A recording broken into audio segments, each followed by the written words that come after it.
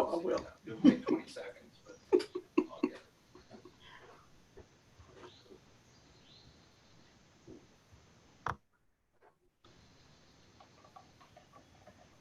Okay. We should be live. Hi, good morning, everyone, and we will call to order now the electronic work session budget meeting, Signal Mountain Town Council, Wednesday, May 20th. Sorry, we're a couple minutes late, just getting everybody hooked in. We're going to begin with a pledge, so Sam, I'll give you a moment to get a flag on the screen. And I don't believe anyone has requested to do an invocation today, so we will observe a moment of silence after the pledge. And I'll begin now. I pledge allegiance to the flag of the United States of America, and to the republic for which it for which it stands, stands, one nation under God, under God, indivisible, with liberty, liberty and justice for all.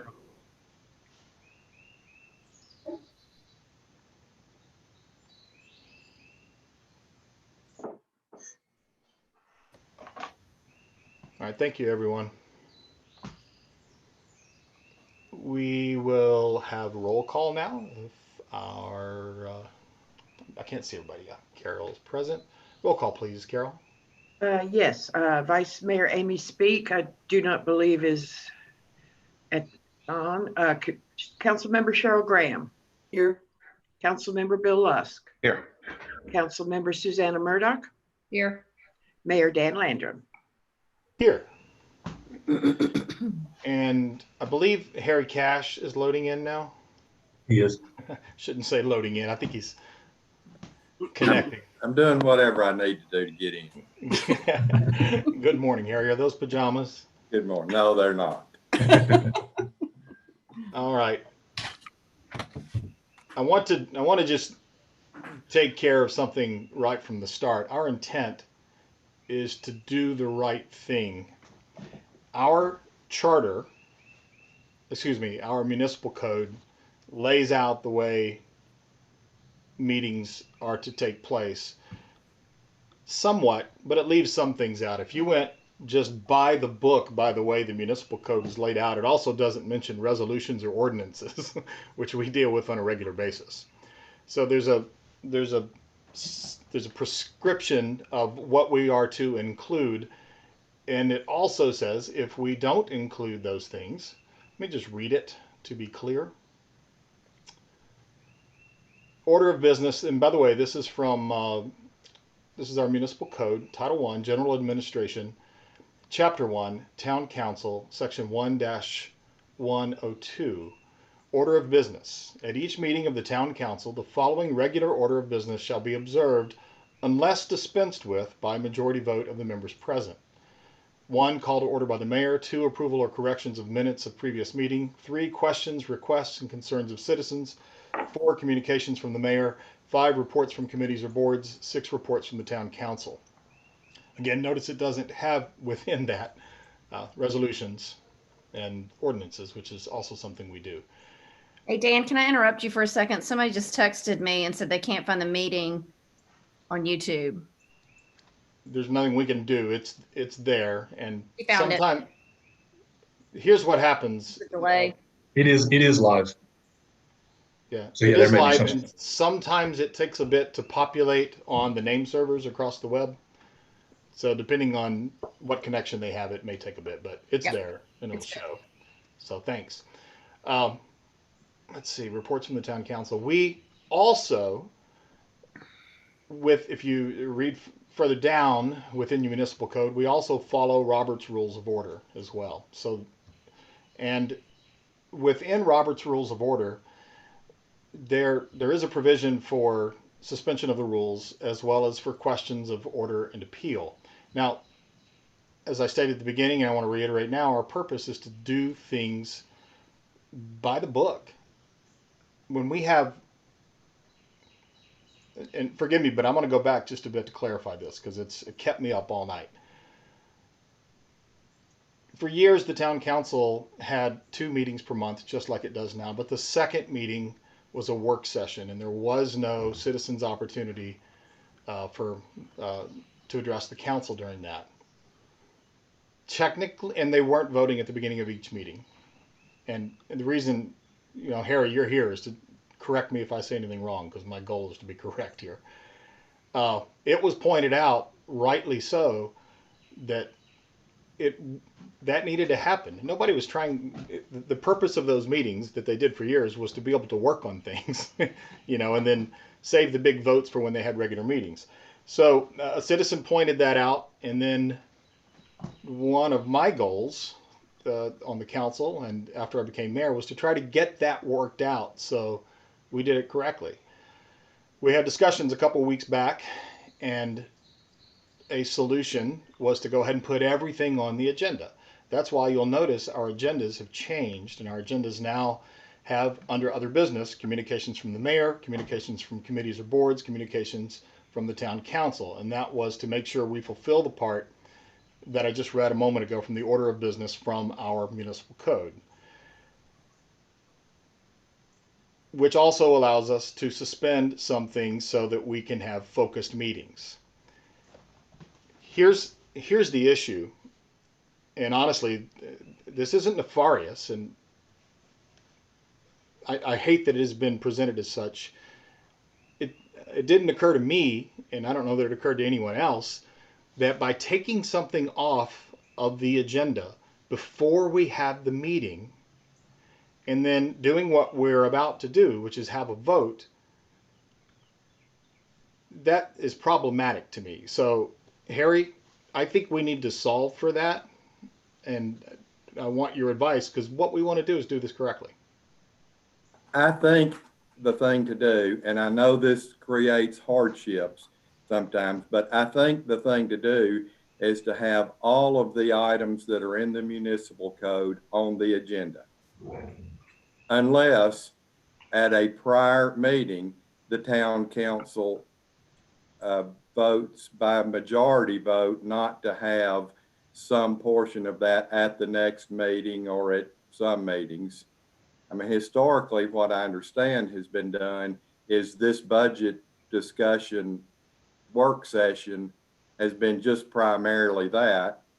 There wasn't any action by the town council to have that approved. That's just the way it was done.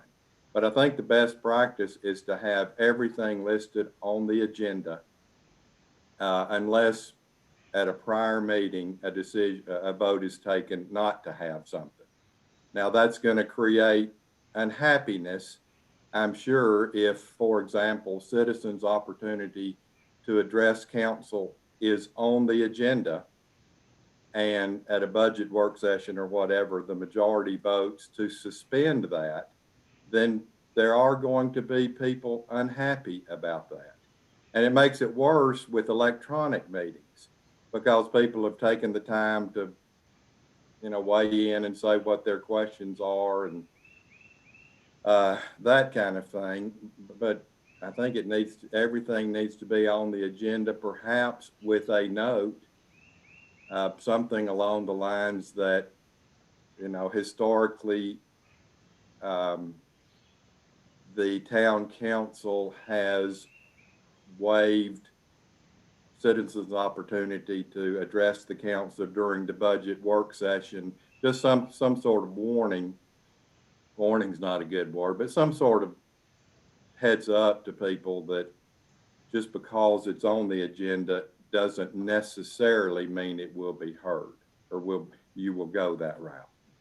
But to be clear, the way we could have done this would have been at the past council meeting to vote on to approve the agenda for the next meeting, which doesn't say something can't be added, but by vote at the prior meeting, we could decide the order of business for the next meeting according to the municipal code. Is that correct? That's correct. Okay. All right. So with that in mind, I'd like to make a motion that we suspend, even though it's not on the agenda, and I recognize I'll probably get excoriated for this, citizens' opportunity to address council, because we don't have any, we didn't make arrangements for that, and for that I apologize, and I'll take the heat for that. I think we should also, let me jump back over to the agenda, for the sake of what we're doing is trying to focus on the budget today, I would like to, in addition to that motion, remove communications from the mayor, communications from committees or boards, and communications from the town council. That's my motion for this meeting.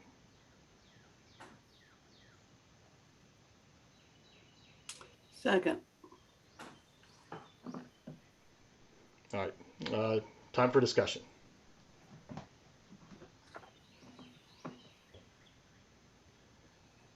Hearing none, it's everybody's just shake your head no if you don't have any input. Yeah, okay. All right, so Carol, will you do a roll call vote, please? Certainly. Councilmember Cheryl Graham, Yes. Councilmember Bill Lusk, Present? yes or no on the motion?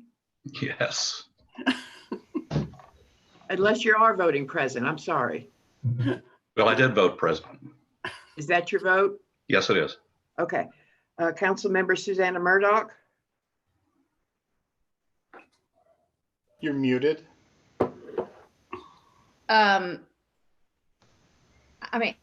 Present. Mayor Dan Landrum, Yes. so Mr. Cash, I have 2 yeses and 2 present. Does this motion pass? You don't have a majority of those present supporting the motion, so no. Okay, then it seems like what we need to do is set up a way at some point today to have citizens' opportunity to address the council. Because we did not just vote to not hold that. I will, can I talk about this now? I probably should have said something during discussion. That's how it's supposed to go, but sure. I think I realized that it was not, that it, I mean, I knew that we were trying to streamline the meeting and make it, go as, I guess, as quickly as possible, because these budget workshops take such a long period of time. And so I'd never anticipated that that was going to be an issue for people.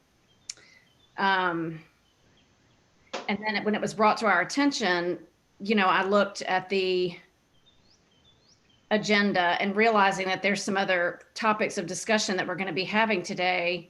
I mean, I was like, I'm uncomfortable with it. So I understand where you're coming from completely.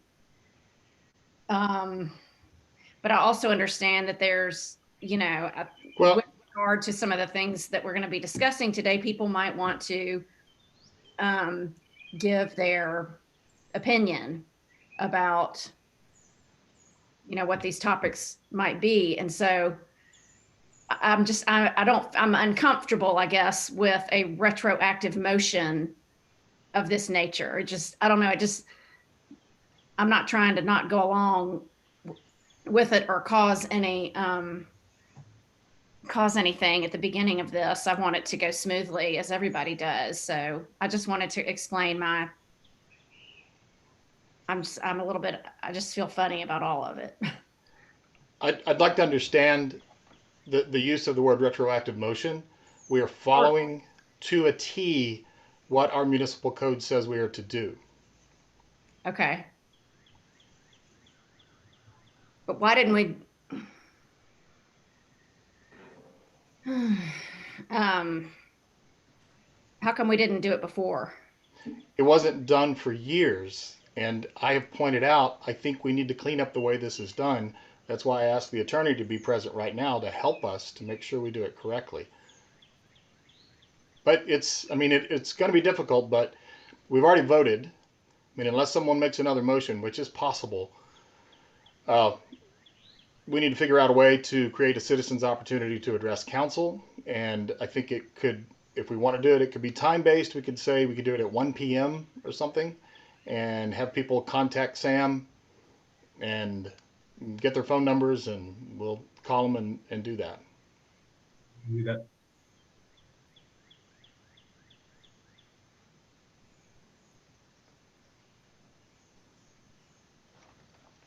Does anyone want to make a motion to do that? So moved.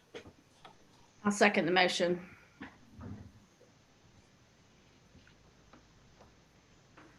All right, we should have some discussion on this now. I think if we do this like we did last time, it's as simple as just, Sam, as a matter of fact, since you're here, you could get the phone numbers, and it's really as simple as you turning on, putting your phone on speaker and putting folks near your laptop. Can certainly do that. All right. Any other discussion on this? I guess I'd like for Harry to weigh in if we're doing this correctly. Yes. Man of many words. The yes, no question. Yes. Yes. I think this sounds like a good compromise. Boyd, I know that's going to create some difficulty for planning of the department heads coming in. So let's also perhaps try to plan this because this is also part of what Robert's Rules prescribes the order of the day. Let's work towards, and with everyone's approval, 12:30 break, and then we pick it back up at 1 o'clock. That sounds good. I'm sorry, we probably should take the vote first. So Carol, if you want to do a roll call. Councilmember Cheryl Graham, Yes. Councilmember Bill Lusk, Yes. Councilmember Susanna Murdoch, Yes. Mayor Dan Landrum. Yes.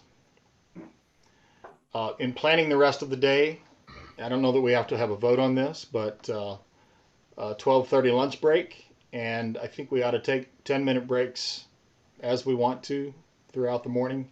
So remind me if I forget. Is everyone okay with that? Yes. So Yes. we aren't sitting in front of a screen all day and aren't blind by the afternoon. All right. As a point of clarification for me, before y'all move on, so citizens' opportunity will be at 1 o'clock. Just for purposes of putting that out to the public, I just wanted to make sure I understood that correctly. Yeah, you're going to send out an email blast now? I'll put it on Facebook and have Sherry send out an email, and we will, yes, we'll get that taken care of. Have it ready to go for that time. All right, thank you, Sam. Absolutely.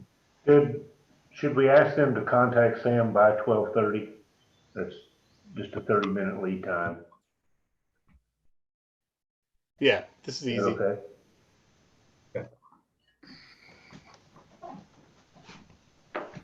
All right. I think we should turn this over to Boyd. And my only request as we get started, I think it would be good if you read your manager's note in to record at some point at the beginning.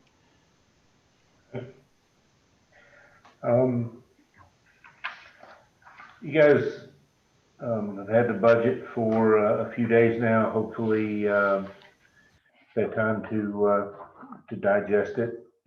It is, in my opinion, very straightforward. And given the uncertainties of the environment we're going to be operating in, physically and economically, felt it was important to have a very conservative approach to the budget. And that's what I primarily speak to in the introduction. And for the mayor's request, I will read this. This year's budget is very limited in terms of capital projects and purchases. Of the $745,630 in capital appropriations, $727,630 can be attributed to vehicle replacement fund contributions, facility maintenance needs, or projects funded by grants. I previously shifted funds associated with large capital projects to the capital projects fund rather than budgeting the funds year after year in general fund while the projects move toward construction. We can now more accurately assess fund balance projections and better manage fund balance stability. My goal this year was a balanced budget and stable fund balance. With the uncertainty associated with some revenues and the potential for supply chain issues leading to increased costs, felt it was very important to maintain a strong fund balance as a safeguard. Should things play out better than anticipated, we can always appropriate additional funds to projects such as paving once we are deep enough into the year to have a clearer picture of the economic impact of the COVID-19 pandemic. This budget includes a 1.5% COLA, and I'm asking council to expand the observed holidays for town employees. The state and many many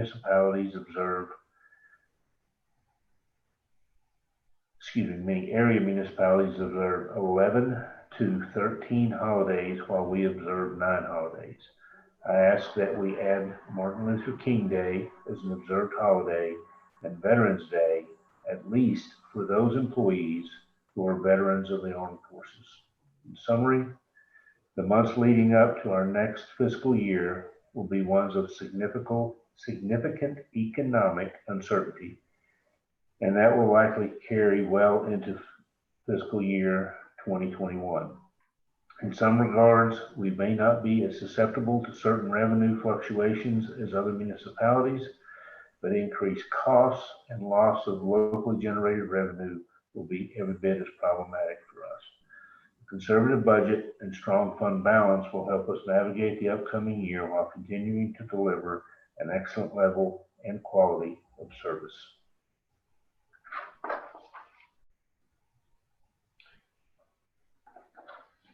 And with that, I would direct your attention to Sam. I'm going to torment you with this one. But it's pretty much the very last page, page 222 in your budget book, which lays out fund balance projections, expenditures, and so forth. And you will see that this year, we're anticipating an unassigned fund balance of $3,819,419. There's a reduction in fund balance of $339,000 plus. In this upcoming year, the budget we're discussing, fund balance is projected to be $3,842,797, and to finish at a 45% fund balance to expenditure. And we project putting $26,721 into fund balance. So that is the basic introduction and overview of the budget that we'll be going through today. All right, just for a point of how we're doing this, I don't know that this requires a formal consent calendar proposal, but what we do not, or let me pose it as a question. If we don't change something at the end of the day, we will have, let's say we change nothing, the only vote, and it might not take a vote, would be to move this to the next council meeting where the first vote would take place. Or unless we scheduled another meeting and decided we needed it. But if there are changes in this budget, we can vote on those as we go through the day and still have that prepared for the next meeting. That's all. Am I just laying that out correctly is how we're going to do this? Yes, sir. Okay.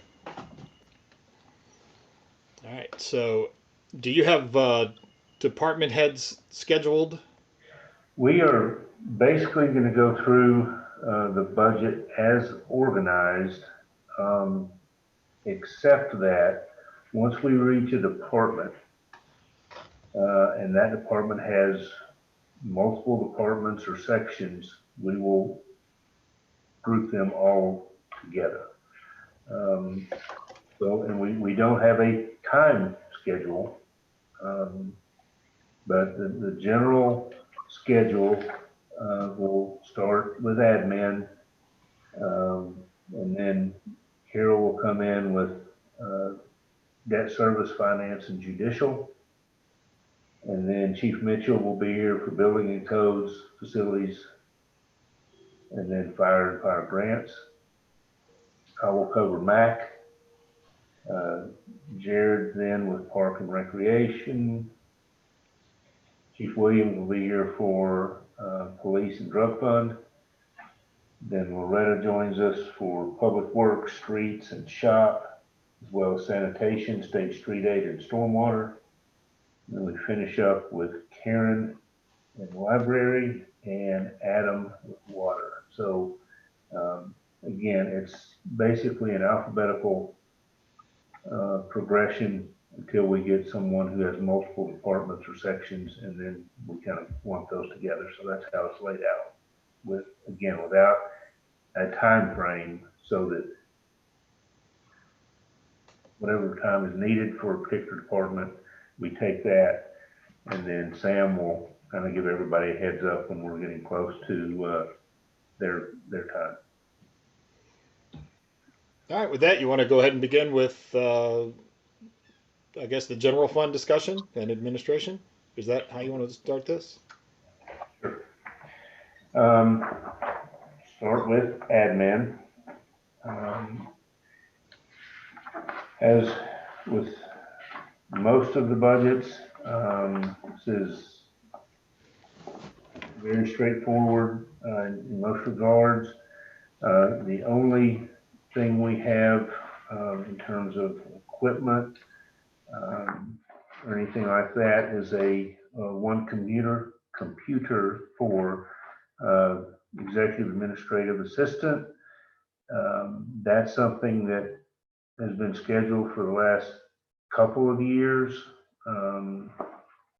It's fine. We replace those on a schedule, but when the schedule comes around and we're not having any issues or anything, we may choose to wait on that.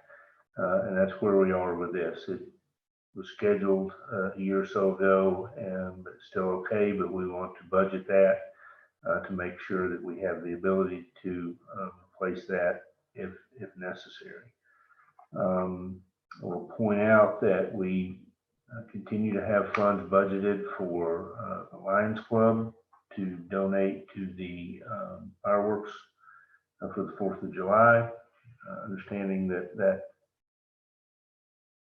may be a different scenario this year, but so it was important to budget for that. We also have funds again this year budgeted for the tree board and the work they do.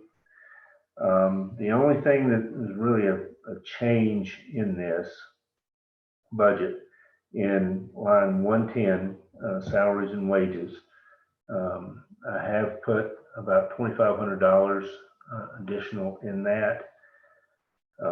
From the beginning,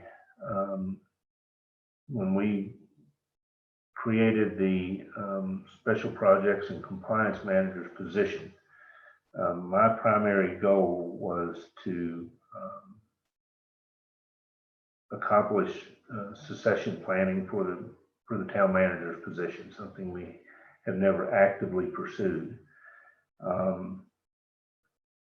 and have been working towards that during the last 2.5 years or so. As of January, Sam will have been in that position for 3.5 years. He's taken on additional responsibilities, done an excellent job. And I would like to have the ability to, at the midway point of the year, add assistant town manager duties to his activities. And the only way you're going to gain administrative supervisory experiences to have the authority and the ability to function in that capacity. So I'd like to basically add that to his current job, give him some supervisory responsibilities, a raise in regards to that of a couple dollars an hour, and take that 6-month period to, while we don't have probationary periods technically, to really feel our way into that and formulate what we think that needs to look like long term. And then for the next budget year, hopefully be in a position to establish that as a full position as assistant town manager, not create an additional position, just morph what he does now into that role and give him the ability to function in that capacity for a period of time before there's a potential for him having to take that role long term. So again, it's a relatively small amount, but it puts us in a position to, again, move into that position of having someone truly growing into the position and being ready to be town manager when that need or opportunity arises. Other than that, the budget is consistent with what we've done in the past. Any questions on that? Yes. To clarify, your recommendation is to make it possible that we do that, but we are not voting to that by doing this. Just setting it aside if we chose to do this. Correct. As we approach January, I will come to council with a formal proposal, but I anticipate nothing changing between now and then. And the level of work that Sam is doing is outstanding. But that is my plan and my desire, but I will certainly further discuss it with council ahead of that time. Okay, I just wanted to clarify because that's a lot to hear for the first time now for us to be approving that, and I'm sure we would need to have further discussion. And I mean, if anyone wants to discuss that now, I guess we can, but it seems like now is not the time for us to make a structural decision like that. And also, if we were in the situation, which we hope we're not at any time soon, where we were replacing a town manager, that would be a town council call, obviously, at that point as well. Absolutely. My job is to do what I can to make sure that there's as good a candidate as possible in-house and ready to take that role if necessary. Ultimate decision is 100% on council whether that person would make that move or not.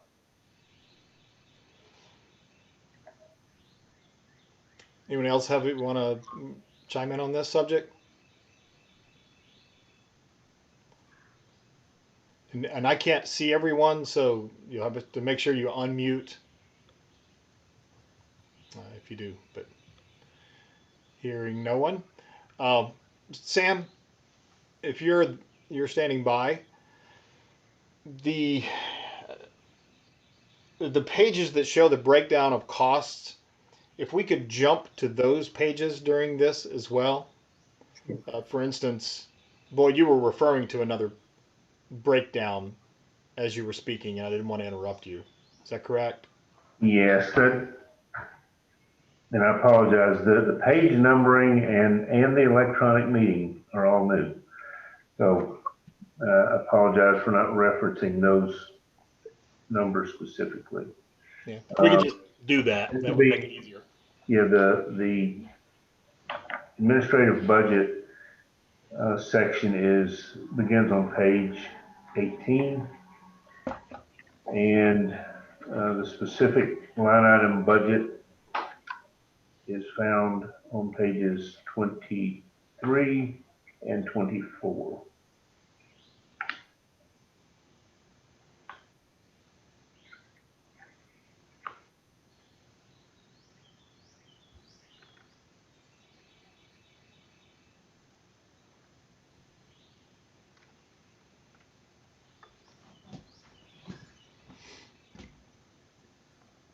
All right, I think unless anyone wants to ask any questions, we can move to the next item. Next will be debt service, finance and judicial. Carol, ready with that?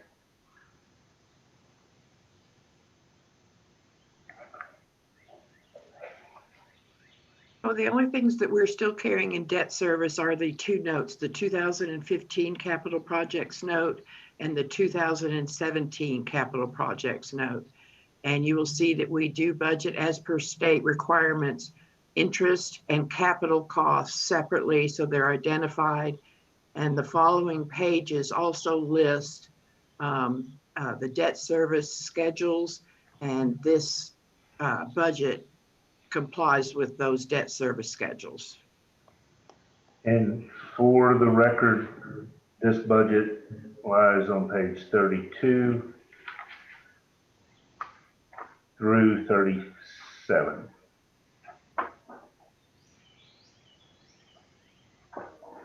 On page 33, is the breakdown for the 2015 note. Page 34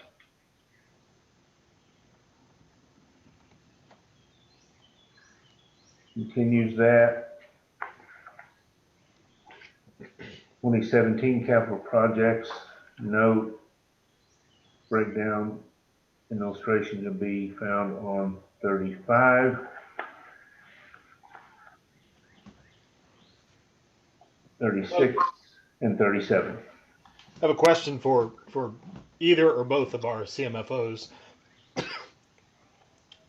Our interest rates at the time of, I think one of them is 2.71, 3.03%.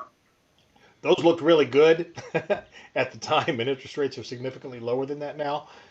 Is it within our power? Does it make any fiduciary sense to consider redoing those loans if we could get significantly lower interest rates now? If I might, interest rates on savings are considerably lower. Interest rates on loans are not lower than this. This is still a good deal. Okay, that's what I needed to know. Even through the agents, that deal with government agencies. Correct. And that's what these are. Both of these notes are through a state supported local bonding group. This is going to show my lack of expertise in this area, but do towns ever create their own bonds? Oh, most certainly they do, yes. Or do we not have the scale where that would even be considered? And we have investigated that in the past, and it is not really feasible for us. You have to hire a lot of experts and do a lot of things that are kind of rolled into what the sources that we used. Okay.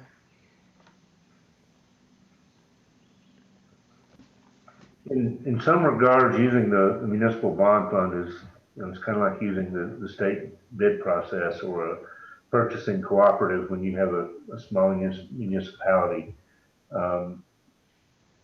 Gaining the advantage of that process is very difficult, but with using this process, we're able to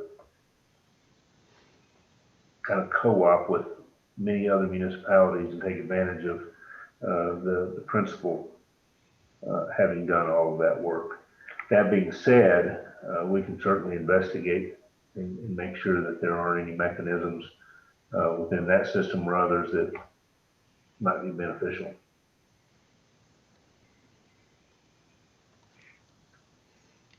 Anyone else have any questions? All right, let's move on.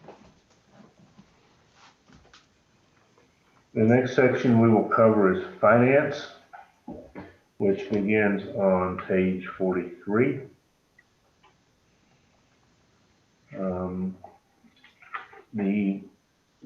Again, very straightforward, consistent budget. The one primary item I would call your attention to on page 48 is a server for finance, and I'll ask Carol to do a rundown on that.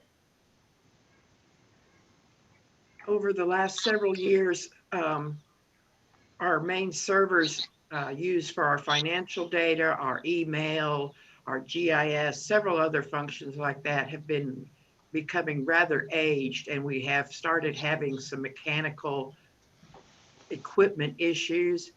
We replaced one server last year under an emergency situation, and would like to try to budget to replace the next oldest one, which I believe is now over 8 or 9 years old.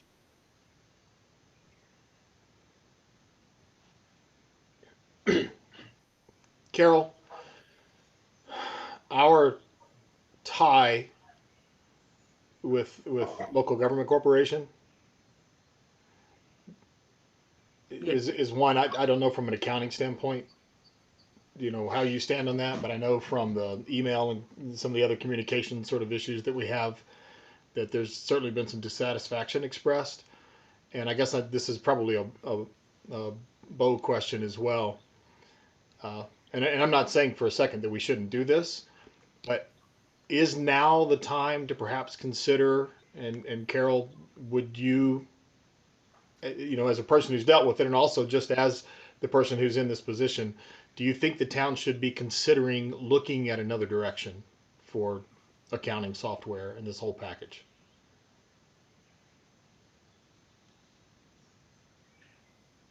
And that's really more in Boyd's court, but I will say that I know that it is a very expensive proposition to switch software, financial software.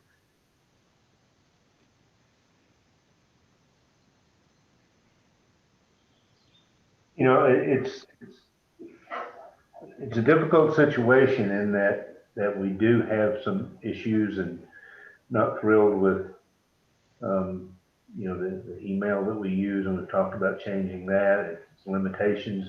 We saw that again recently trying to email out large documents,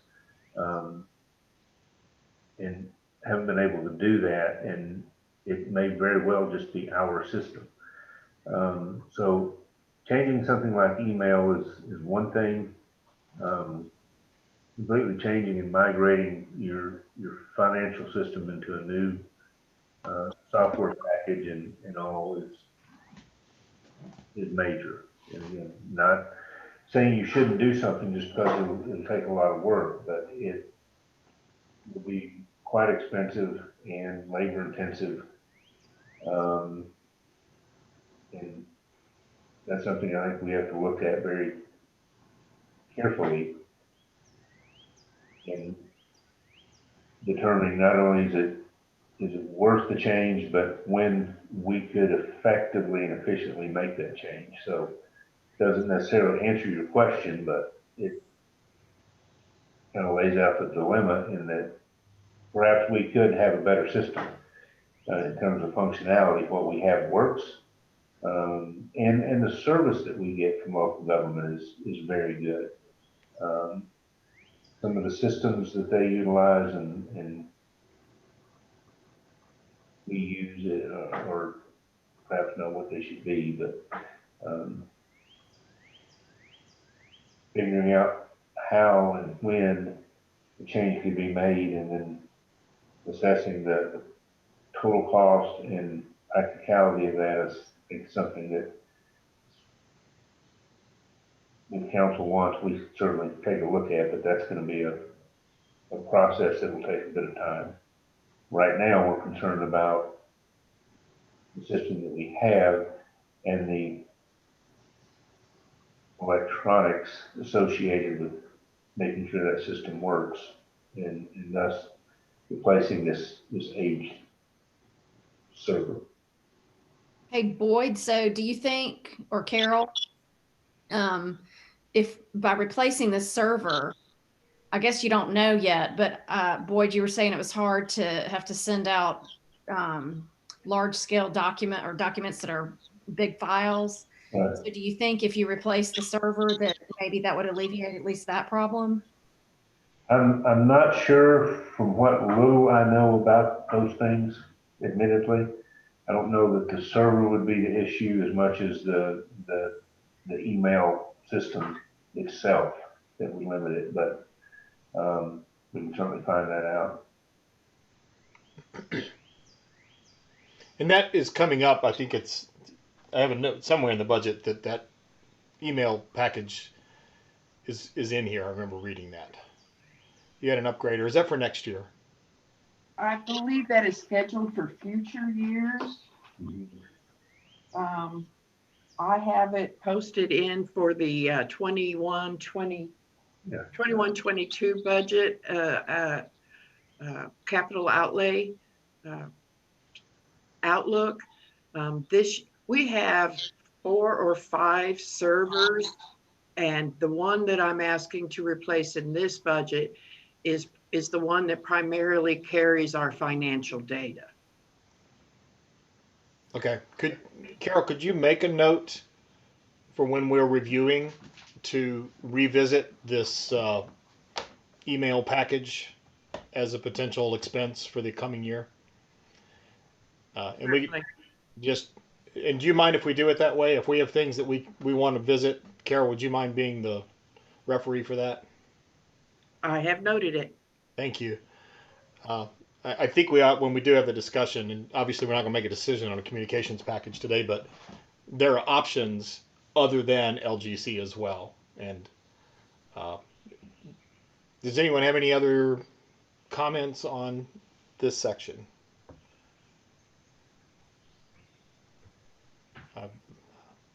I'm hearing none, so Boyd and Carol, you ready to move on? Sure. The next section we will cover is judicial. That begins on page 58 and runs through 62.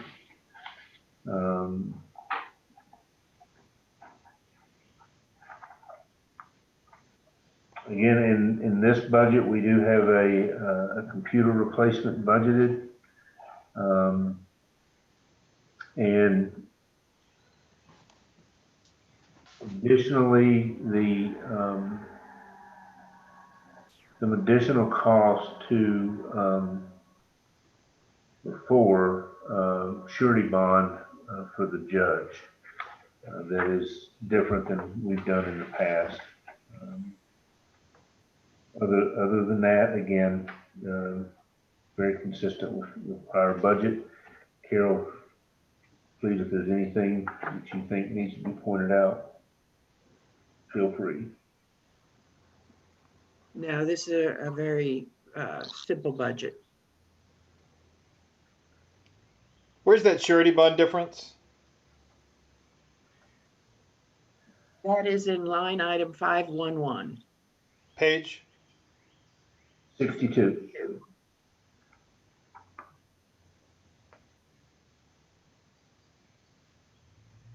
Oh, so it's not a super expensive thing.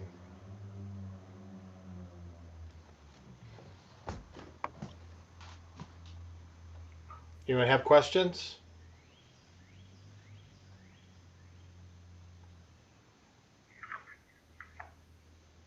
Everyone comfortable with moving on? Sam, if you have it, if you could have Eric join us, please, sir.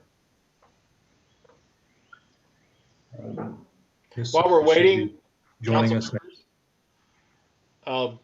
Is there anything with the way we're doing this so far that is making it uncomfortable, unpleasant? Anything you think we could do different to facilitate this better? It's the first time any of us have done an electronic meeting like this. I think it's going really well so far. I think if we can remember and get in the habit of referencing page numbers, again, that's something we've never had. And I'll officially thank my wife for doing that for us. I bet. It's just a matter of getting in the habit and making sure we reference them so it helps in the manner it was intended. The, New term, Bates numbering, right? I think that's right, yes.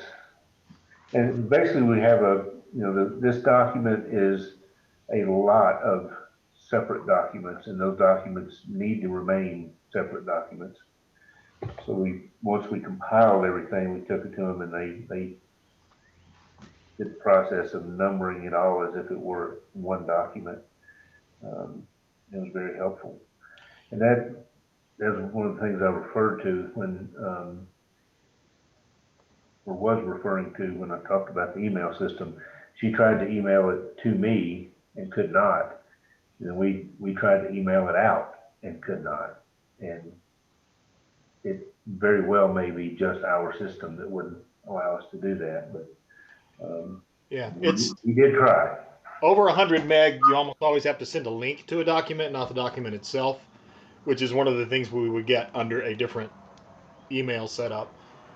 I also, while we're waiting for Chief, in last. And Eric is here, just to let you all know. Okay. In my notes from last year, one of the things that I had down to make it easier for citizens to be up as we're doing this was to have a link available, which we don't have that system yet, but also to have the budget book that the council members receive. It's about this thick, available at the library, but the library's closed this year, so we didn't get to do that either. So, interesting times. Dan, with respect to links, Mm-hmm. couldn't we set up a Microsoft OneDrive account or an iCloud account that would allow us to post a link on our website or send it in an email blast to citizens? Yeah, or a Dropbox, or there's a dozen different accounts like that, but the town would have to do that. You bet. Right.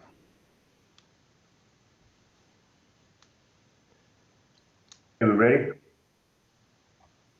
Next department we'll be looking at is building and codes, which begins on page 25.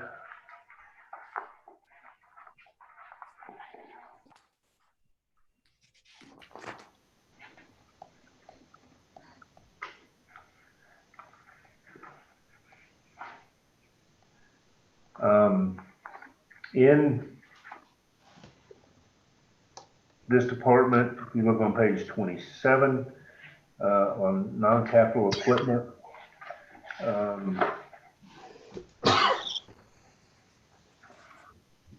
the only things listed are a laptop and 4 large monitors. I'll speak to the monitors and Eric can the laptop and expound on the monitors. But one of the things that how we've been operating is actually improved in recent months is the ability to get things electronically, issue building permits electronically, and so forth. And at the same time, one of the things that we've been working on is moving away from paper documents, especially in this department where we have rolls and rolls and stacks of plans. And this would allow building officials to get and review building plans electronically far more effectively than they can on just a standard computer screen. Eric, anything else on that? And if you'll explain the need for the laptop and its use, please. The laptop is it's a replacement for what when Chuck attends planning commission, BZA meetings, DRC meetings, things like that. The laptop is far exceeded its life expectancy. It doesn't even have Wi-Fi built into the laptop. So therefore he can't access, like if we wanted to do Hamilton County GIS or anything like that. So the laptop's pretty much obsolete. So this just would replace that. So it gives us more functionality, for all of those meetings. That's what that laptop's used for. And again, as Boyd said, the large monitors are to increase our, we want them to be able to do plan review on the computer And we want, especially for residential construction, which is the large part of our construction, we want the builders to quit submitting paper plans. We want them submitted electronically. We just don't have any more room to store anything. And we want to be able to do that electronically. And we've made some great strides in the last few months with, as he said, with our electronic submittals of applications and things like that. This would just continue that. Right now, their monitors are inadequate to review anything. They're way too small. You just can't do an accurate job. So that's what those two items are.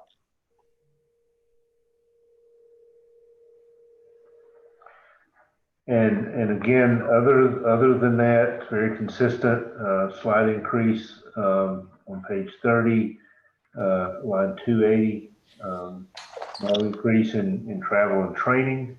And that's pretty much it. I have a question if no one else does.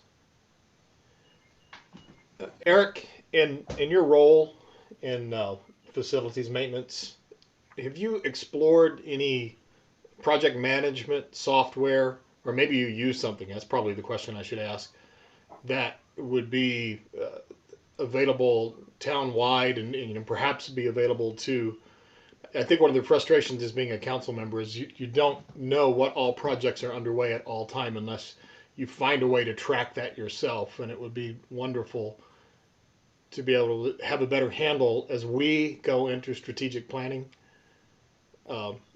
Does that make sense? It does. There's products out there. It's something we can look at. I see different things all the time that, the problem is most of it's for the, stuff that actually works is there's always a cost associated with it. Well, and there's lots of new products on the market now that are relational database driven, so that you can set up your own system as complex or as simple as you'd like it to be. And many of those are running, they're mostly free. So anyway, I hope we can explore that. And I know now's not the time to have those discussions, but it's about the only time we get to ask these kinds of questions as well. Anybody have any other questions in this department? What is our tie-in with, do you have tie-ins with LGC, Eric, and what you do? For building and codes? Yes. Building and codes, well, they use their database is from a company called iWorks, and that's the permitting database, and that's actually the record-keeping database that building and codes uses. But it obviously runs on the servers. So, the email and the iWorks is actually a web-based program because they use their tablets in the field for that also. Just like as we'll look at the fire department, the software that we use is called Firehouse. That's our data management software. It's web-based. But for building and codes, the local government is emails, calendars, which they both keep their own calendars because the local government calendars are just not efficient to use. But the email is the big thing that they use for local government. But none of your data, that's what I want to know. None of the data is scraped into any of LGC's programs automatically for accounting purposes. You have to. Not programs, no. It's just the server and server maintenance for codes.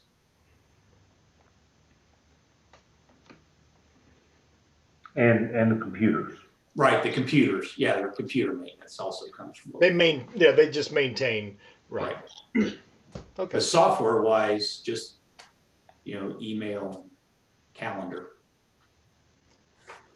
Bad email, bad calendar. Okay. Anyone? Anything else? Eric, are you comfortable with us moving on? Yes.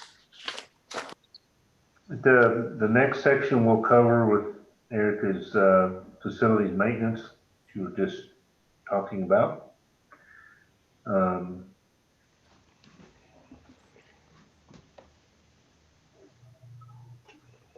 And as indicated in my introduction, a good portion of the capital projects for this upcoming year lie within this department. On page 38, you'll see the list of projects. And if, Eric, if you can, if you'll just kind of go down through that list under 920 building and Okay. what those are.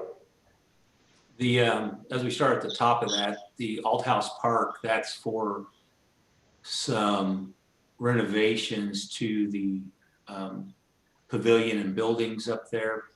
Some of it's normal maintenance. Some of it's got to do with the where the barbecue pits were taken out, just some minor renovations there. Police and fire, where it says front facade, basically the front facade of our building's falling off. It's decaying and rotting off the building, so we're going to get that repaired. It'll have to be completely torn off and redone. We've had contractors look at it. Our rear driveway, that was budgeted 2 years ago. We got cost estimates for what it was budgeted 2 years ago. They all came in over budget, so it was set aside. Last year it didn't get rebudgeted. This year is one of those that it's definitely necessary. We've got some places that are just gravel in our back driveway. The blacktop's actually gone. As we drop down, History House, that's to do the fire and burglar alarm system in that building, or yeah, just to an intrusion alarm and fire alarm system in that building because of the records and the archives that are in that building. It's important. Heating and ventilation for the gym, that's to repair the existing systems and make a couple of improvements in the ventilation system. The ventilation in that building is not great. Therefore, it's very hot in the summertime, and the old electric heaters continue to break down, and we're gonna, try to repair those as best we can to get by in there.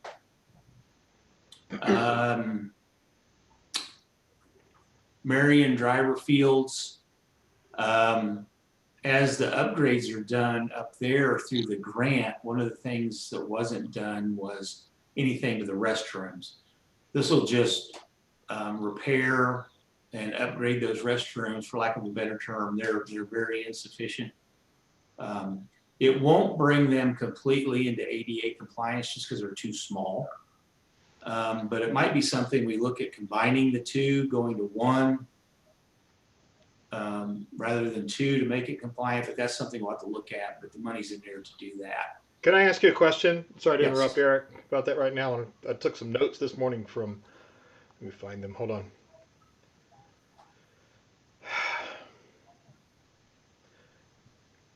So this new normal that we're probably going to be facing is probably going to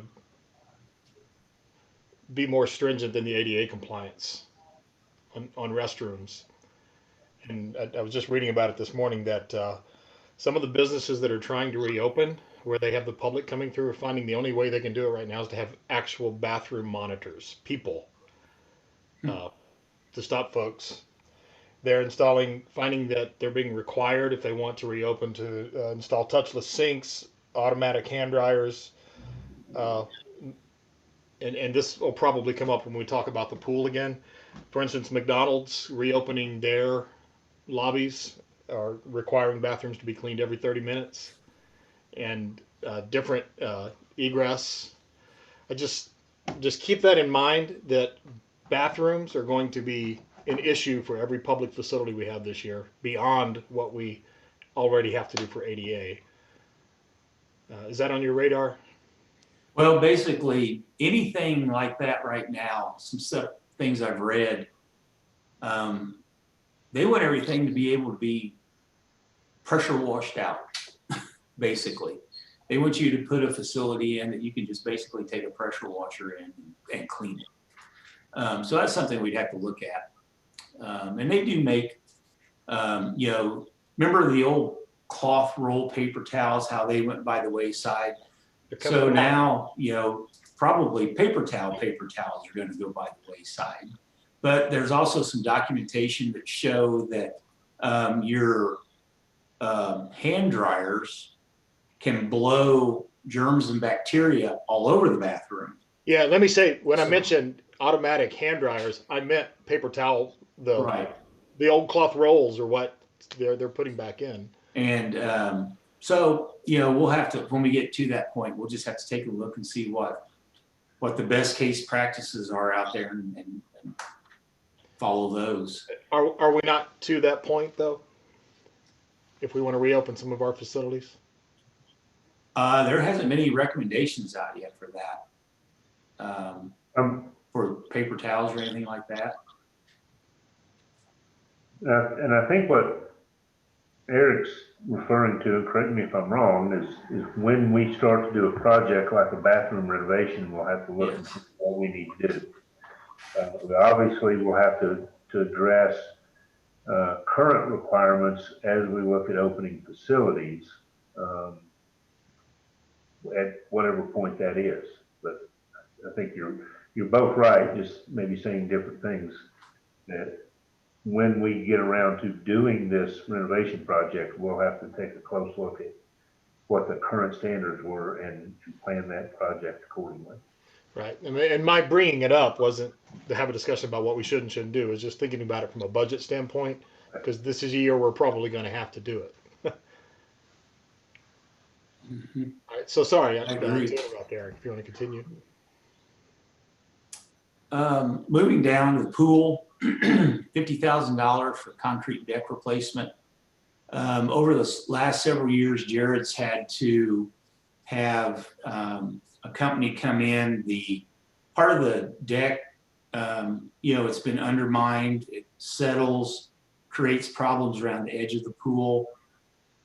It's been repaired. There's always repairs every year. He's repaired in the last few weeks where the concrete has spalled. They patch it. It's to the point now where it needs some very significant repairs.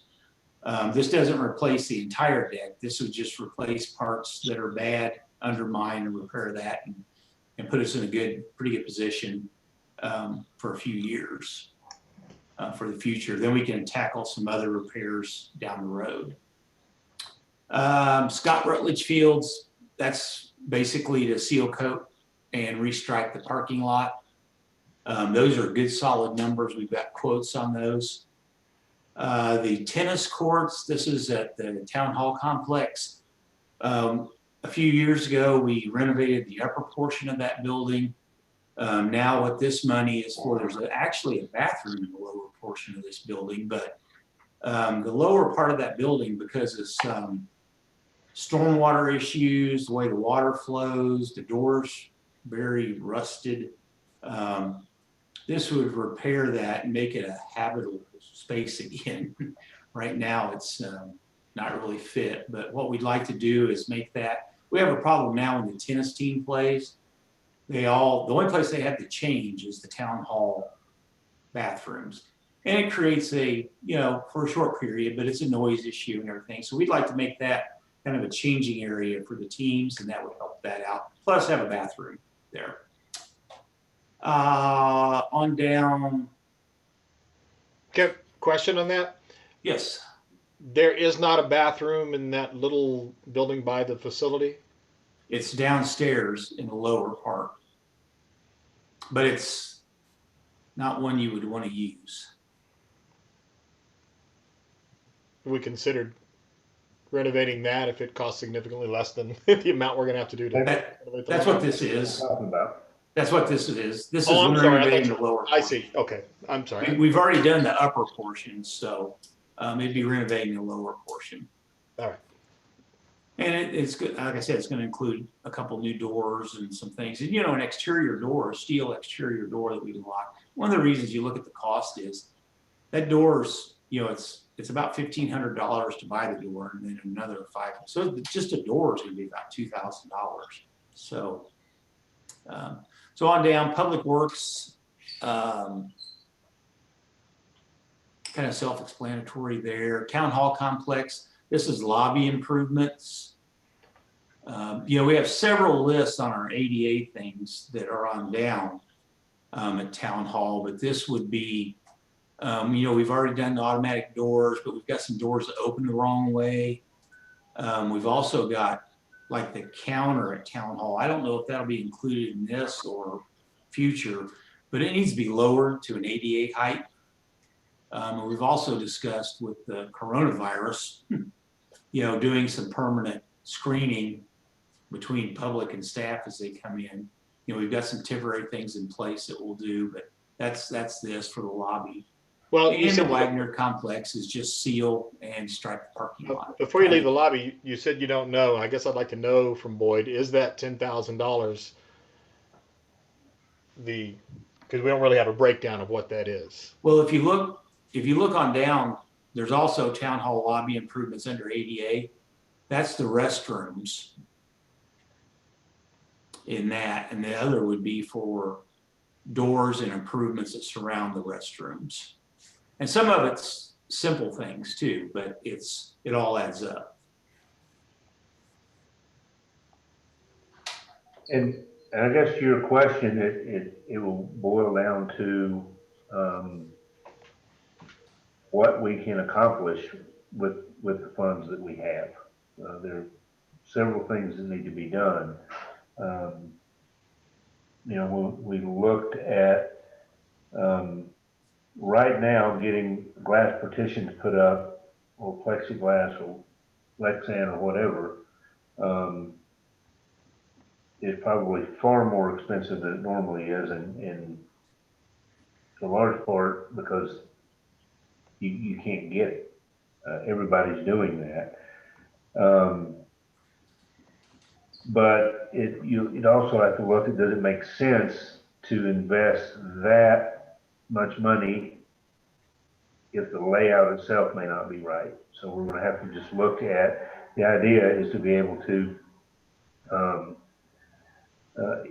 over time, if you'll also see the following year, there's another $5,000, and just trying to optimize the functionality while we're correcting some of these things. Again, some of it's ADA, some of it's more security, and now safety and health oriented. So we'll see what we can accomplish with that 10,000, but that's the goal in functionality, safety, and security for those funds.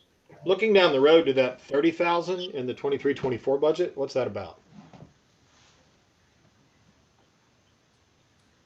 Honestly, that's a placeholder. That's a budget number we put in there for, there's several projects at Town Hall to address things that we need. Now the lobby improvements is this year. So we've got a lot of siding issues at Town Hall. Matter of fact, we're getting ready to put an RFP out for a new roof because it's terrible. So most of that will probably be siding issues. Also, we have to completely redo the concrete in front of the building to make it ADA compliant. So whether that's there or down in ADA, it's all out of the facilities budget, but that's where that is. And I might just say, I don't know that, and I understand what you're saying, but I don't know if placeholder's the best word. Projection. We know there are projects that need to be done.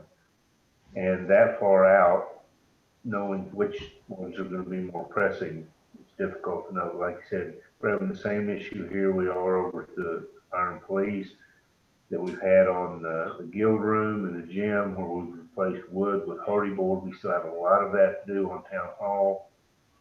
So there's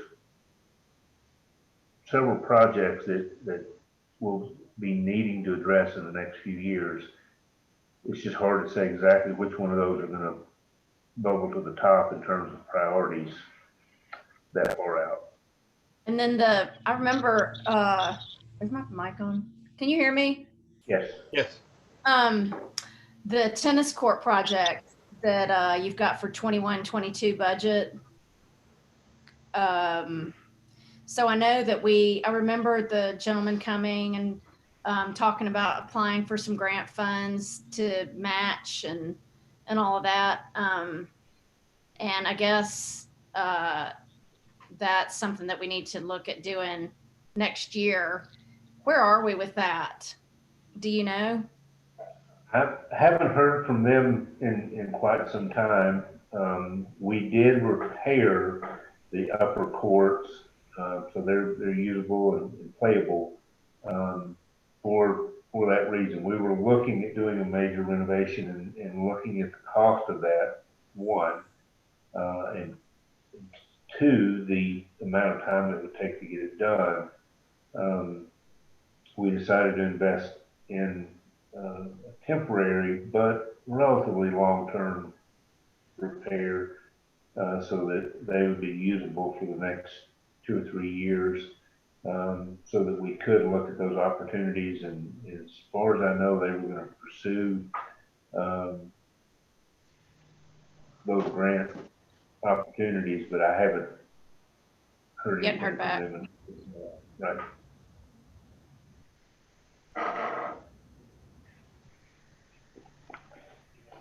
Any other questions on the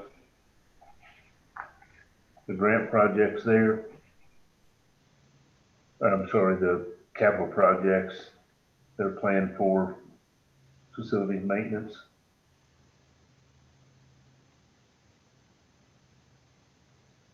Oh. Otherwise, again, budget is very consistent with past. One change, we have budgeted for a portion of one of the employees in water to do some facilities work. With Adam coming on and all the things that they're trying to do, we've eliminated that.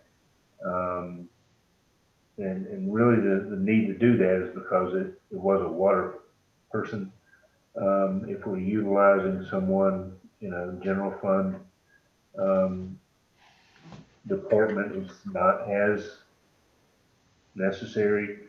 So we're gonna see how that goes this year. Jared and these guys have always helped out with those kind of things. We've now kind of have a somewhat of a go-to list for contractors on plumbing, electrical, and minor things like that. So we're going to eliminate that cost and work it that way this year and see how that goes. All right, any other questions? Can we wrap this section? And I'm wondering if we should take a 10-minute break. Do anyone oppose to that? We've been on for an hour and a half, and I think it's probably reasonable. Boyd, would that be okay with you? Yes, sir.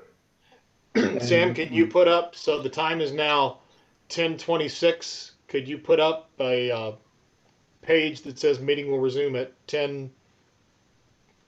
What do you guys think? Can we make it back at 10:35? I can. Is that okay? There shouldn't be a line at anyone's restroom because we're all home. All right, so Sam, if you'll do that, we will make sure you mute your microphones. And I would stop your video just in case.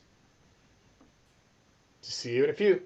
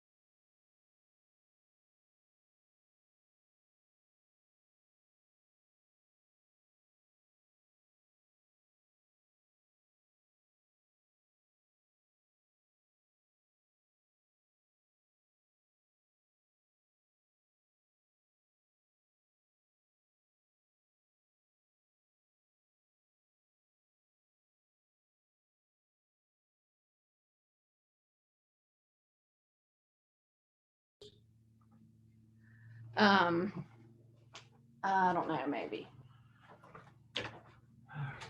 Well, shit. I've made a few.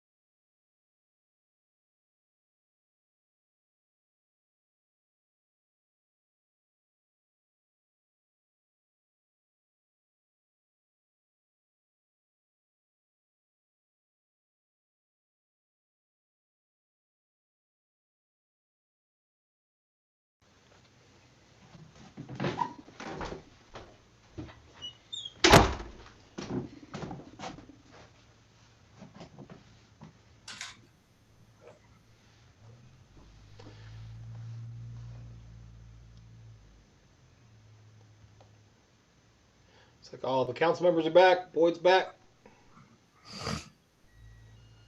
Can resume as you please, Boyd.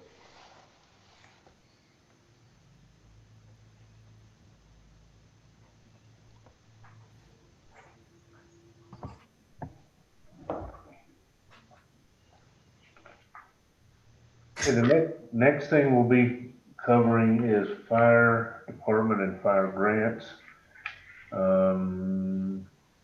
Eric is back with us. I'm here. Okay. I don't see me, but I'm here. Down at the bottom, you should be able to start video. There you go.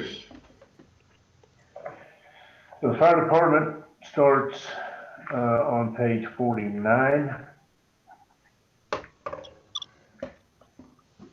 If you will look at page 50, capital projects, you'll see under 945, there's $21,000 for portable radios. We're replacing those older radios over the course of several years. This year, we will be funding that with the local assistance grant from the state. That's one of the things that we'll be using that for. So while it shows as a capital expenditure, it will be funded by that grant. Only other thing on the next page, 51, you'll see get a computer scheduled to be replaced it's being used by the shift lieutenants. On page 52, there's an outline of the vehicle replacement plan for upcoming years. You'll see there's nothing scheduled for several years as far as purchases. So these will be funds that will be going into the plan so that when those vehicles are due to be replaced, we'll have the funds to do so. Carol? I don't know if she's handy or not. Yes, sir. In the just as a note for next year, when it says new this year and you're talking about fiscal year budgets, it's every now and then you have to stop and go, is that new means we purchased this year? Is that new for this budget we're talking about? So if you could just clarify that, maybe. Certainly. That makes sense. Sure.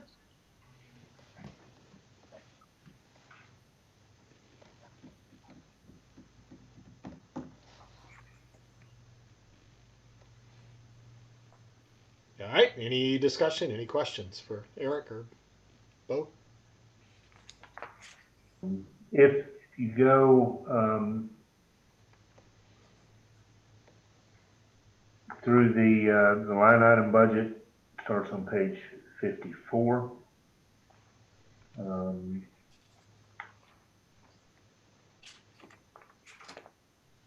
You'll see that it is, again, very consistent with prior years.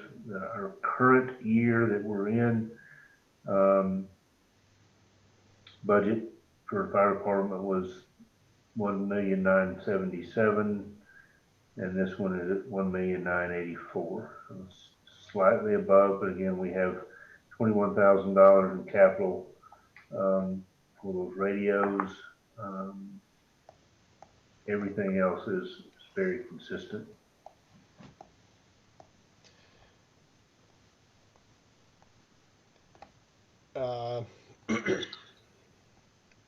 Boy, I'm trying to, and I didn't ask you to have these things available, Sam, but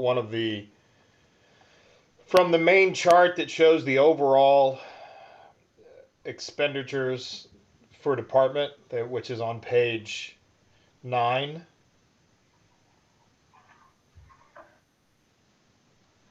Can you pop that up, Sam? If we look at the prior years, our protective services have kind of come back into line this year. And if I remember correctly, we were at about 50%, maybe give or take a percentage point last year, but that had to do with some of the new fire hall expenses. Is that correct? Does anybody remember?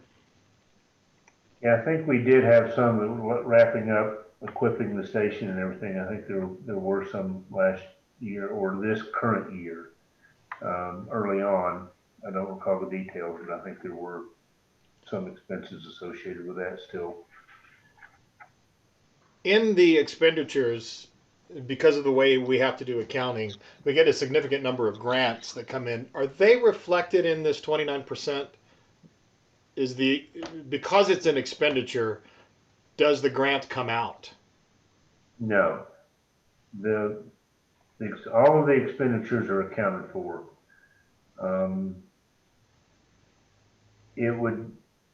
Those would show the fact that there's a grant in a chart like this. It doesn't tie which grants are to which expenditure, but when you look at the chart on page 10, part of that is state share taxes and grants and things like that. So it'll be accounted for as a funding source in that chart. But for instance, those radios, $21,000 in an expenditure goes with the fire department. In the figures that make up the funding source chart, that $21,000 in grant funds is accounted for there. Right, I get that. It inflates the chart a bit if you're trying to look at what the departments are actually costing taxpayers. Is there an accounting term for non-granted expenditures versus things that come out of the general fund? Well, grant funded expenditures, They come out, I get it. right? But in the way this works, the grant funds come into the general fund, and that's where the expenditures come from. And the vast majority of these grants are reimbursements. So the funds have to be budgeted in the general fund so that the purchases can be made. And then ultimately, the revenue is budgeted. Once the purchases are made, we file for the reimbursement. When that comes in, then the funds are deposited back into the general fund. So for the most part, the purchases are actually made out of general fund. Right. Then the revenue comes later and it's put back in the general fund. Yeah, I get that. I'm just talking about for illustrative purposes. It makes these charts not necessarily reflect what's happening. I understand it reflects what's happening technically as things come in and go out of the general fund. I don't know. Just wonder if we could consider that. And I wonder if it doesn't, when we look at that 45% number at the end, how is that? Do grants affect that number? The calculation for that. They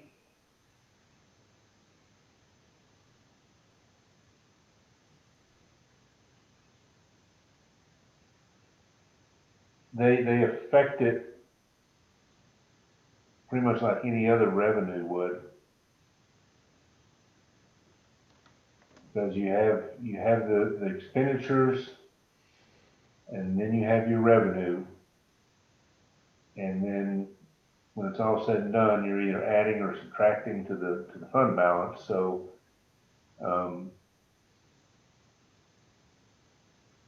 I can't think of it any way that it impacts it any differently than any other revenue source. Because it comes and goes. But if it was, let's say we got a $2 million grant for something that could skew that percentage number, even if it was 2 in, 2 out, it's showing it would inflate your overall budget by $2 million. But it doesn't change the percentage if it's in and out. That's my question. It No. does not change the percentage. Okay, that's what I wanted to know, Carol. And I think that's what I was getting. All revenue pretty much is in and out.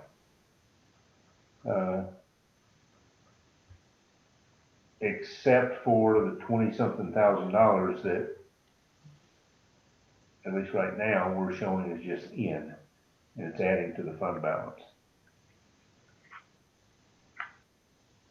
But it's a ratio between where you're going to end up and what your unassigned fund balance is and what your total budget is.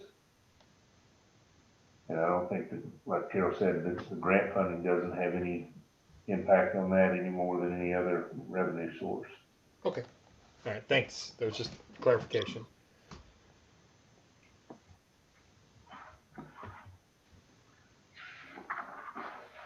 Okay, so we were on, I guess, the line item budget for the fire department, which is page 54 and 55. Again, very consistent with prior years. Those radios are shown as capital purchase. Elsewhere, there is funding noted as from that grant to cover that. The next section is fire grants. This is and Eric can speak to it, and Carol, where we are. This is wrapping up the SAFER grant.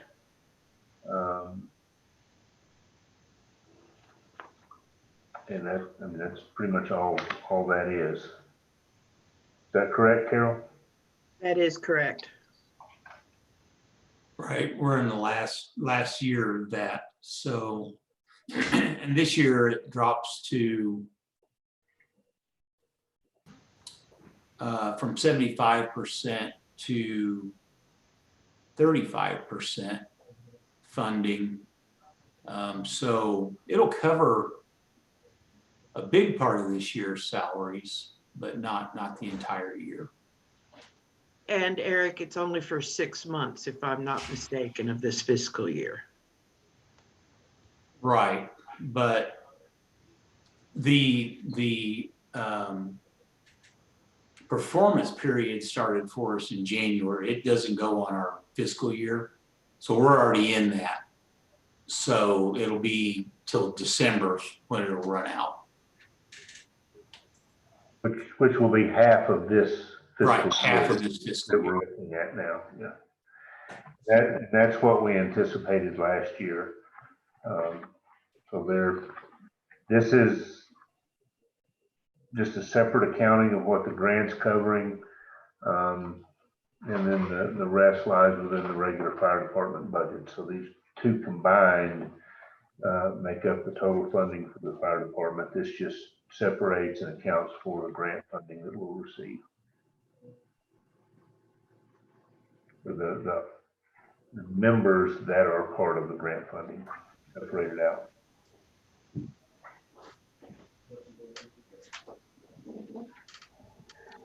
All right, questions? All right, I think we're ready to move on. Okay. Thank you, Eric. All right, you're welcome. Thank you. Bye, Eric, thanks. The next thing on the list is for MAC. And what we have in the budget, this starts on page 63. What's in the budget is just business as usual budget for operation as we have in the past. Trying to figure out exactly where we were going to be headed in reference to limitations of operation and restrictions and what we could and couldn't do there. At the time this was being compiled, would be pretty much like throwing a dart and seeing where it hits, because there was just so much uncertainty in terms of what we would or wouldn't be able to do. And we have a similar situation with the pool budget. So what we included in this is, again, business as usual budget for MAC.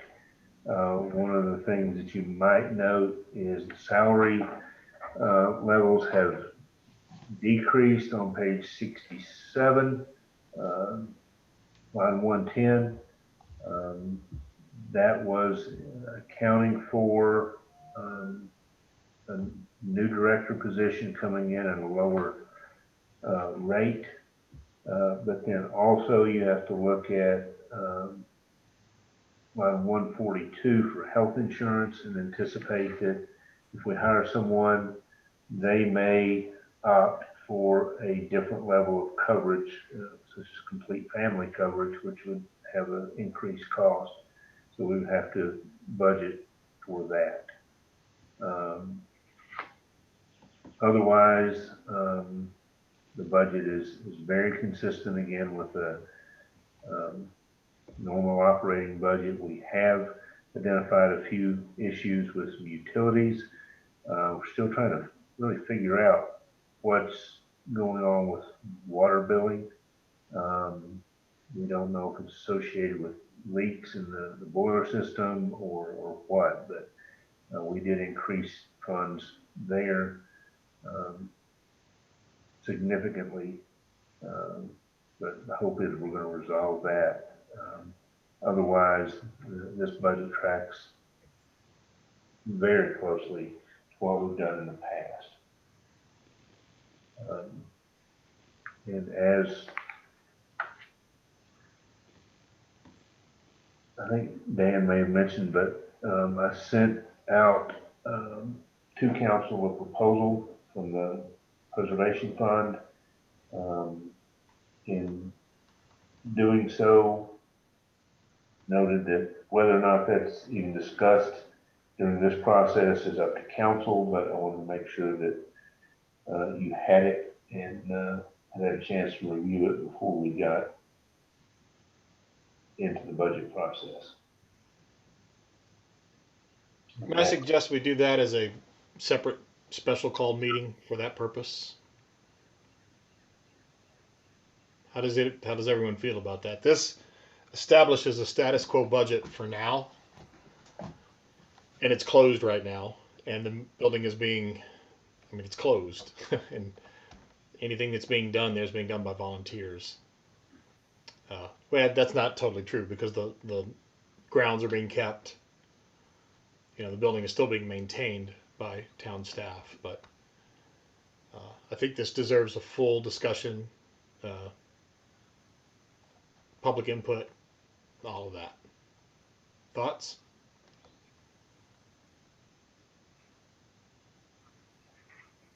I think that sounds like a good plan, Dan.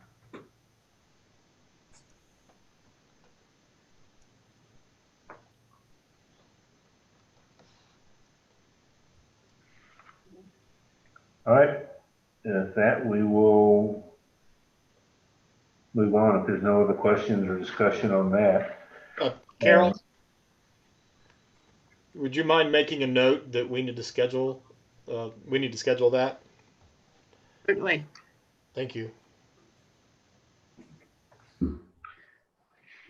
Sam, have you had contact with Jared? Looks like he is now. You're in touch with him right now. Thank you.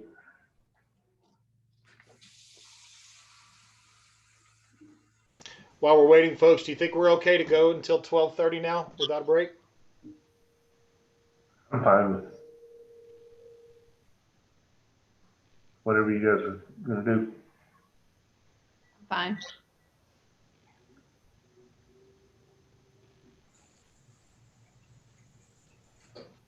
Sam, have you had any response on did you get the mail out for citizens' comments at 1?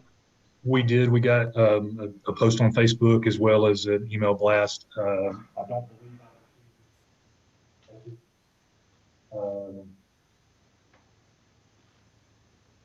I have not received anything at this point. I have not been able to check the Facebook to see if there are any comments or anything of that nature, but nothing has come to me in the way that we requested citizens to do that at this point. I'll let you know if that changes. All right, thank you. I think this is Jared ready to join us.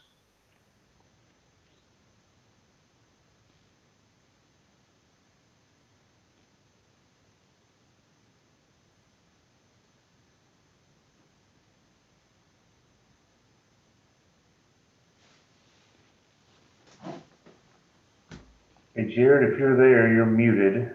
Down in the lower left corner of the screen, you should be able to unmute, unless Sam can do it for you. There you go. And do you have a camera? Yeah. Okay, right next to that, you should be able to join video. There you go. I got you. That.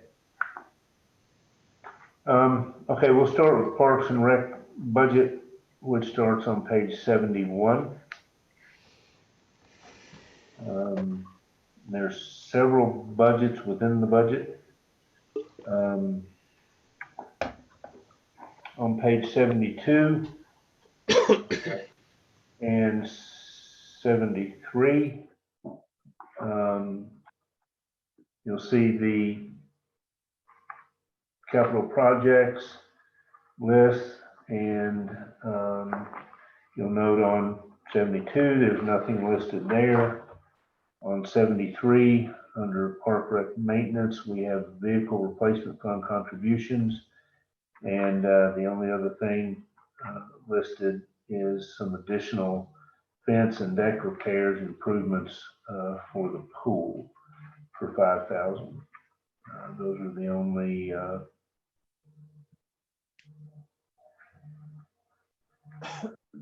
capital projects for Parks and Rec.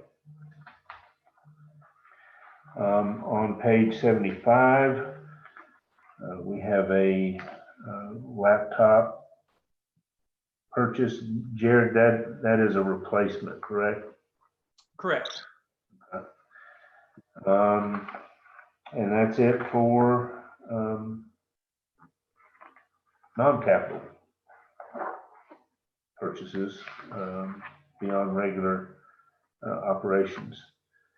Again, on 77, you have a list of the vehicles to be replaced. The one in purple has been. The next one scheduled up is for this 2021 budget, and that's also noted in the vehicle replacement fund section. That again is a replacement of a vehicle, not an additional vehicle.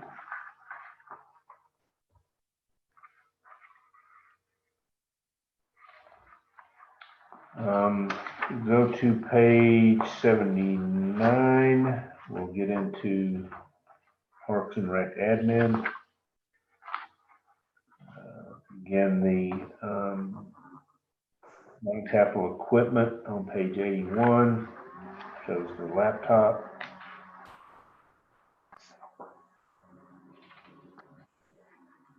And then page 82 and 83, we get into the summary and line item for Parks and Rec admin.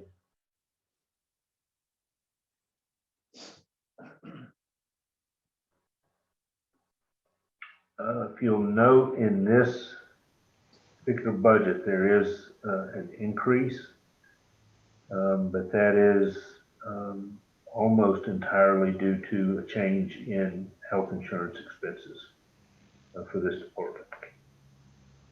Our operational budget itself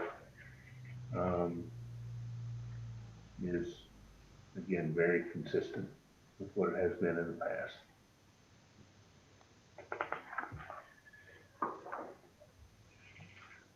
Starting on page 84, we get into the ball fields.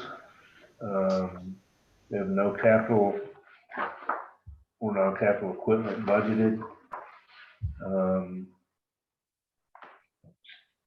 The summary we found on page 86. And again, you'll see the difference between our current year and this budget is just a few $100s, so it is again very consistent with what we've had in place for this current year. We move into concessions. This is for the pool. Again, no capital or non-capital equipment, and very consistent, actually slightly lower budget. And again, for concessions and the pool itself, we have pretty much just a standard business as usual budget in place.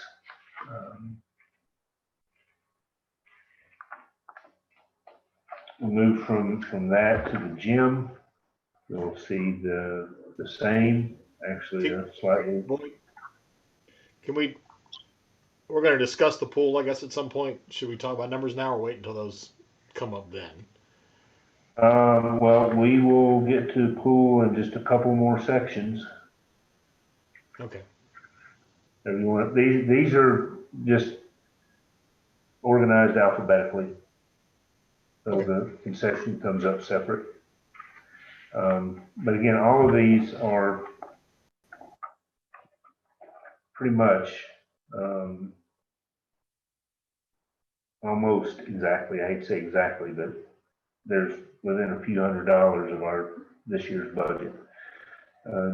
Just minor tweaks and changes as we see that is necessary. But again, on for the gym, it's a slightly lower budget this year, just by reducing the supplies budget by $1,000. Otherwise, it's almost exactly the same. Parks and Rec maintenance starts on page 98. I know we're blasting through these things, but again, they're almost exactly what they have been in the past.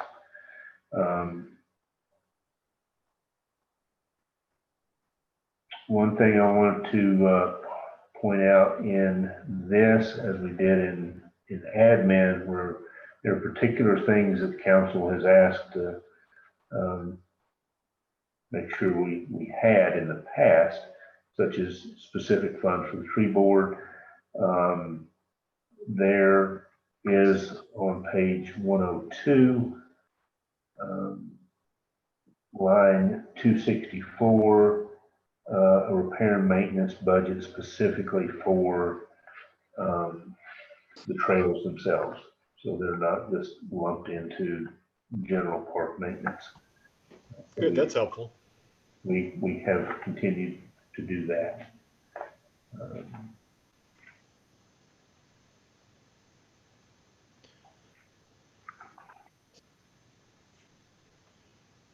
And then on page 104, we do get into the pool budget.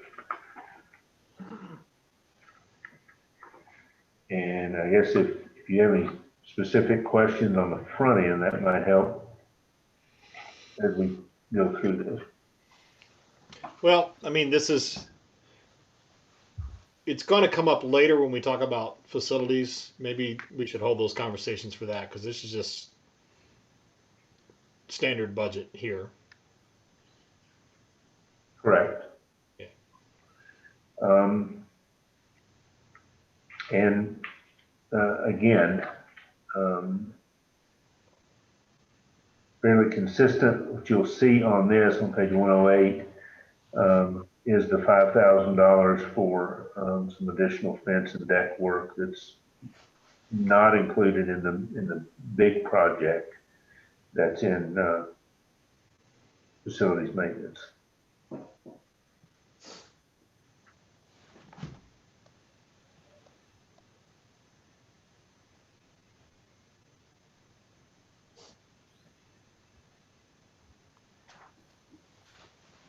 Well, moving on, if you are.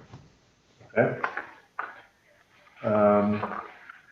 Next section is tennis courts. Now, I'm assuming it goes without saying, but Jared, please speak up if I'm missing anything. But again, I'm just trying to note any significant changes or expenses. And in these, all of these budgets, they're very consistent. So on page 109, we get into tennis courts. Again, not listed here, but in the facilities budget, we do have funds for improving that tennis facility, the lower portion. And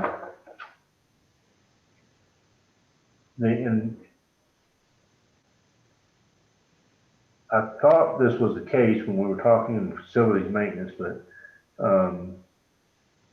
I wanted to make sure before I said anything, and Eric was talking about the cost of the doors, and those are actually in this part of the budget. So that I believe this is, again, kind of goes hand in hand with what's budgeted in the facilities. You're correct. That is. Okay. We have increased in this one, just general repair and maintenance for grounds improvements that we've discussed over the last couple of years. That it is in need of more attention, so we've increased that by a couple of $1,000s. The repair and maintenance buildings increased a little bit relative to those doors. So this budget is a little above what it has been in the past, but some of that is also due to an increase in the projected property and liability insurance costs for that. So, May I ask a quick question? mhm. Back on page 109, this is procedural, I guess, mostly, but since there is no crack repair and replace lights, it should be minor repairs that may have to be done. Does that mean if Jared needs to do that, he has to go through Eric as if it's a facilities thing, or can he go buy light bulbs since there's nothing there? This doesn't include light bulbs or something like this. This is if we actually had to replace a bank of lights up on the pole. Oh, okay. So this would be a major, and we don't anticipate anything like that this coming year. And this year we did the major crack repair on the courts. So that's why there's nothing next year, but in the following 2 years there are funds, and then anticipating that we by that time may have been able to do the major restoration project that falls off then. But Okay. that's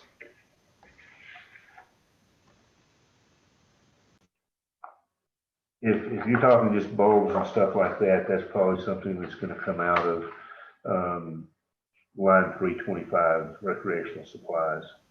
He's talking about just the ability to do general quick maintenance on things.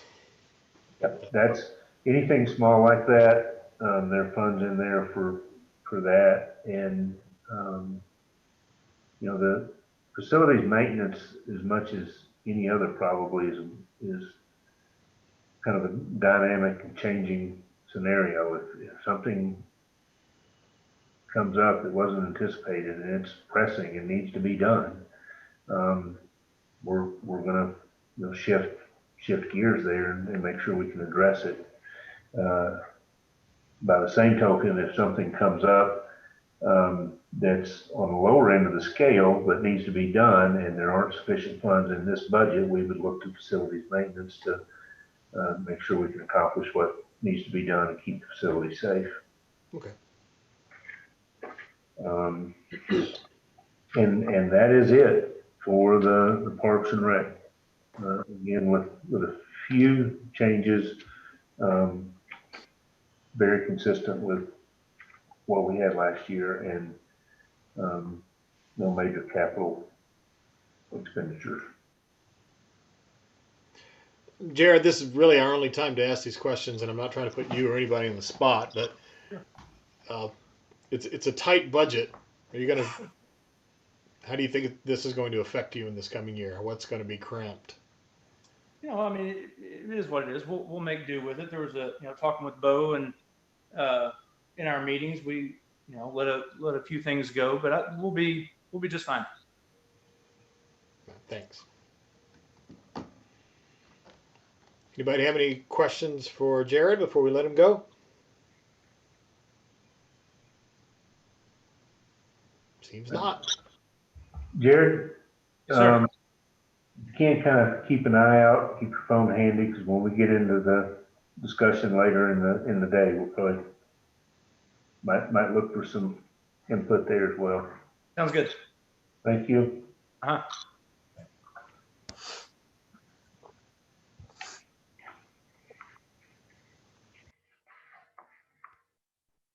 Are you all ready to bring Mike in? Please.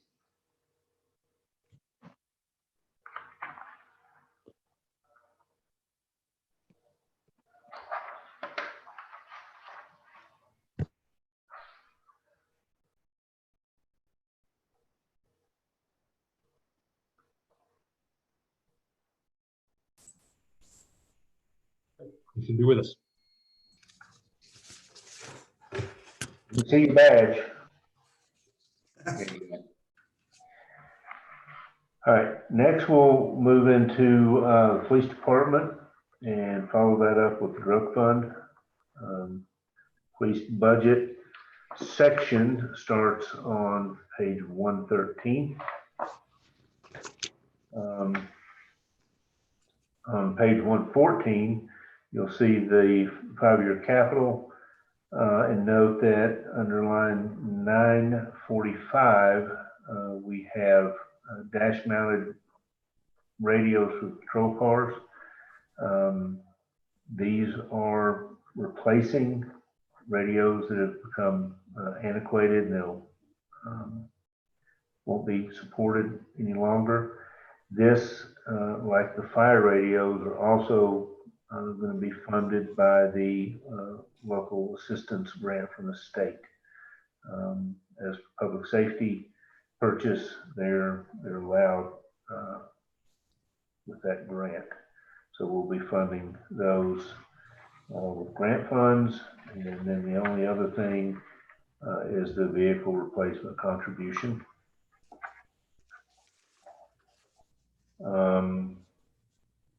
Page 115, non-capital equipment, we have one computer. Mike, refresh my memory, is this a replacement? Yes, sir, it's a replacement. His is the oldest one in inventory and the one most frequently used. Thought that was the case, but I wanted to double check. Yes, sir. And then on 116, you have the breakdown of the vehicle replacement. This coming year, we don't have anything scheduled. We'll have some coming up in the 22 budget, but this lays out what the contribution to the vehicle replacement fund is planning for and funding down the road.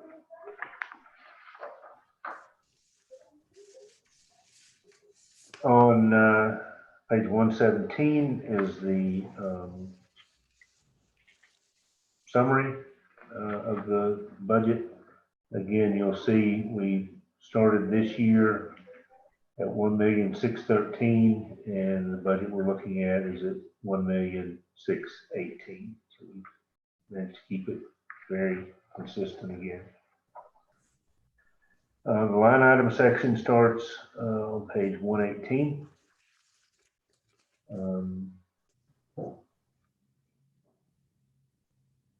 Again, consistent with prior budgets. We do have grant wages again through the GHSO. All of the technology improvements that we've undertaken over the last few years, the ongoing cost for that has been accounted for, is in the budget. You can see a few minor adjustments, but for the most part, again, bottom line is very consistent with what we've had, and nothing specifically jumps out at me as being a significant change in operation. Mike, is there anything you want to cover on that? No, sir. It's as you said, it's pretty much the same as last year with just some very minor adjustments. And we're continuing to evaluate and our technology cost and make it as cost effective as we can and getting the most out of our money.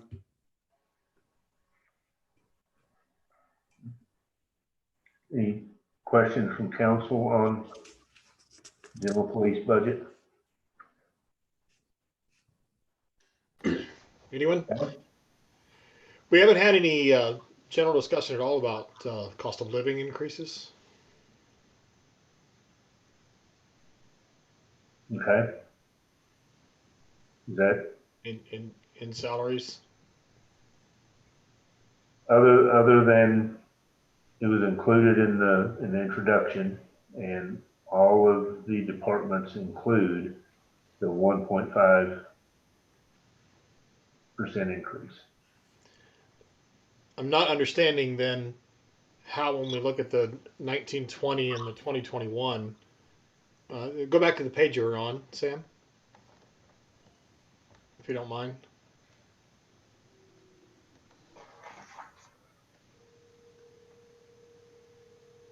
I'm sorry, can you repeat what your request? I was trying to get Loretta dialed up. I was referring to the page that we were just on. Yes, what page? I believe it's 118. Okay. Sorry about that. Yeah. The 1920 re-estimate's 782,848, and the 2021 is 772,247. That's lower. Right. We've had retirements in the police department and promotions. So if a lieutenant who's been here many years retires and a new lieutenant is promoted, they're going to be at a lower rank. And then when we hire folks in, they're going to come in at the lower end of the scale as well. So even though there's a percent increase through attrition and promotions and all that have played out, ultimately there's a lower personnel cost now than there was last year or the year before. Thank you. Okay. Anything else on police?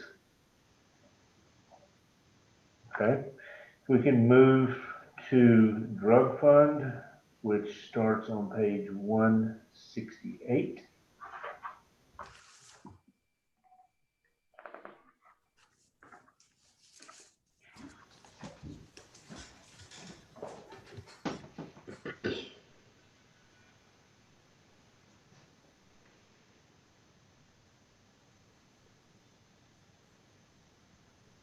You'll look on page 168, you look at capital and explain the drug fund.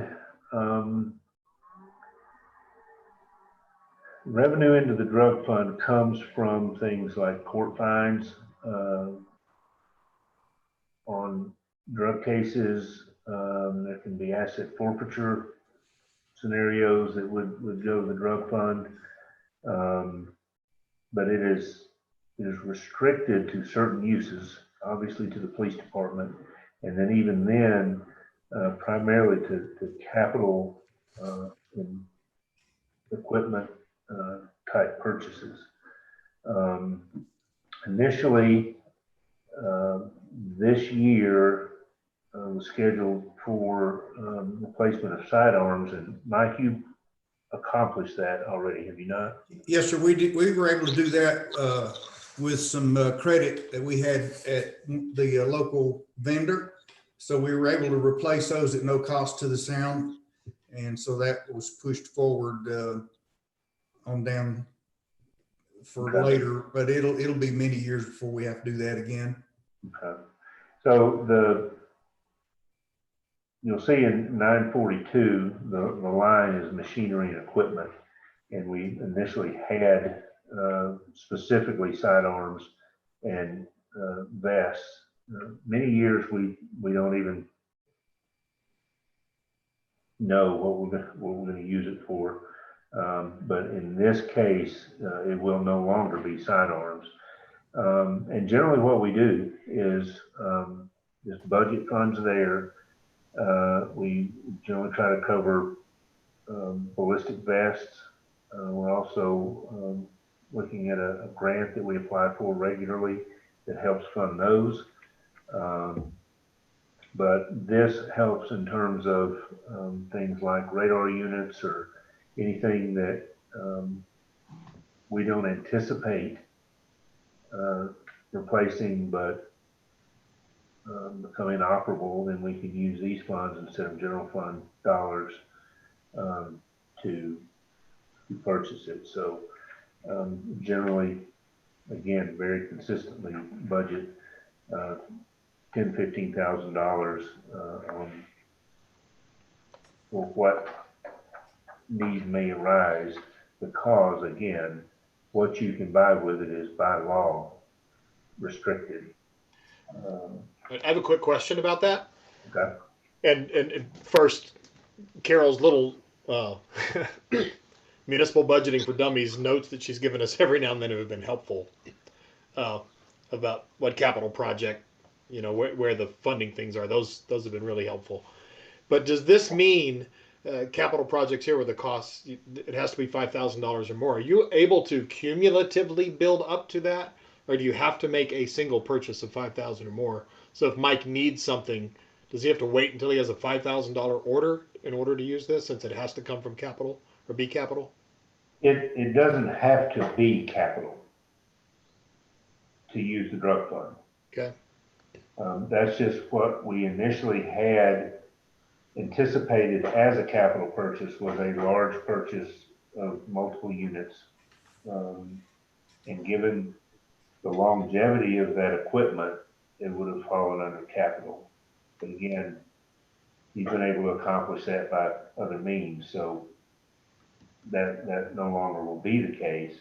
But those funds, if you'll look, now we have a total of $10,000 actually budgeted in the drug fund, which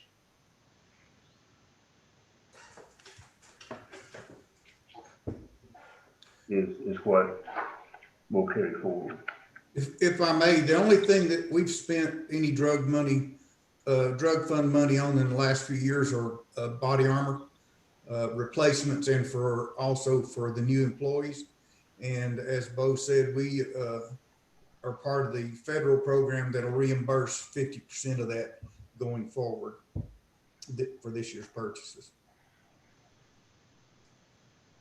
There are other things we could use it for, but we have been trying to restrict it just to the use for the body armor.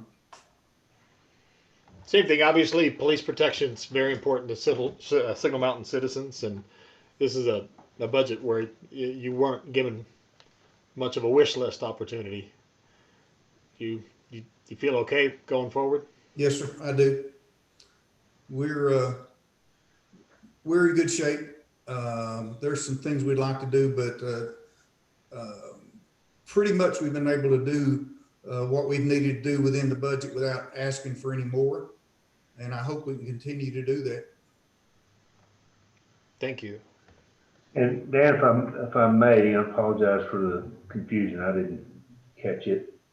It looks like we actually have the firearms listed in 942 under capital, but also in 396, which is non-capital equipment, which is where it ultimately should be.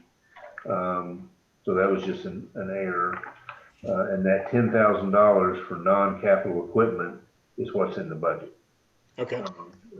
Again, it will no longer be sidearms, but it will only be as needed and for purchases authorized by law for the drug fund.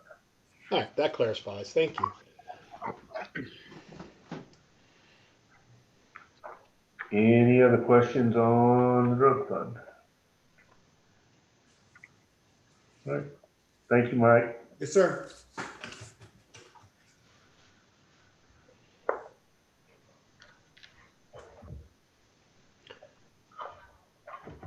Someone needs to come up with a name for that awkward moment while you're waiting for someone to find the leave meeting button. Loretta should be joining us right now.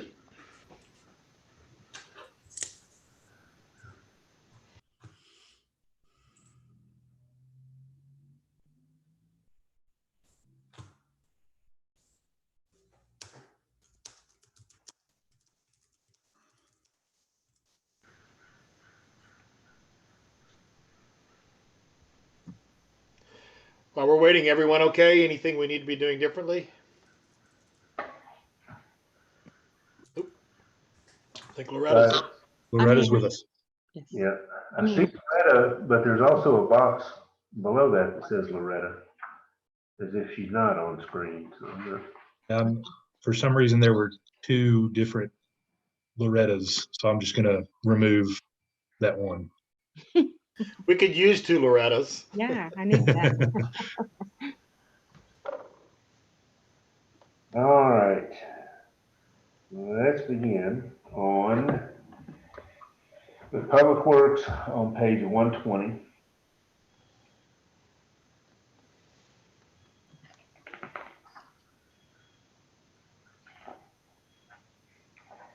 And this, with kind of like Jared, to some degree, there are budgets within budgets and then separate departments as well.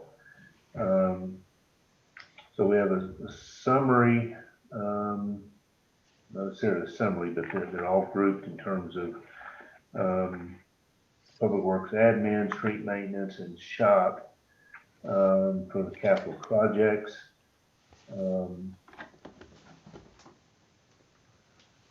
On page 121, in admin, the only thing is vehicle replacement fund contribution. For street maintenance, we have a salt spreader and vehicle replacement plan contribution. And then in shop, the only thing is the vehicle replacement plan contribution.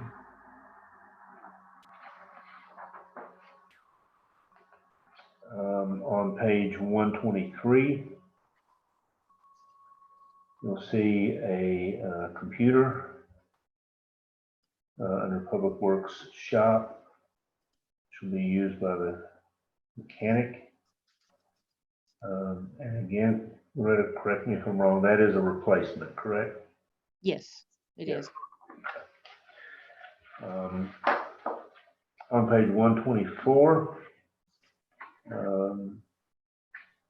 and 125, the breakdown of vehicle replacement.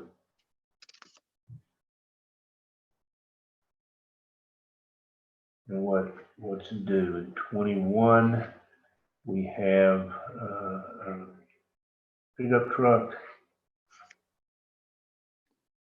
in streets and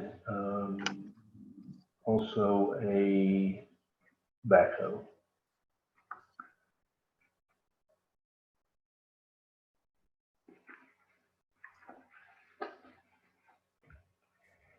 On 126, we have the summary of expenditures for those sections. 127, we start Public Works admin.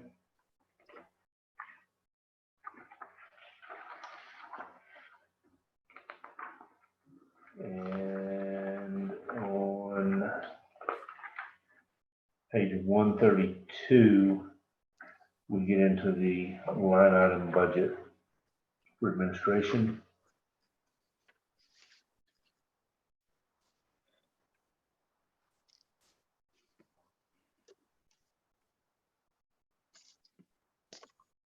Consistent with other departments, other than some minor changes and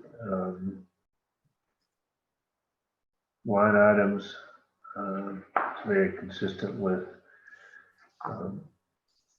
current budget. It's about $4,000, a little over $4,000 above where we started last year.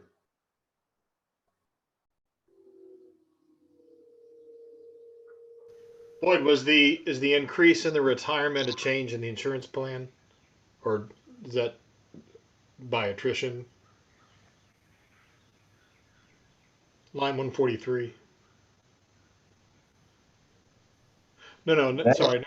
I read the wrong line. That's $50 difference. Yeah, it's That's minimal. it's insignificant.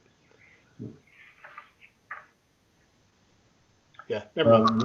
Probably one of the more significant changes is line 299, contract services. And that's, when the police department upgraded their systems and their technology package has built-in GPS capability, we've then moved the GPS units they've had and the other town equipment and vehicles. So with a few exceptions because of the type of equipment, pretty much all of our vehicles now are GPS equipped, and we can identify where they are at any given time, as well as look at driving patterns and answer questions about when a vehicle was where and all of that. So we started that transition last year, and I think pretty much covered costs out of vehicle maintenance and repair, but now those are accounted for in this line item.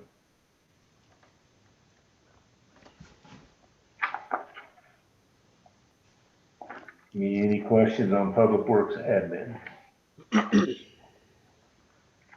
And the next section is Public Works shop. We start on page 134.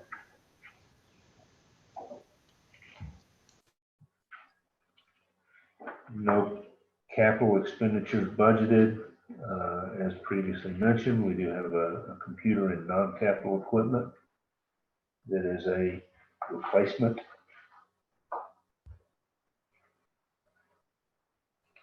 Nothing scheduled for vehicle purchases on vehicle replacement for this upcoming year.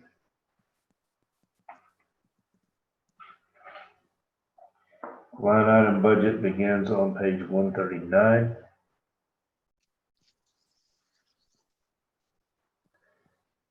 Again, a significant change in this is a change in personnel, and there's a significant change in health insurance costs then.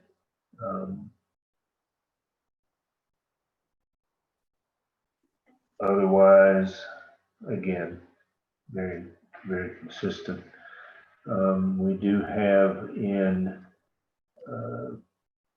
line 269, repair and maintenance other.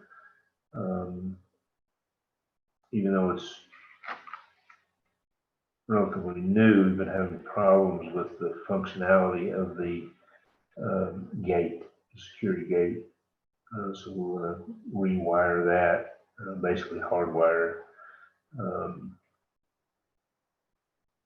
that mechanism so that it'll function better. Where does the increased fees we're paying for West Rock, where do those appear? That would be in sanitation. Okay, thanks. Okay,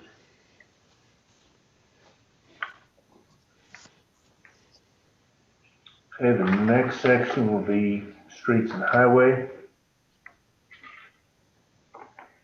Beginning on page 141.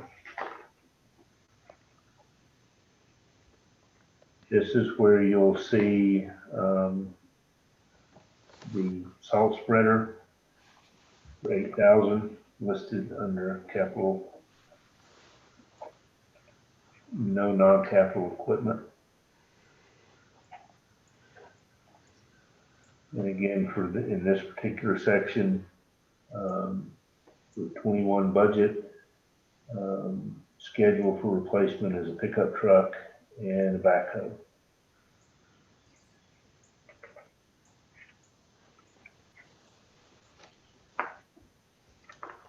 Line item budget begins on page 146.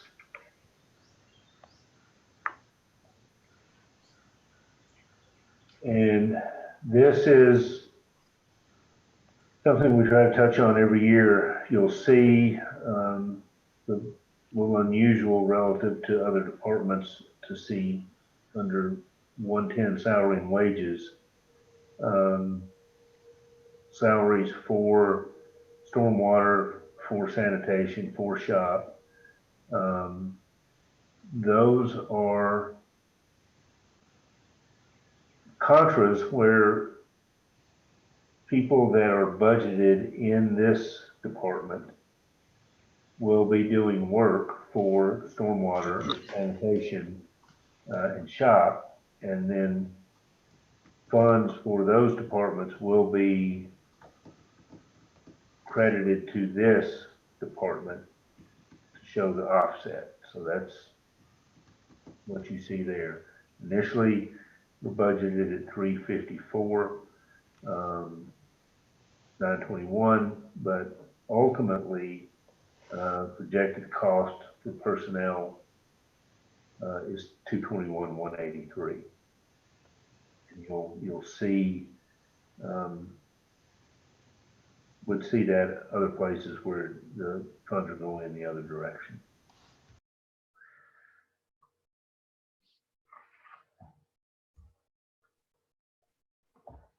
Any questions on that? Okay. Again, we've held the line on the line item expenditures for this budget. If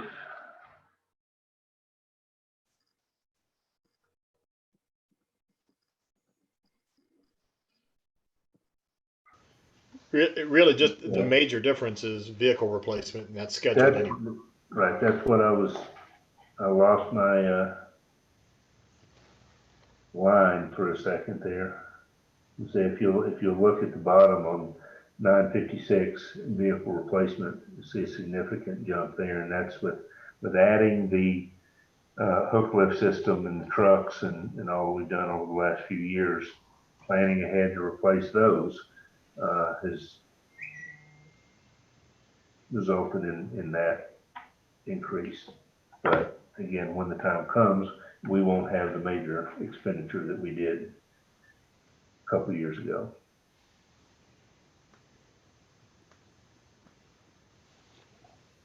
Any questions on that? So that is the actual public works budget. We then also have sanitation and state street aid to go through. Stormwater. If there's no... Well, before, because Loretta and Cliff won't be here at the same time, Stormwater's been stressed. I think the amount of work he has to do without help. Loretta, since you're over him, can you speak to that a little bit? Well, she will be here for stormwater. She is the department head for that. Lucky you. Yes. All right. So you want to go ahead and move through till we get to that? Yes. Okay. Next, let's look at sanitation. Starts on 148. And within sanitation, you have recycling and solid waste.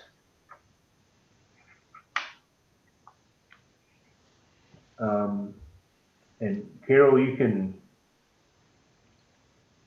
jump in if you need to. One of the things over the last couple of years anyway, and I'm not really sure what shifted, we've always managed a sanitation fund. It was primarily, almost completely, funded by the general fund, but it was operated as a separate fund. And the comptroller has requested that that be rolled into general fund. And ultimately, when the auditors come, that's what they do at that time. So instead of basically rolling it into general fund eliminates one transfer out from general fund. But the bottom line does not change at all. So it is now incorporated into the general fund. So it's something that may not have even been picked up, but I want to make sure you realize that that is a change, since it's going from being a standalone and we're transferring funds out of general fund to it being included in general fund and direct expenditures from general fund instead of the sanitation fund. Again, at the urging of the comptroller. And I'm not sure what changed, but if that's the way they want it, we will be happy to accommodate. If I might, it might be a little confusing to council. There are two sections in this budget document that say sanitation. Mm-hmm. The one that's further down in the document is the one where it is a separate fund. And we have to show that as part of this document to close out the current fiscal year. The one that we're about to discuss are that budget that will be for this upcoming fiscal year in the general fund. That we're looking at on page 149. Correct.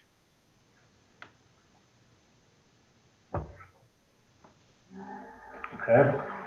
So sanitation, starting on 148. Again, no capital purchases, non-capital equipment. The computer replacement for the street and sanitation supervisor. That one I do remember as a replacement. Again, accounting of the vehicle replacement plan. Nothing coming up this year.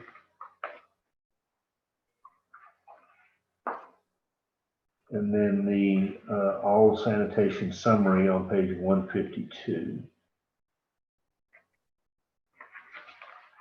We begin with recycling, page 153.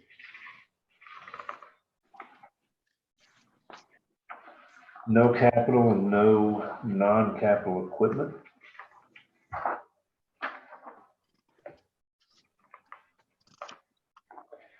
The line item budget begins on page 157.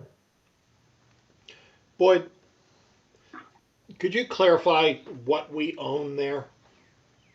What we own at Recycle? We own the property, the building,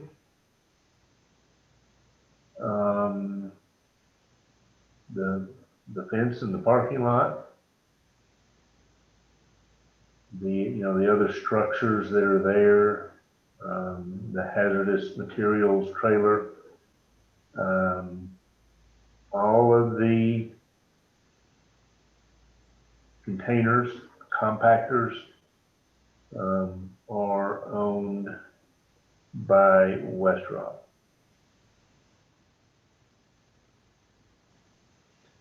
Okay. The number of those that we have, is that just a part of the service based on the tonnage? I'm sorry, can you say that again? The number of containers we might have or need, is that just calculated into the fee that we're paying now based on tonnage? Or do they hit us with rent or anything like that? I don't believe so on the containers. No, No. they don't charge us for the containers, and they do the hauling as well. Right.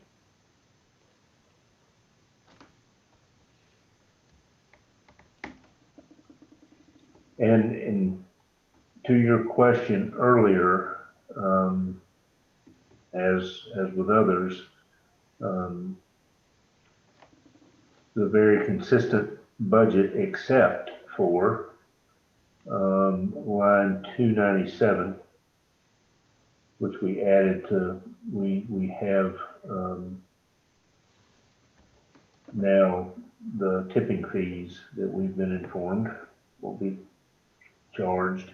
And that's an additional $13,600 based on anticipated tonnage.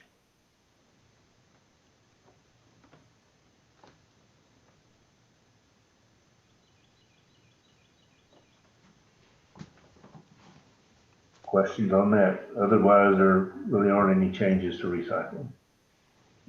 What do the tipping fees encompass? There's there'll be charging for by the ton to remove the single stream recycling, and I believe the glass as well. Just the single stream. Just a single stream. Okay. And what is their basis for establishing that charge this year? They are not making as much money on their single stream or as on recycling period. The demand for the products are low and the prices they're getting are low.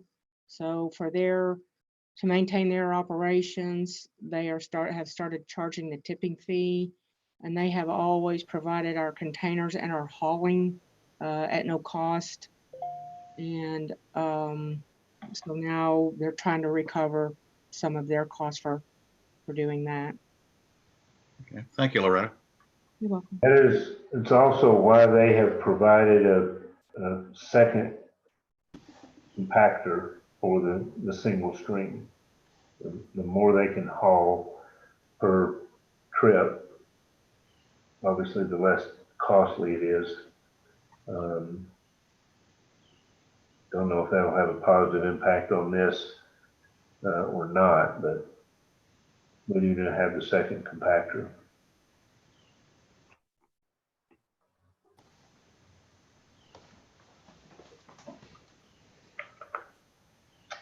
Okay, if we move on into solid waste, page 158.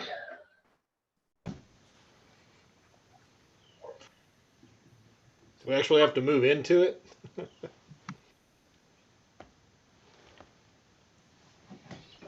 Yeah. How about the solid waste section in the budget? No capital there other than vehicle replacement plan contributions. This is where you'll see the street and sanitation computer in non-capital equipment.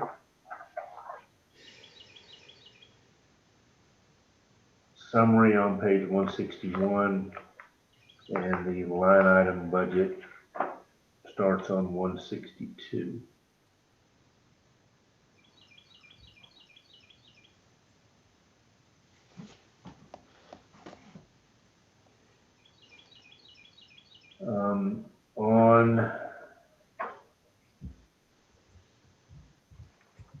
In line 329, operating supplies, there's an increase there for a purchase of a supply of garbage carts. We have to do that periodically.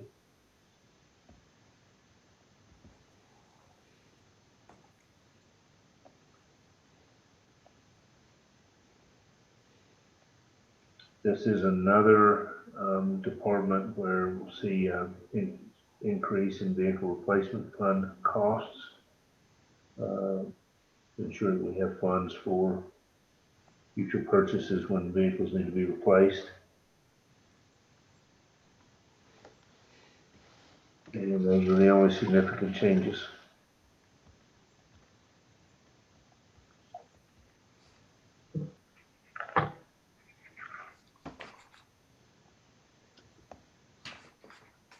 Any questions on sanitation?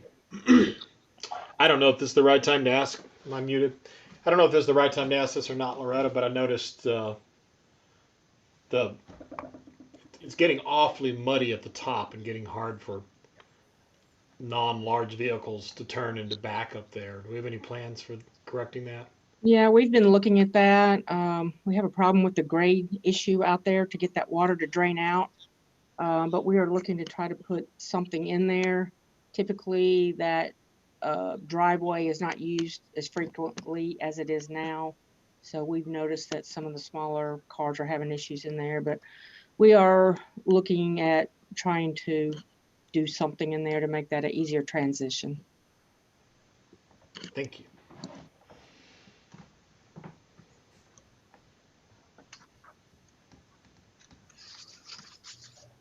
So now let's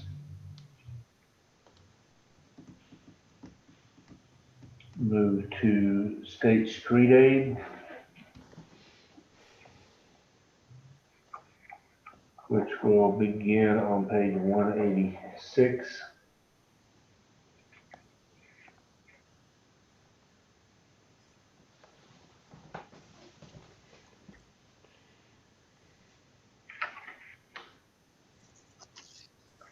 You'll notice on 186, in capital, it says relative to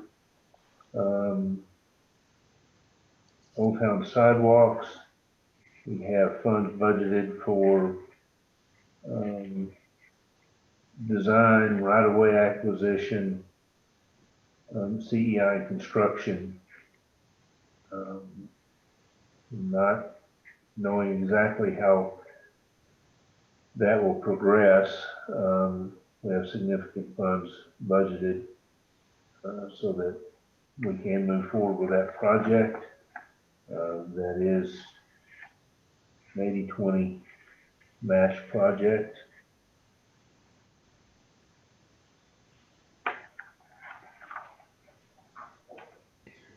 There's no non-capital equipment budgeted.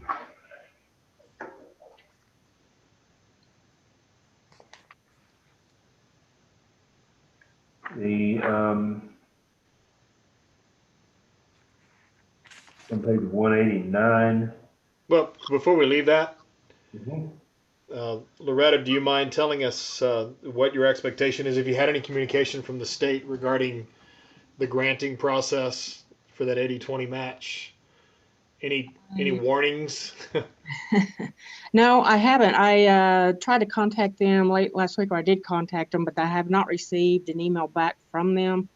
I asked them if they were working from home or what they, what was going on with their work schedule. I haven't heard anything back. I plan to do a follow-up email again, just to see where we're at with that. We do have our notice to proceed for design. But I still had some questions about the funding as it was related to the other two projects that were rolled over and how that will be distributed on to the different phases. And I haven't received anything back from TDOT on that. Any idea what our next action item as far as council purchase or council approval of funds, will it be for the design phase? It'll be for design phase, yes. That's the next step. And is that something we need to bid? No, we already have an engineer under contract for that. Okay. Well, this is the most exciting thing in the budget. Seeing that might happen this year, but there's always that fear that they shut down grants. I have not heard anything from TDOT regarding that. We may not get our grants. They've already been approved. All of these funds have been approved through TDOT. So unless something drastic happens, I still feel like we're going to be getting the funds that have been allocated. Any idea what portion of those funds are federal? The federal portion is, hold on one second. It is.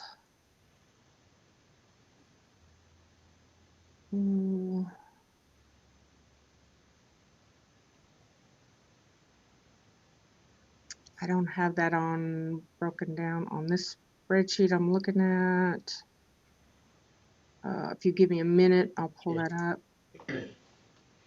Since, boy, this is probably a question for you. Since we have the money in the general fund to cover this project, the state grants, they probably wouldn't be canceled. They would just perhaps be put on hold. But and that's only speculation on my part based on what Senator Watson said. So there's potential that we could still move forward with something. I mean, we expect the state of Tennessee to still exist. Is that, you think my thinking's clear on that, even if they held up some funds for a while? Theoretically, we could. We would have to look at what impact that would have on fund balance. Because I mean, we're expending funds now with the anticipation of getting the majority of them back. So we'd have to look at what that impact would be on fund balance. But theoretically, we could do that. There would be some risk associated with it, but we could. Mayor, the grant is an 80-20 grant, so it's 80% federal, 20% local. None of this grant is covered by the state. Then we're okay. I hope so. Theoretically, yeah. We're more okay than if it was mostly state. Because if my understanding is correct, and it may not be, the state has those funds in hand, and we just go through them for the distribution. The state has the federal funds in hand. That's why we. Yeah, I don't know if they literally have those dollars or if they're the mechanism through which it flows as the project happens. I just don't know about that. Oh, didn't we enter into an agreement in 2014 for design and engineering on the sidewalk project? That sounds about right. It's ASA Engineering is who's on the project. They've done the preliminary design, handled permitting and all of that, and the next phase will be the actual design, the detailed design, and who will be doing that as well. Okay, thank you. I don't recall if that original contract award included all phases or if we did it separately. I'll have to look. That contract included the preliminary engineering and NEPA, which is completed. Now we're into design, right-of-way, utility relocation, and it also included CEI for construction. Great, thank you.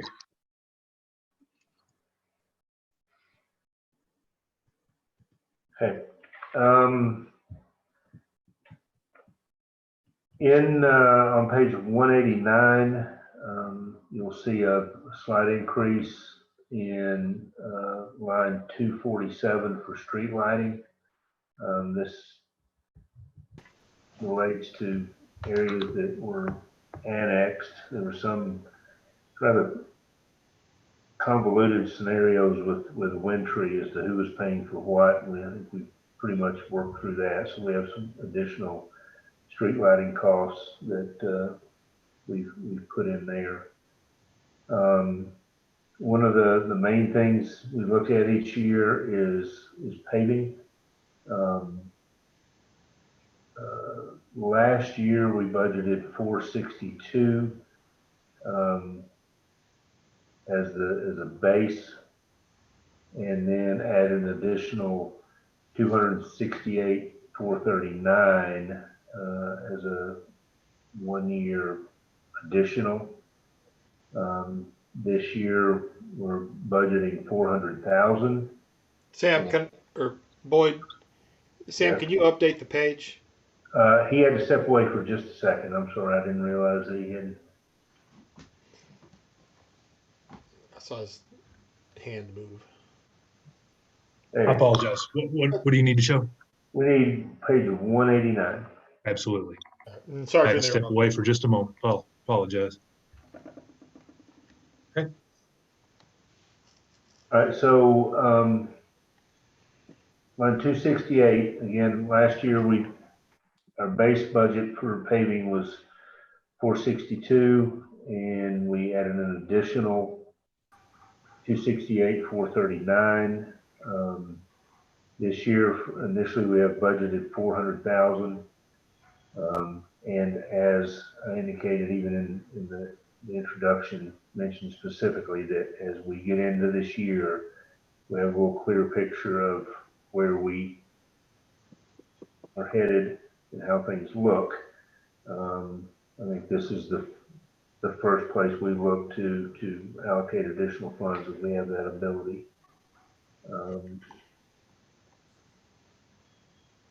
And then if you will look at page or line 760, you'll see that's transferred to other funds. As Mayor mentioned, we, in general fund,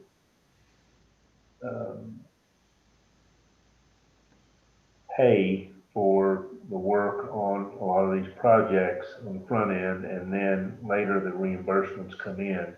So that's what this is, 453,061 are reimbursements primarily from the James Boulevard project that are coming back into general fund.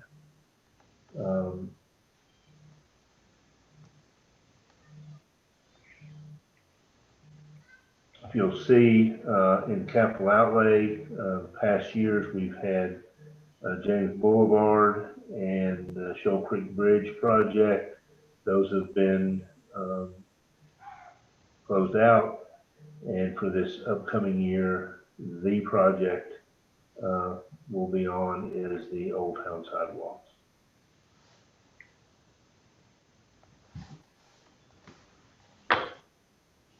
That's it for State Street aids. Are there any other questions?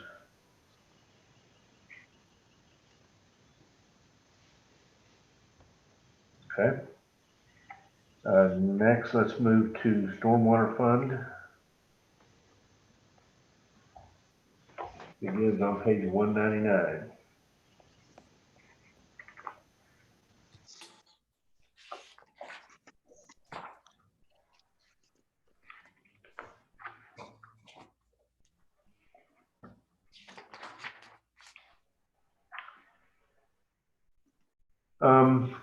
On page 200, capital projects, you'll note 932 drainage improvements with a significant budget there.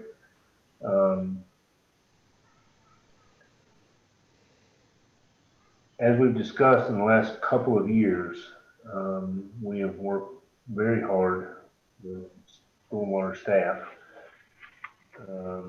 to identify major issues within the stormwater system. And we're in a position now that we have to begin addressing some of those. We currently have one project going on Stratford Way, where we had major roadway issues that were impending. Not far from that, on Jane Cove, we've actually started seeing a roadway failure. So we have repairs bid out for that as well. So some of these are becoming quite pressing. But again, we've tried hard to identify issues and begin the process. We also have a project in engineering for Mississippi Avenue, some major issues there. So I think we've staff's done a good job of identifying problems and issues that we need to address. Some have made themselves evident, but for the most part, there's been a concerted effort to identify projects that have to be addressed, and budgeting funds to do that. One request, Boyd, if I might, real quick, I have an error on this page. The 200,000 in drainage improvements for 2021 is actually budgeted at 75,000 this was the preliminary. theoretical post fee adjustment page. Correct, and I apologize for that. And that kind of leads into the discussion that the mayor brought up earlier that we have looked at.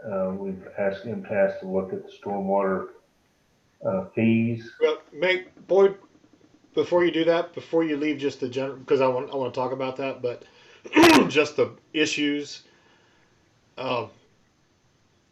It's also been brought to my attention. I don't know if you were copied on this or not, and it's come up a couple of times about drainage from Carriage Hill down onto 127.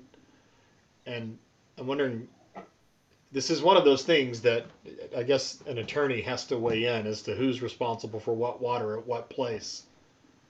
But did you know the issue I'm talking about? Generally, yes. Yeah. That sounds like a major engineering feat to correct. And generally, it's going to depend on the big picture. Once water goes onto private property, we really don't have any control on it. It's coming from private property onto TDOT right of way. So I don't know that we would have, and it's not so much whether it's a responsibility or not, and I'm not sure where our not responsibility, but authority would lie on that particular one. Interesting. It all wraps up into what's damaging the road that we all use every day as well. So I mean, it's a good neighbor thing that we have to consider within this as well. And certainly. And I haven't recently seen anything on that. Okay, I have something I'll forward you. Okay. And may want to set up a meeting with a resident down around the mushroom houses. So, all right. So, and sorry for that interruption, but it was just in that same pool of things. Okay.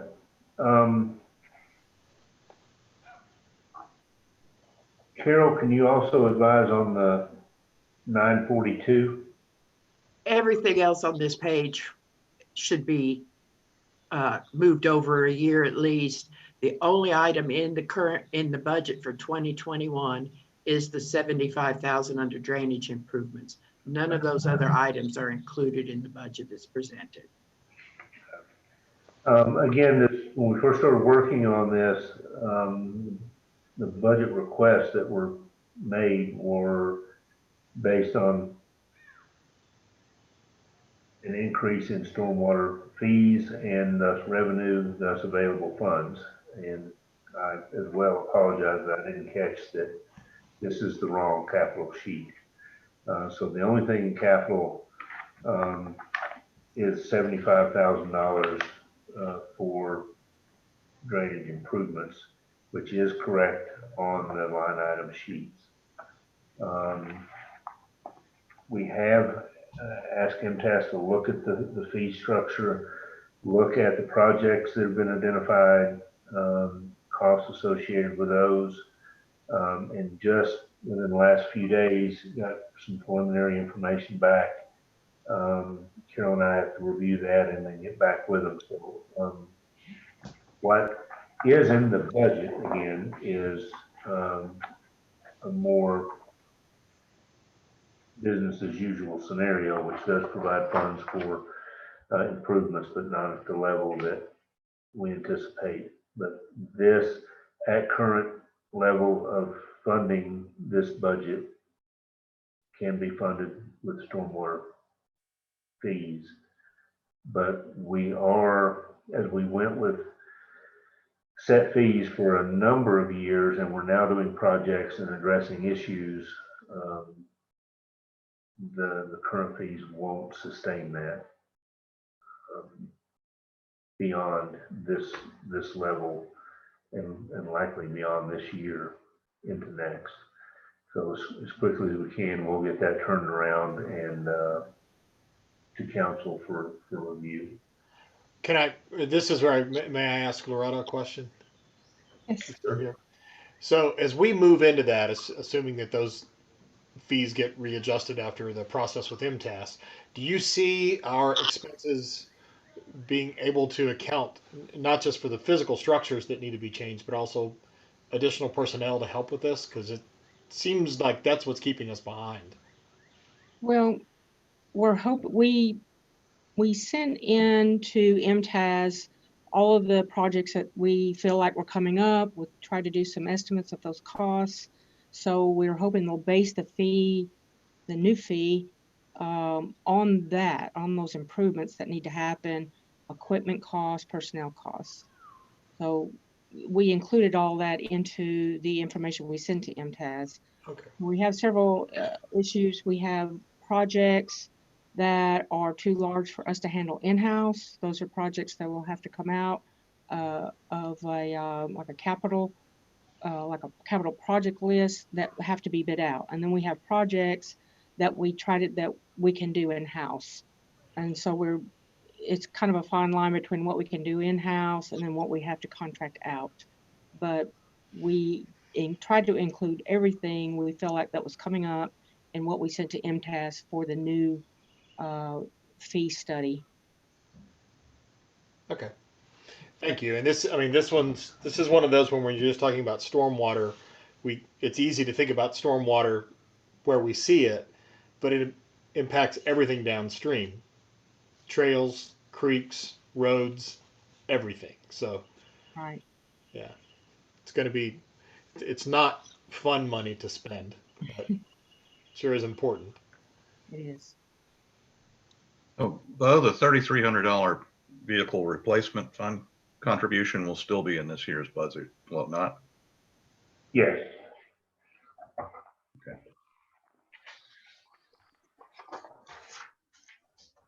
Let me, I don't believe so, Boyd. That was a proposal that they start a vehicle replacement funding, but they are not currently participating. That's correct. I didn't think about this being a different fund.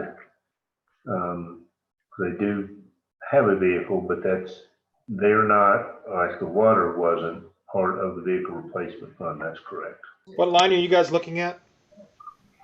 The capital. I have almond milk downstairs. Why is your flashlight on? It was part of the proposal, their initial proposal in the capital sheet, the 5-year capital plan. What page is that, Bill? 200. Thank you.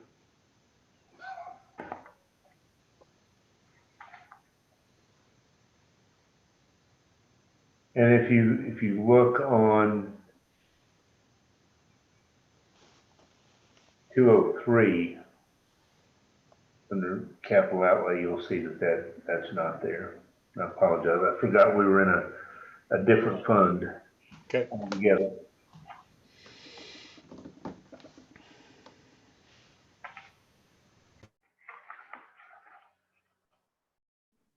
Anything else on stormwater?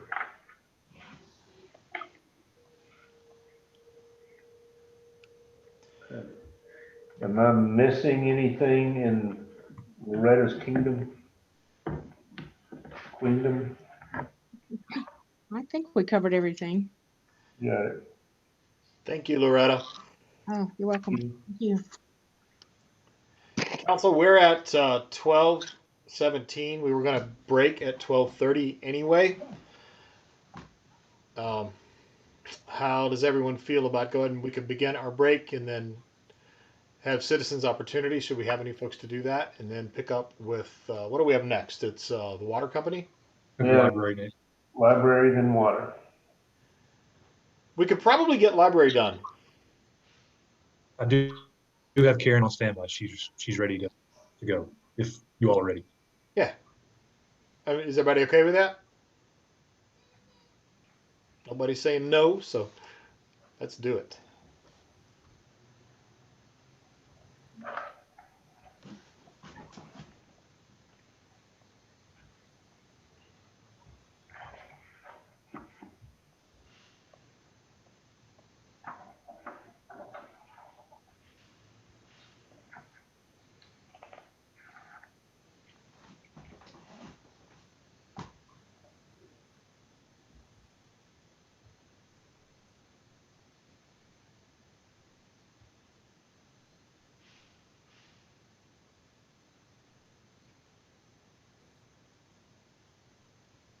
You're muted, Sam. Karen, down in the bottom We do have left, Karen. you should be able to, you'll see a. I unmuted her. How are you, Karen? I'm fine, thanks. Good. So we'll be on page 174 of the budget for the library fund. Yes.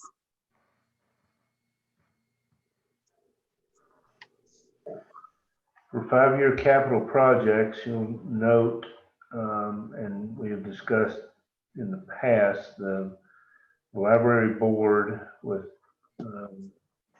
assistance of the Library Foundation are fundraising for a addition to the rear of the building, an addition to the rear of the building. So we have in capital projects budgeted $300,000. And below that, you'll see that we are also budgeting $300,000 funding from Library Foundation. Other than that, there are any capital or non-capital equipment items in the budget.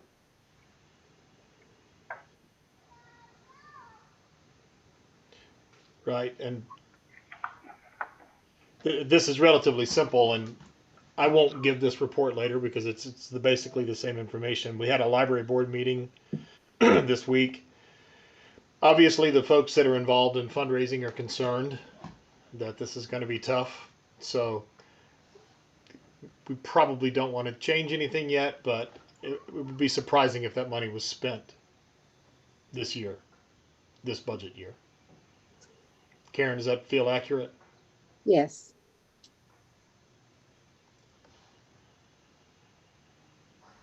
And I do think as we have it budgeted, it's fine to leave it in there because it is dependent upon the funding.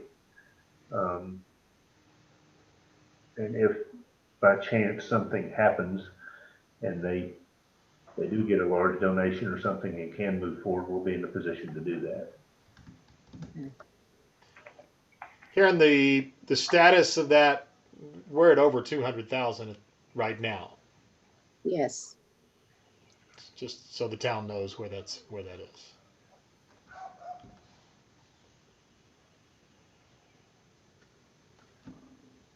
Okay, if you want to move to page 178. All right. The line item section for the library. I know I keep saying it, and I'm even getting tired of hearing me say it, but it is extremely consistent with what we've had. The total library budget is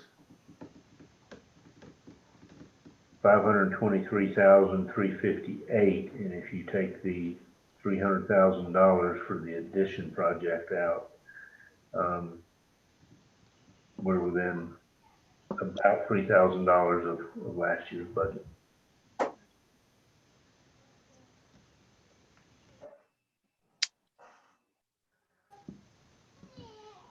Anybody have any questions? So the library board typically takes off for the summer, but is not going to now because of the library, just like the MAC is in a transition phase, and they're trying to figure out what the next steps are. So that's really the main summary from from the board meeting, is working out how the reopening takes place, what it looks like. And Karen, if you don't mind me just speaking for you in the interest of expediency, that's there. She's in touch with all of the other library boards, and all the other libraries are going through the same thing, and trying to figure out how to do this best. So, anything else there?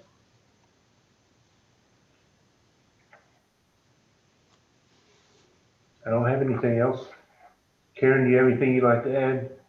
No, I just appreciate it. Thank you so much. This, we can work with this. Thank you, Karen.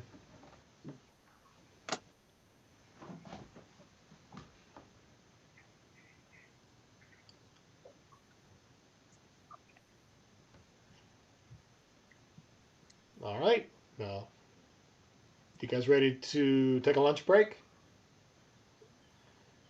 Works for me. We're not. So, Sam, are you going to be able to get up a notice that that it resumes at some point? You're muted. Yes, I will. Okay. Do And we we'll, have we'll resume at 1 p.m. resume at 1 p.m.? Do we have anyone lined up? We do not. I have gotten no response. They still do have a few minutes, but at this point, I've gotten no communication from anyone. Okay. No request. All right. Do you think we need to vote on this, Boyd? Not really adjourning. Right? I don't think so. Yeah. Okay. Well, same thing. Don't forget to mute your video and to mute your audio. And we'll start at 1 p.m. promptly. Thanks, everybody. Thanks.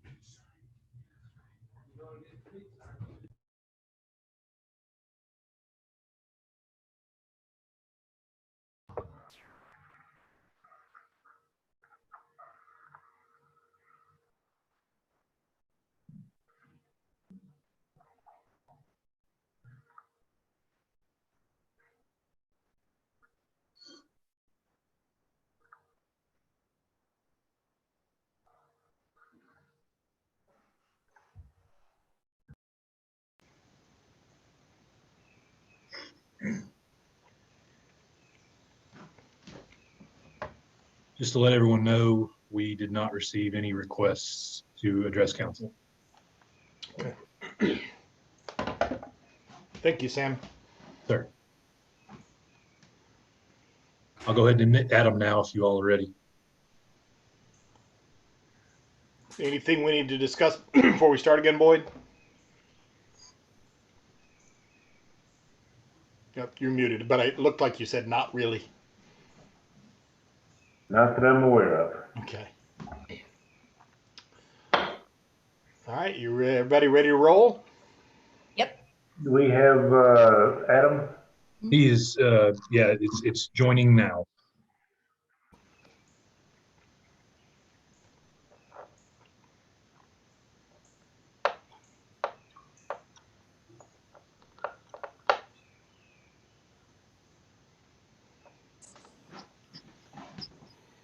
All right.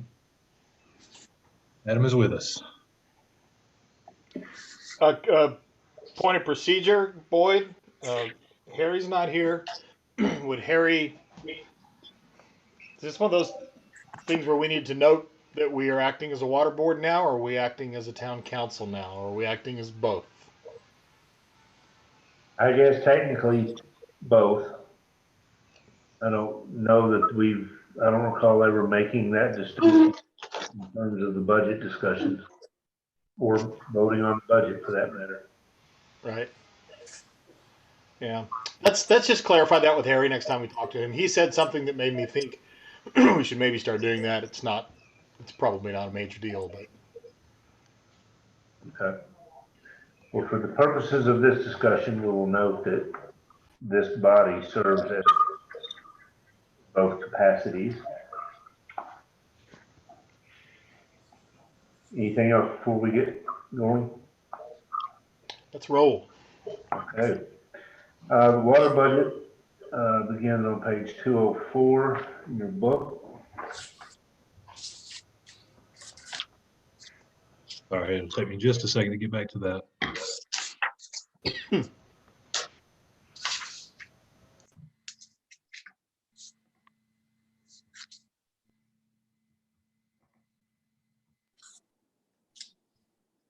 Okay, sorry about that. Oh, thank you. If you go to 205, you'll see capital projects. And as we have in the past, line item 942, there are funds budgeted for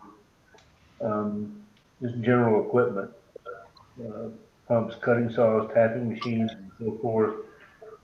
Not necessarily anything specific, but to make sure that we have funds available should pieces of equipment become inoperable, we can replace them, or given a particular project, if we have a need for something, we have the ability to acquire it. So that's basically general purpose equipment budgeted there. On page 206, non-capital equipment accessories for backhoe. I'm sure you'll recall we just purchased a new backhoe. Looking at equipment that will make it more functional and increase what we can do. Boyd. Adam, your computer may be turned up a bit loud. Can you mute it until it's time for you to talk? Sure can.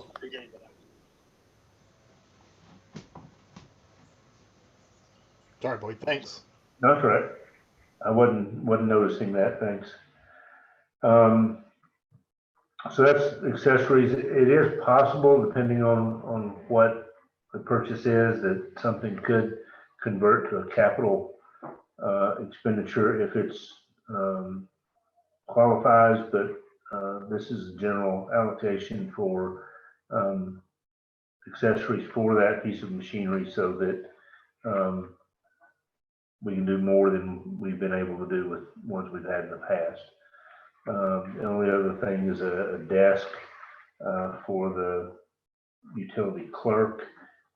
Again, depending on how we address issues in the front lobby or in the front counter, rather, that may be necessary. If you'll look at page 207, it's revenue, and just wanted to note that the new fee schedule that's in place has been accounted for, and as well as the service activation fee, where we no longer require a deposit. We get a service activation fee, and so we detailed that there as well. And I guess Adam's new in this, Boyd, but you were involved in the history of the planning leading up to the hiring of Adam. Is the water fund balance tracking where we expected it to after the water increase from last year? After the fee increase? I think that's the case. I mean, we're still pretty early on, but it looks like what additional revenue was anticipated is tracking close to that. It'll be hard to say until we get a little further in, but indications are that will accomplish what we anticipated in terms of being able to fund capital projects. Sure. And I don't think I'm speaking out of turn because I'm just speaking as a council member now. But Adam, as we're moving forward in this, if it was possible that we didn't have to do all of the scheduled increases, no one would have a problem with that. So, moving forward, you're examining this, more closely than anybody has now. So I don't know that having it automatically go up, as is planned, it doesn't have to happen unless it has to happen. Am I correct in that, Boyd? Yes, and I think we discussed that too when we get the automated system in and we see what type of impact that has with new meters and more accurate readings. That's going to have an impact, and then as that frees up staff time, then we can address other issues that may address water loss, then that'll have an impact. So as we go along, we see what the cumulative effect of all that is and where we end up in terms of necessary increases. I don't think anything beyond perhaps this next upcoming one, I don't think anything is even remotely automatic from there.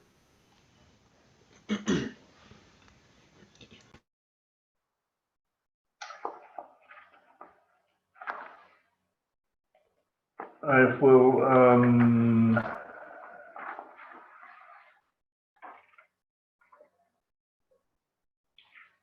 move to probably page 211. First, we're in the line item section for transmission and distribution.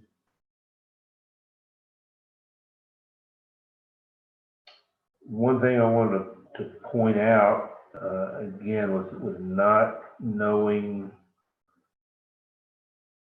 how the project would move and track, you'll see that there are significant funds this year and next year for the auto read meters. And it's simply a issue of if we were able to get something moving ahead of July 1st, the ability to do that. Otherwise, we'll have the funds already available next year as well. So this just allows us to move forward, whether that happens before or after July 1st. Also, in that section under 941 vehicle,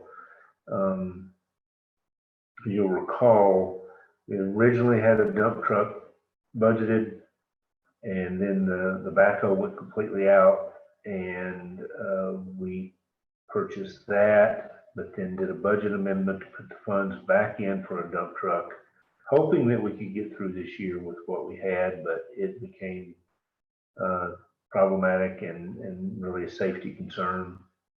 It's very old, so we went ahead and replaced that as well.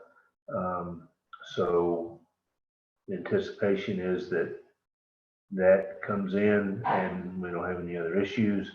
Then the 90,000 for the 2021 will likely not be necessary.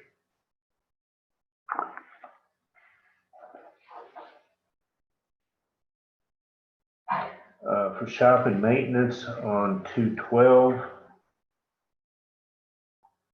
Before we leave 211, I'm probably just missing it, but how is it that we come out on the 2021 budget lower than the, right, looking at it right? Yeah, than the 1920?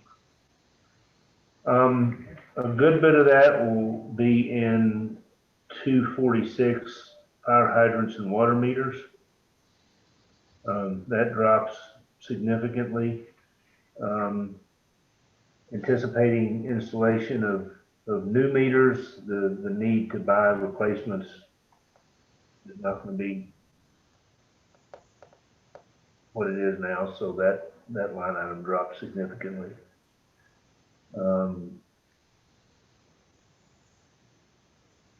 Okay.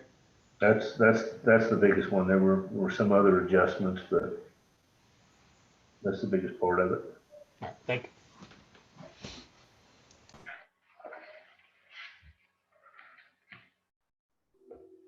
Shop maintenance,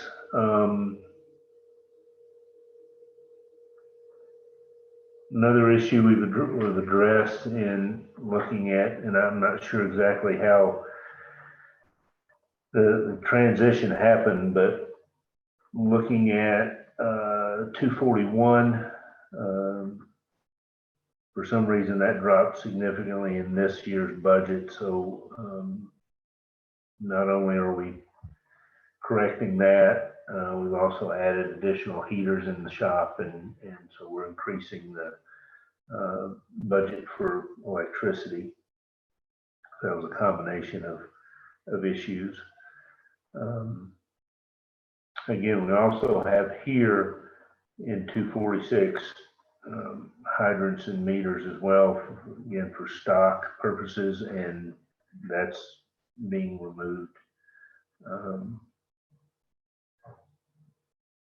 And funds moved down basically into repair and maintenance. Other that's being increased so that we have the ability to address repair issues with hydrants and so forth. So that's just primarily a shifting of funds. And then you'll see in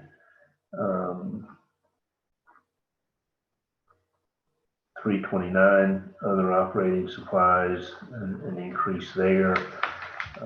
We'll look at upgrading some of the vehicles that we have so they have onboard lighting, work lights and stuff like that. So this is the ability to increase improve the functionality of the equipment that we have, the vehicles. The capital on this, you'll see in 941 is a purchase of a pickup truck.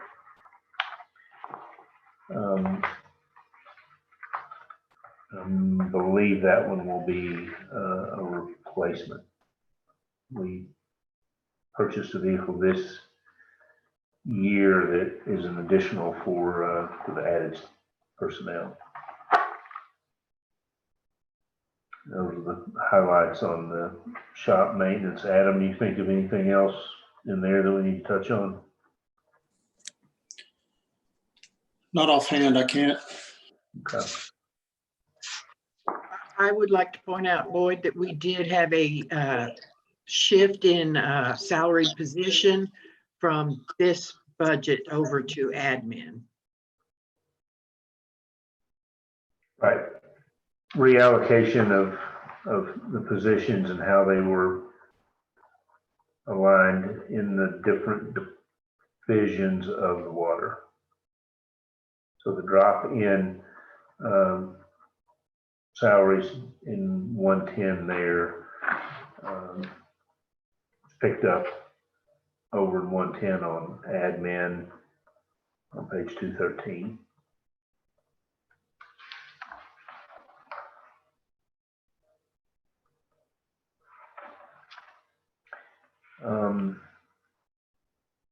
Other than that, in admin,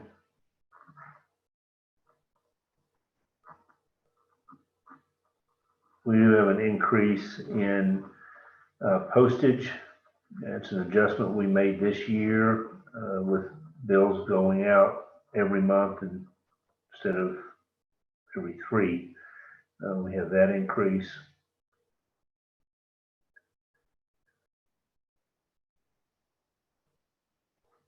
That's really the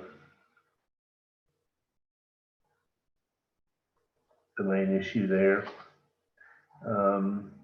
You'll see when we get down to capital, 990, 100,000.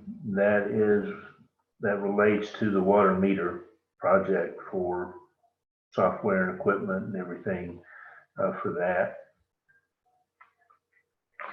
project. It's been kind of divided up like that.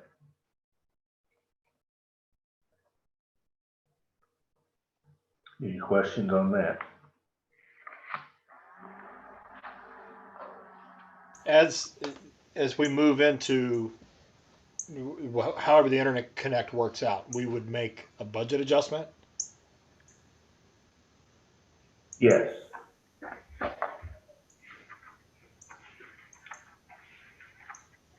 There's not a capital project budgeted for that yet. Okay. That's correct. Now, there are funds for that type of work that might be utilized, but there's not a specific project budgeted. Right. We don't know what it's going to be. We don't know what that project looks like yet. Correct. Okay. And that is pretty much it for water. Adam, you think of anything else we want to touch on or expand on? No, it was pretty cut and dry. Just while you're here, Adam, and I'm sure council will talk about it, but the idea has been brought up a couple of times of having department head reports at council meetings. And I for one, favor that. But we haven't voted on that yet, but I think it's important for us to hear from you, quite a bit going forward, just to help us stay up to speed on what's going on. Because there's so many things up in the air right now. Just sure. That's all. I mean, nothing in particular, but we don't get to talk much. Yeah. No, that's no problem at all. Okay. All right. Thank you, sir. Thank you. Yeah.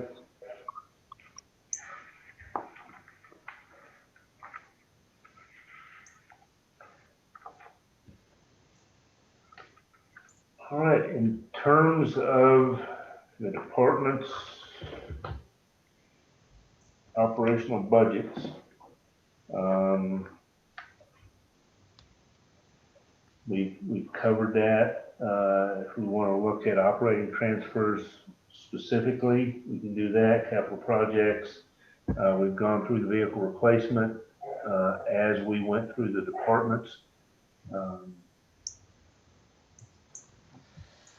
Well, happy to cover anything else that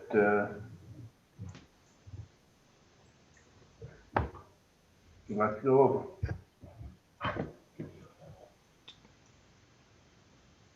Just, can you just walk us through the final fund and cash balance estimates, just so that we talk through that page and see if you have any overview thoughts on these things? We're about done with what we must accomplish before we move on to other items. Again, on page 222, we have current year estimates and projections for next year. And again, this, more than any that I can recall, has been when you start to reevaluate current operations or projecting some of the things for next year, then I don't know how you come up with answers for some of it. People that do this at a much higher level than I are having difficulty too, so that's some comfort. It doesn't change it, but it's just a difficult process. So we are looking at closing out the year as conservatively as possible.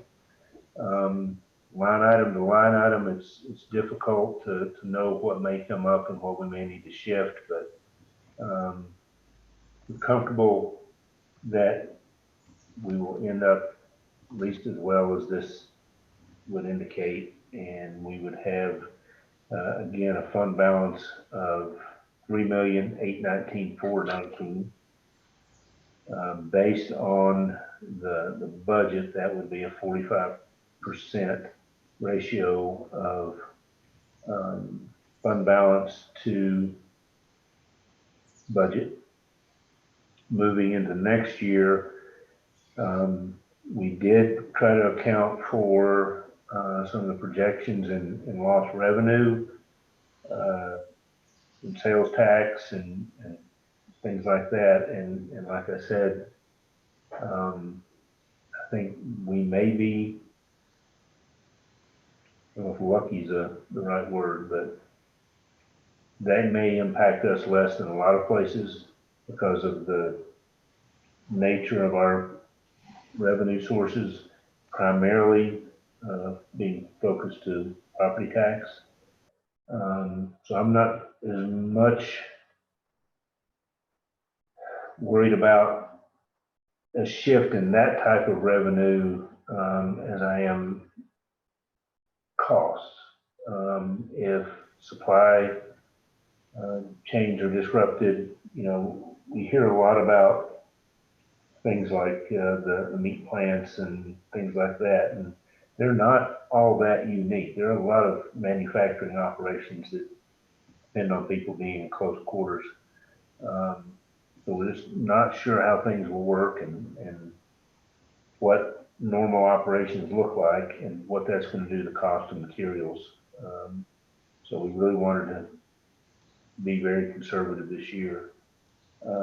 With that starting point from last year, looking at revenues carefully, we anticipate revenues of $8,679,996, and this budget represents expenses of $8,653,275, which means if everything plays out exactly, then there would be $26,721 added to fund balance, and we would end with a 45% ratio of fund balance to budget. When you said, I'm sorry. No, sorry, go ahead.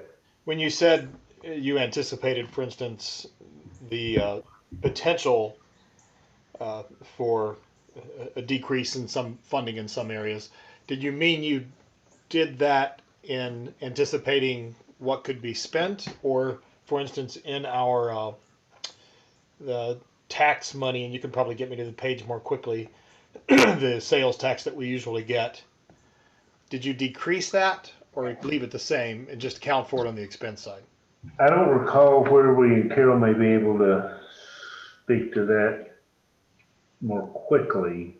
We looked at the projections that we've been getting from TML and TAS relative to what was anticipated in terms of things like gas tax and sales tax, and that was all considered in establishing the revenue projections. Again, that's more Carol than me. So that was taken into consideration. We did look at, as usual, about a 1% growth in property tax revenue. But again, it being so uncertain, it's difficult to specifically, in detail, account for what you think is going to happen in those areas, whether it's a decrease in revenue or an increase in expenses. And that's why I thought it's important to make sure we have a very solid fund balance. Without that uncertainty, there may be more capital projects in this budget, and we would pull a little bit out of fund balance.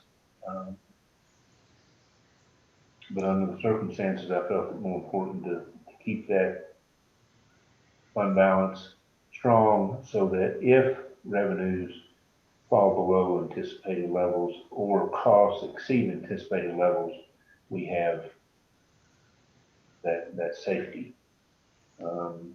And like I said in the introduction, if we get deep enough into the year that we see we're going to be in good shape, then maybe we take that up again and look at additional paving or whatever. But That's the general makeup, not knowing how those things are going to play out and not being able to address it in detail there. That's why I thought it was important to keep the fund balance up. So, and not to belabor this point, but if we can go, Sam, to page 12.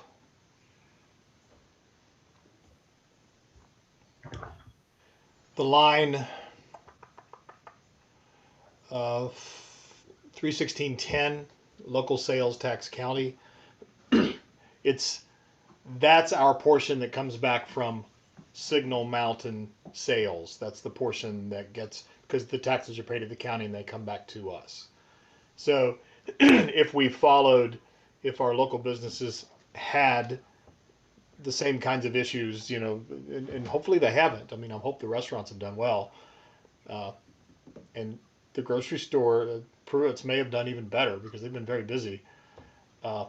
Even if that makes up about, I don't know, I haven't done the exact math on it, but it's 5, 6, 7% somewhere in there of our income. And so even a significant, like a 20 or 30% decrease in that wouldn't be that dramatic to what happens to our budget. And that's very unusual. Yeah. Is that all that accurate, Boyd? Yes.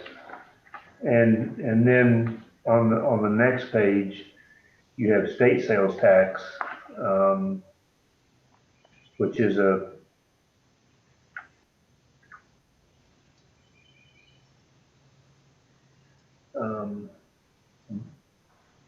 fairly close to the same scenario, but the impact on that would be felt on a statewide level instead of just how things go in our county. So that may be a little more precarious. So if that cut by half. But again, not a huge portion of our budget. Right. And if I might, that is based off of the projections put out by MTAS. They do an annual prediction on what we would get per capita for these different state shared sales taxes. And they have been revising that over the last few months. And that was the most current information that we had. And as you see, we went down, we did decrease the budget just a little bit in those categories. But it's because of our population and all of that, it really wasn't a drastic impact. Okay. All right, anybody have any questions on just this general topic? I want to make one other note. You will notice that hall tax has gone completely in this budget. Yeah, we noticed. All right. So, anybody else have anything you would need to bring up regarding this? Because we're getting near the end of the budget discussion. I think now's the time that we always need to do this. Boyd has been our manager since 2014. He's completed 6 years. He's had 4 cost of living increases. He did not participate in last year's cost of living increase, and nor has he received any raises outside of those cost of living increases. The first COLA did have a minor change in adjustment in pay scales across the board, and he participated in that. But we have to be realistic about this, and it's clear, even based on some of the words that we've heard from our town manager, that he's nearing retirement. I think it's time that we have a discussion as a council about first including him in the cost of living increase for this year, and second in a pay raise. So I'd like to hear thoughts.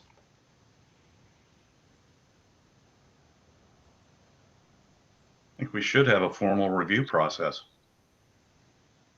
to better guide us as to what that adjustment should be. Yeah, what Bill's referring to, we didn't I don't know if I can pull this up. The town manager's contract, I think it's number 12 in the contract. I'm doing this from memory, specifically lays out, Bill, do you remember? Is that right? It specifically says we are to have, the town managers to have an annual formal review. And Bill, was that taking place in the past? Yes, we used to do that. Do you know why it was stopped? Have no idea. Yeah. This is one of those things just we need to fix. Can we, are you proposing we do that before we have this discussion now? You know, I think it would advise us on what we need to do. Okay. It needn't be a lengthy process. How did you guys do it?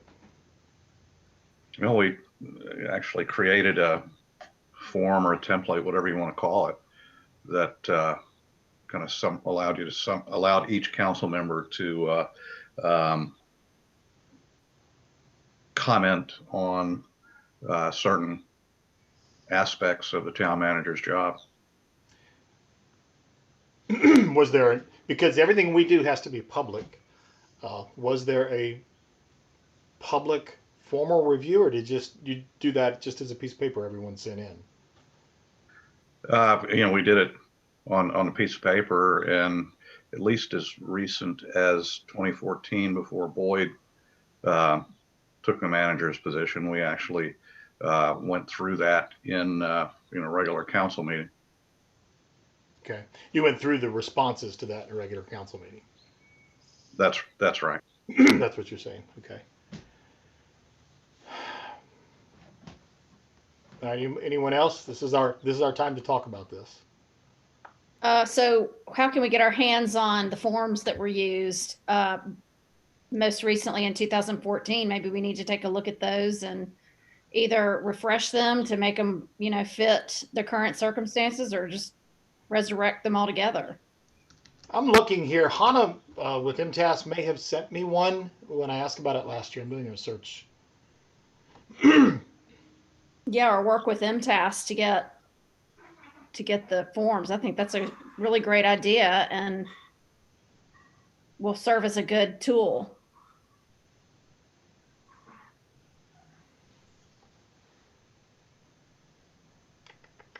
I'm looking now. Did MTAS participate in that? Do you recall, Bill? You're muted. You're still muted. Is that better? Yeah, it's much better. Yeah, I do not recall, but I am looking in my files to see if I can find an electronic copy of that form. So if we wanted to do this for this budget year, we would need to do this at a special meeting.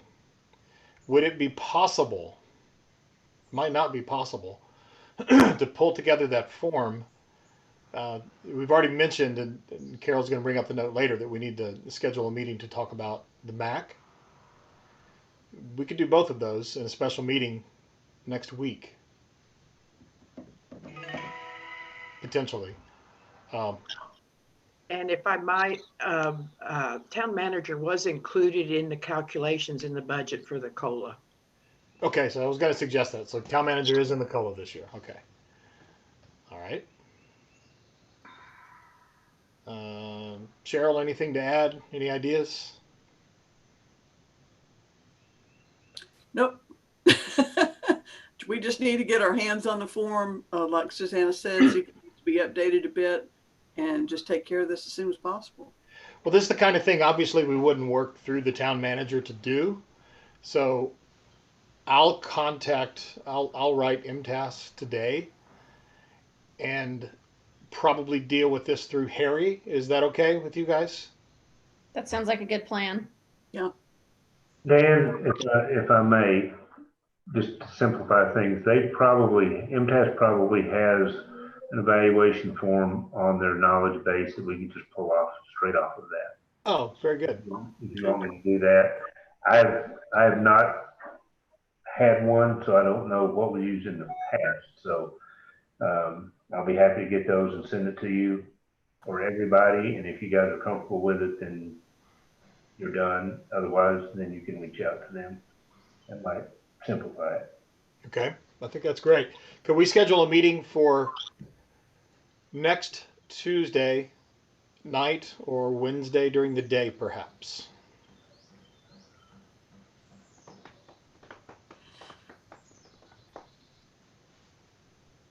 Everybody checking your calendars? During the day.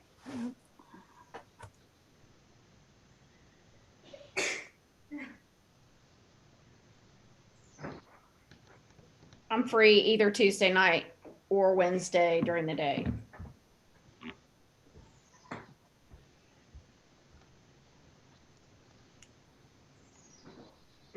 So if we have no,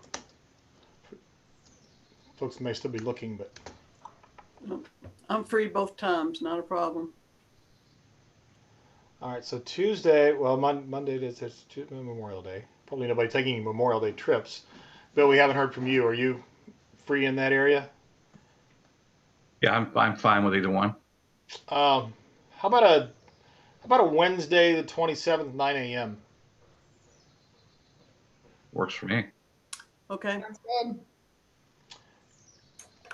During that meeting, we could discuss, we could do the manager's review. We will obviously have to have done our homework before then. And we could talk about the, MAC future, what's going to happen with that. Okay.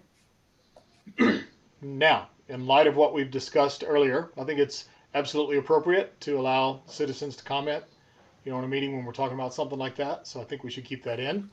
But since it's a special meeting, I think we should take out the report on committees, manager's report, and council.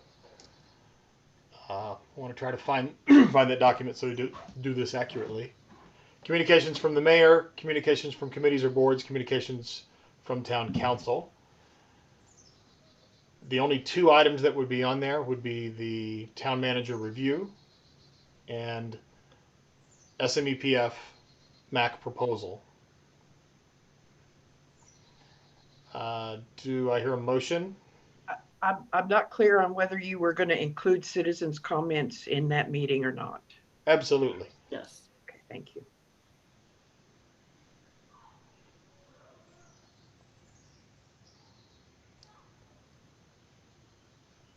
You're still waiting on a motion. Oh, motion to approve. Second. Now, if we have to amend this, if we determine something else by this is sort of wrap up, we might need to add something else to it based on the other discussions we're going to have in a minute.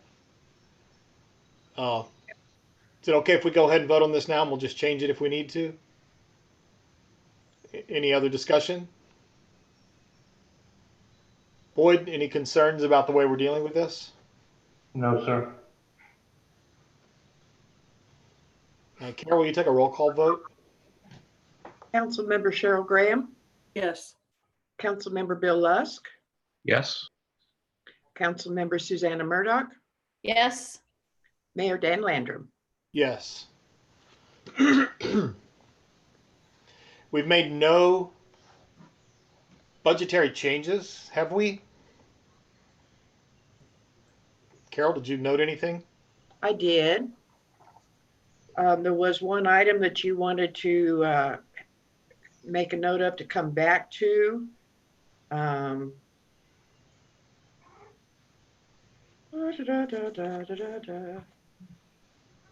get a guitar out if you want me to.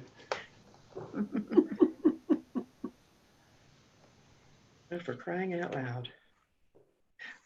The email system package. Oh, yeah. Oh, I don't want us to wait another year. No, I refuse to wait another year. No. You can't quit. We could switch away from local government for our email system and go with the same system Chattanooga uses, which is the same system most of the world uses, which is Gmail. and they have a Gmail government services. And honestly, it might cost a little bit more than going with local government, but it would be maintained and current. And they have, I've already talked with the state comptroller about it, and you know, they recommend it. They do all the proper backups for, you know, all the kinds of things you need for open records requests and all that. As a matter of fact, they make all that easier because that system's built in. Plus, they give us the ability to do what Bill said earlier. If we have files that we want to send out, you just stick it on their servers and you send out a link.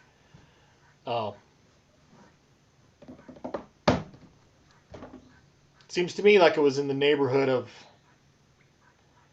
I've mentioned this at a council meeting before, guys, and I don't remember. It was somewhere between $50 and $100, which is a big difference per seat, per year. And I think, didn't we see, I guess we just actually haven't done a local government study of that, you know, to see what the per seat costs are, but the system is just not acceptable. It's just not. So we could, if we tried to add that to the budget right now, I think we would be doing so without concrete enough numbers to do it. So we could just note that this is something that we may need to do an amendment early in the year, but what's council's thoughts on that? Does anybody want to keep it the way it is? No. No. We need to stay modern or get modern. Get modern. We got At to. least within the last 15 years would be nice.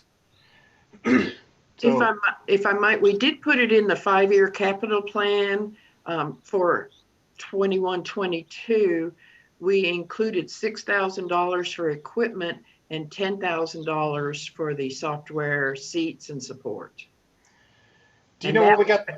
And that was based on information that admin had at about 9 months ago. Okay. I did some research on that, and I may have had something to do with getting those numbers. I just don't remember what they were. And even talked to the folks who do admin for the City of Chattanooga who could come in and help us set it up. And so there might even be some fees for setup in that. Do you recall, Carol? No, I'm not aware of what made up the numbers. I was just, I obtained the information, so. Yeah. Bill, do you have thoughts on this? I'm sorry? Do you have thoughts on this subject? Oop, you're muted. I missed the dialogue. Oh, we're talking about Gmail? Oh, the email system. Yeah. Other than Gmail just sounds so hokey, I'm sure it works better than the local government product. Yeah. I guess my observation on Gmail is that a lot of scammers use Gmail versus, you know, at gmail.com stuff. Well, that's not what you'd have. You'd still have a singlemountaintn.gov address. It's just that the server would be them. And I have a couple of commercial Gmail accounts, and the enterprise level is not the same as a personal account. Sounds good then. In any way. Now, Boyd's been really quiet. I don't know of anyone that is a fan of our current system. Like anything else, it's a matter of determining cost and benefit, and I have no doubt that there's something that would make the process make sense. And with as many governments going to the Gmail scenarios that have, the pretty good bet that's probably where we should start looking. So what if we were to move into this budget, what's budgeted for 21-22? Would anyone like to move that? I would. So you're saying you're making a motion to move the budgeted amount that's in 21-22 into 2021. I would second that.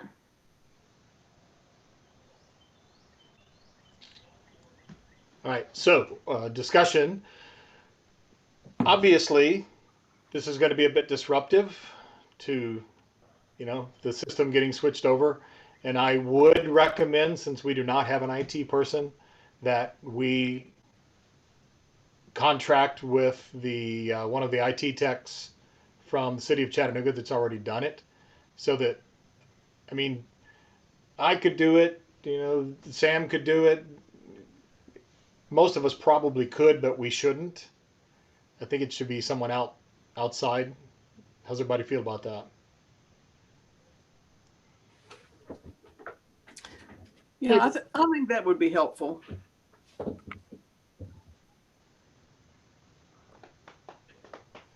right, any further discussion? Carol, are you clear on what we're doing? The motion was to add the budgeted amount for the email from 21-22 into the 2021 budget.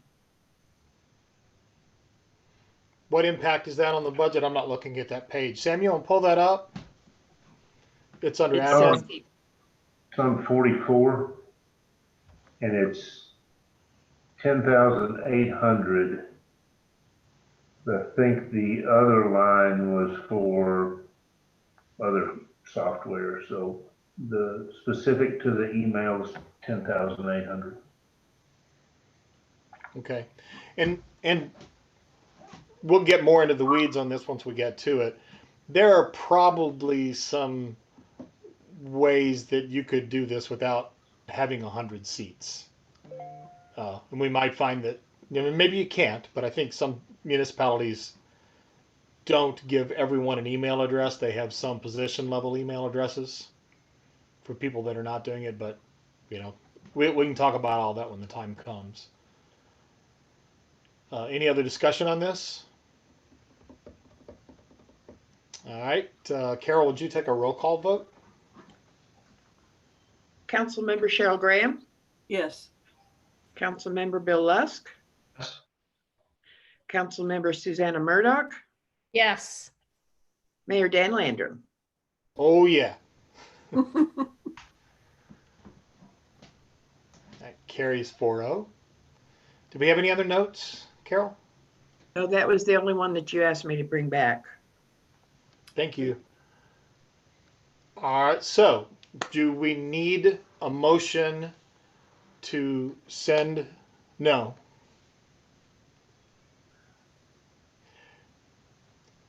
Should a decision be made Tuesday?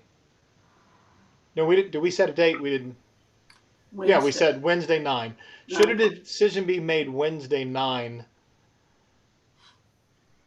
we could modify any motion that we made today regarding accepting the budget that we've, the proposed budget. Boyd, you want to straighten me out on how that works?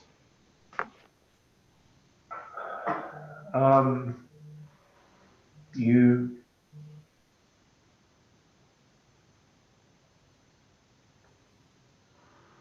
probably the cleanest way to do it would be to vote to move the budget forward Table. to the next meeting without any further changes. So as it stands right now, we'll move this budget with the one change of $10,800 forward to the next budget meeting, or the next meeting, which will be Wednesday. Someone be that willing. way we know there's something on the record that says make this one change and nothing else, and then it'll be taken up again at the next meeting. Would someone like to make that motion? Motion to approve. Second. Any discussion? Carol, take a roll call, please. You're muted, Carol. Sorry about that. Councilmember Cheryl Graham? Yes. Councilmember Bill Lusk, Yes. Councilmember Susanna Murdoch, Yes. Mayor Dan Landrum. Yes. All right, that closes out the budget portion of this. We'll move. Boyd, any cleanup items? We okay? Think so. Moving on to discussion. Use of recreation facilities, meaning mainly in this case the pool. What are we going to do, folks?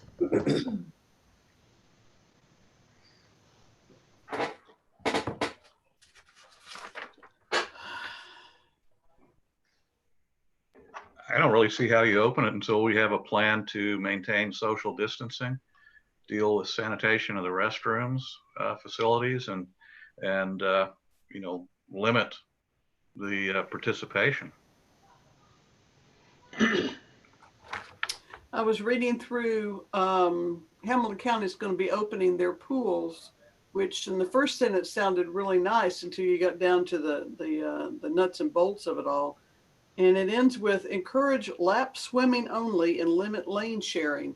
So they're not opening their pools for general use, kids jumping off the diving boards and having a great time, which I wish they could all do again right now, but don't see it happening.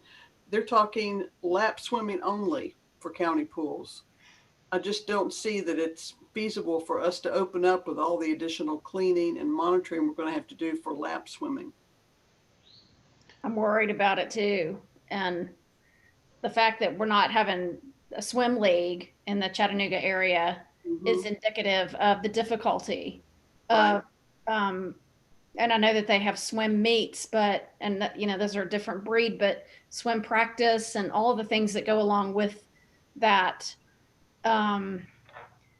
you know, it just shows you that, and I think they had a really hard time kind of coming to that conclusion because it's the first time in the history, 60-year history, I think, of our swim leagues here in Chattanooga that they're not able to do that. And that's a huge disappointment. And I think, you know, I've given this a lot of thoughtful consideration. It's really hard to, you know, you're kind of damned if you do and you're damned if you don't. Somebody's going to be unhappy with our decisions. But our responsibility is for the public health up here. And, you know, I think we've done such a wonderful job of social distancing and flattening the curve in Hamilton County. And it's so encouraging to see these low numbers of the virus, but it's increasing too. We have, I think, 13 people in the hospital as of today. We have Alexian Village up here with, you know, a huge elderly population of people that we need to consider, and lots of retired people who count on being able to go to the grocery store and the post office and live their lives. And, you know, even if it's just in a small way, but what we're trying to do is keep this darn virus out of our community. And so I'm not ready to open the pool. I think we need to have a lot of specific rules and things in place before I would be I'd be comfortable advocating for that. There's fiduciary responsibility along with this as well. The pool's a net expense of about $50,000 to the town, and I didn't say loss because it's not a loss, because it's a wonderful service that's provided. No more than sanitation pickup is a loss, you know. But that's what it cost. I do wonder, keeping it open, what that costs. Boyd, did you pull anything together on that? Keeping it open but not being used? And I wonder if there's a modified version of this where bathrooms closed, lap swimming is allowed. You know, some lane swimming, and you limit the number of people that come in. Obviously, and maybe this is something that does need to go to the next meeting if we have a proposal like that, and I'm not making a motion for that, but where we could have some lap swimming in the morning so adults could use it, understanding that the bathrooms are closed, but we still have to provide a lifeguard. Thoughts about that?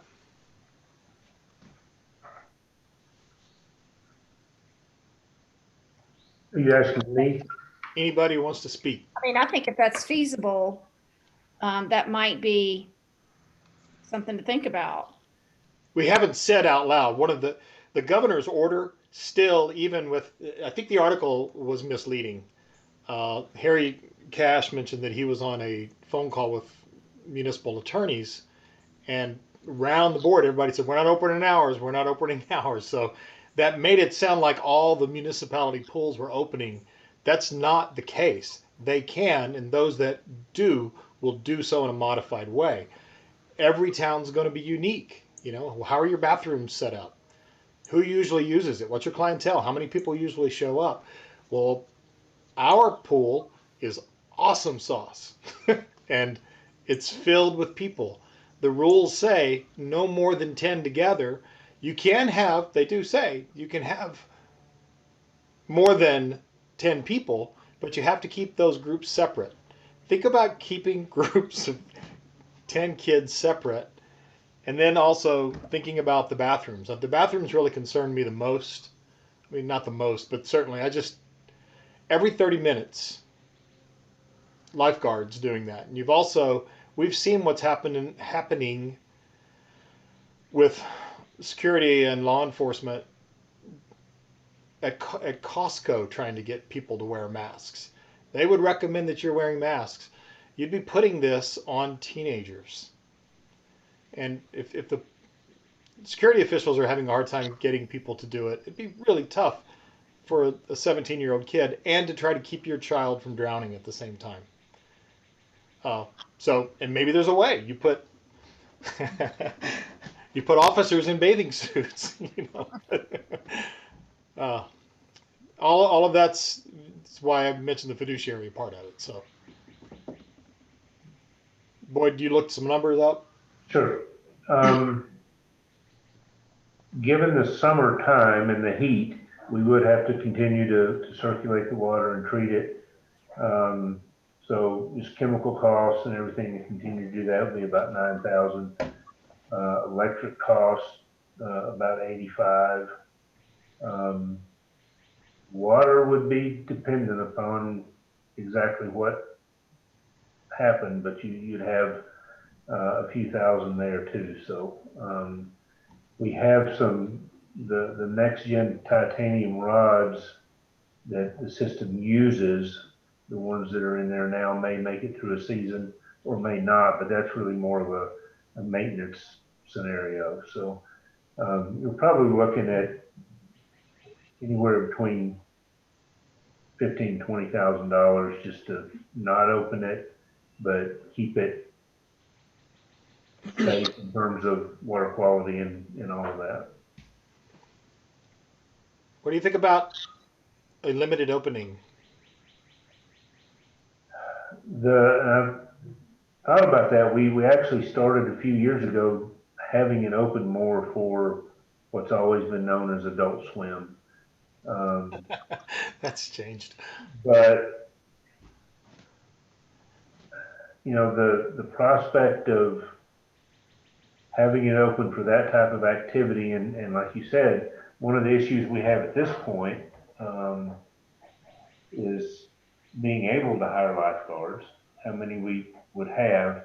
Most of the situations we're seeing where facilities are opening back up, they're actually doing it with more staff so that they can accommodate the requirements.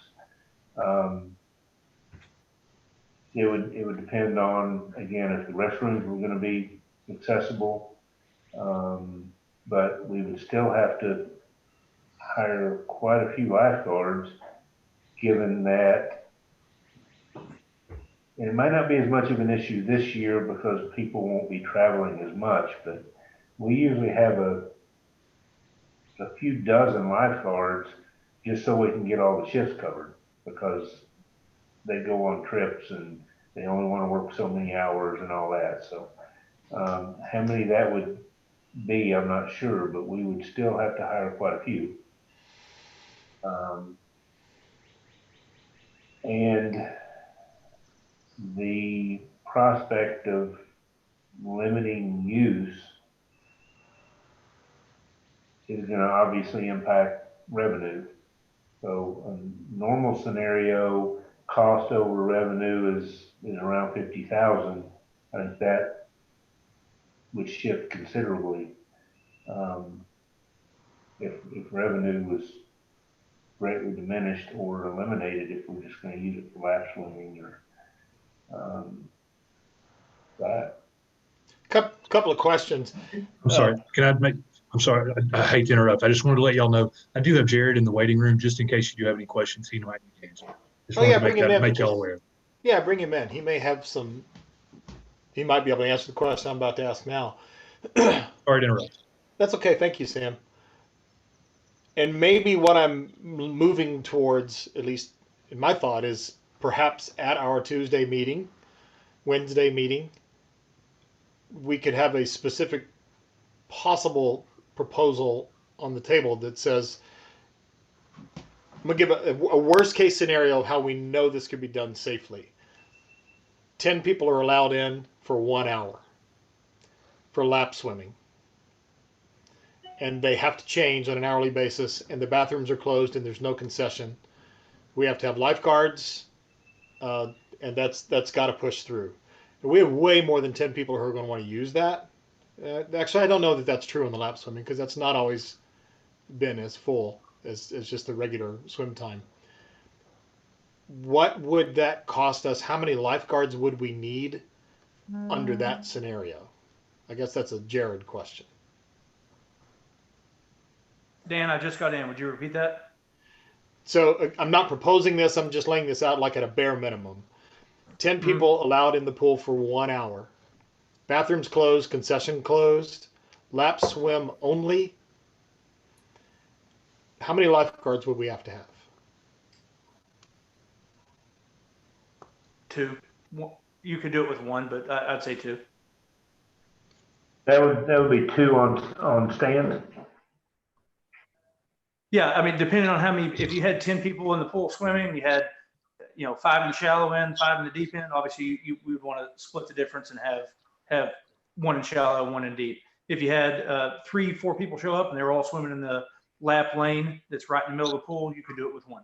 Well, my question would be, can we treat the swimming pool like a swim meet? So it's only lap lanes. Sure, you could. Yeah. That's kind of where this discussion is right. If we wanted to do the lap swim only and limit the number of people who could be in, that does become more manageable, but it's not the same fun pool it's been. It's Correct. not the place you can drop your kids off for the day. Right. But still, we're already going to have about $20,000 in expenses there. And it is okay for people to be in water. Water is actually a good, safe place to be. The problem is the crowds, and the most fun part, which is hanging out with your friends at a swimming pool. That's the part that wouldn't be available. And I think from there, you'd also, you'd want to look at how long would you keep the pool open? Are you going to keep it open for an hour, 2 hours, 3 hours? And would you have lifeguards that would want to, sign on for a handful of hours of work a week? How many do they usually get?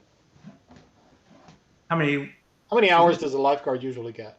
Oh, goodness. I'd say our senior lifeguards work anywhere from 25 to 35 hours a week. Some of them work close to 40. New lifeguards are, I'd say, probably in the neighborhood of 15 or 20 hours a week. It seems like if you were, you could probably do that if you were just doing lap swimming, unless you found out people didn't show up for lap swimming. Sure. Are you talking about having it open all day? I'm not talking about anything specific at this point. What would be the pros and cons of having it open all day? Well, that would have a direct impact on how many guards you would need. If it's just going to be open mornings and evenings, then you could have a couple guards that could probably handle it. But if it's going to be open all day, then you have to build in rotation so they're off stand, other guards can be on stand. So it would impact the total number you would need. Yeah, I mean, it's, I'm joking now, but you could have people swim on their trash pickup day. That was an attempted humor. I've actually heard that. I've had a few people ask me if we could do that. Are you serious? I swear to you. That's great. I don't know. I keep coming back to this analogy of the Colorado River. You know, there are way more people in this country who would like to raft down that river that can do it. And so you have to sign up to do that. It's been working that way for years. Our pool's not going to be as popular as that, but we could get ourselves in a situation where if we're only letting, how many lanes do we have? We have 8.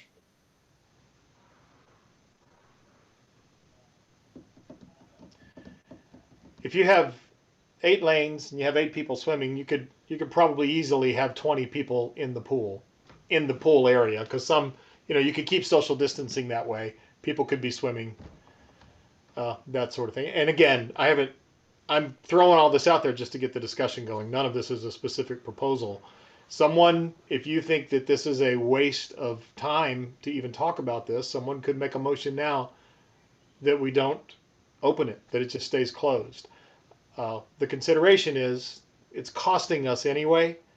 It can be safely used in a very limited capacity. I don't know if anyone would argue against that, but is it worth that? And that's what we have to determine. What do you think, Jared? You know, I think that's an option. Having it open, we're going to get inundated with a lot of kids, a lot of teenagers trying to come up and get in.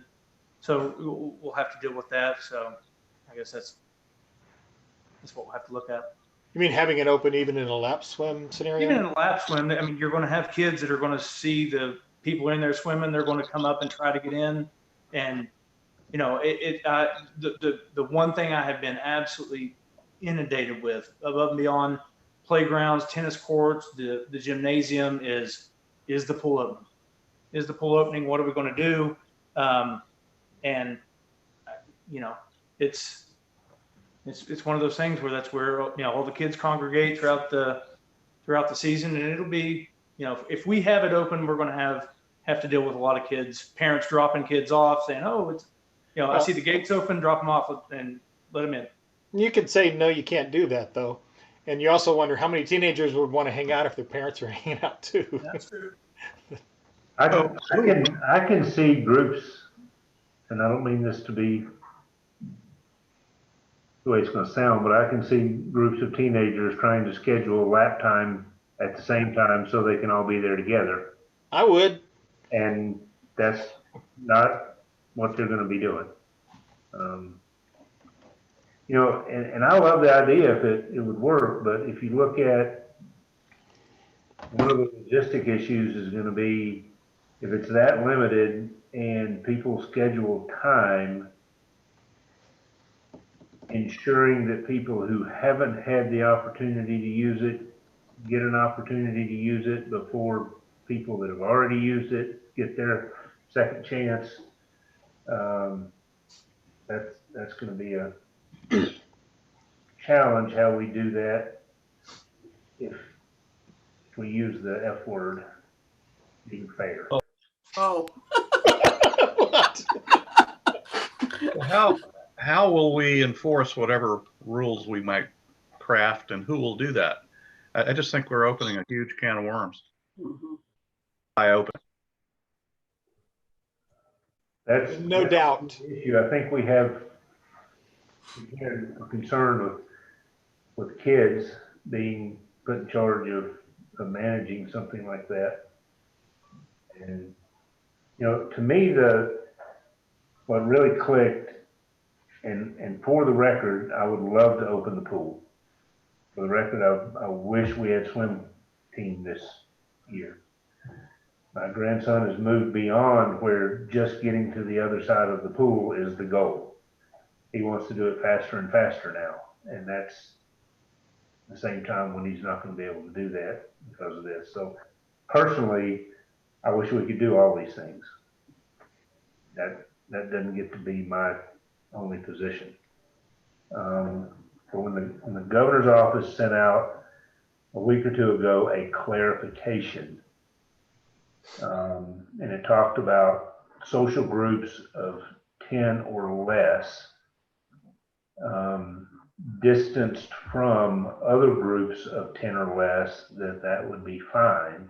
But then it specifically went into, if you have an environment where multiple social groups of 10 or less are going to migrate towards one another and become a larger group because of the nature of the activity, you should not do that.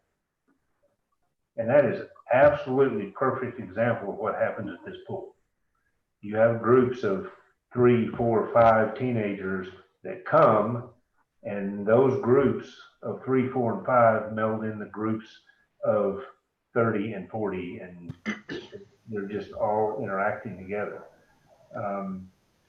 So as far as opening the pool itself, that beyond anything really made it click with me that I just don't see how we do that. And another scenario that would be safe, while there may be those, I agree with Bill, managing and enforcing and practically being able to function that way, I don't know if we can. I'm not sure I fully agree, because you can limit it. I mean, you can limit it, and it is an asset, and it is something. No solution is going to be perfect or fair, but you don't want to throw out the good because you can't have the perfect. That's generally not smart. There's also, I'm going to go back to my super strict scenario, 8 people in because we have 8 lanes. 8 people can be there because we have 8 lanes. There's nothing to stop those 8 people if you say, and when you get out of the pool, you can't get together, even though the law says they can. The law, even if they get together in a group of 8, they're supposed to social distance by 6. Right? Isn't that still? That's what the pool guidance said. So we could have a rule that says you just can't hang out in the pool. There's nothing to stop that group of 8 from meeting a group of 30 in the playground outside of the pool. Or, we're in that situation where it's summer, there's going to be more and more kids out all over the place. This would be at least something that they could do that we already own, that we already have expenses associated with, that would keep that congregating from taking place. Because the rules are, if you're in here, you're in a lane. But who are you setting up to enforce these rules?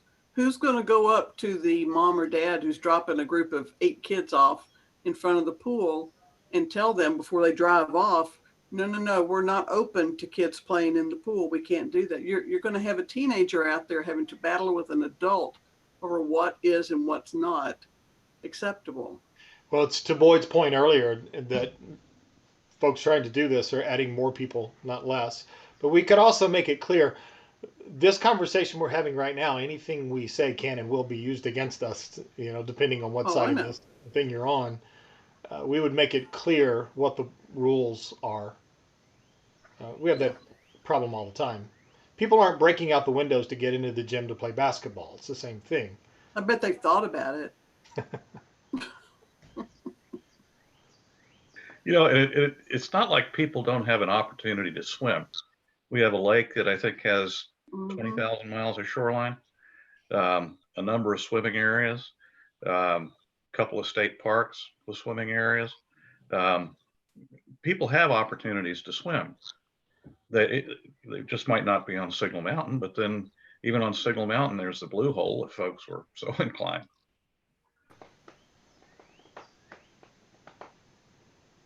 I just, I know that none of us would ever think that our own children would not listen to someone and do as they ask.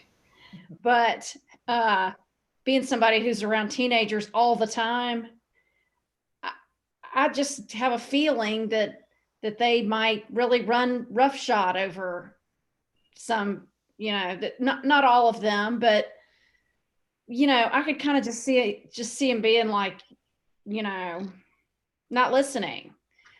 I don't know. We don't have to make a decision right now for the entire summer.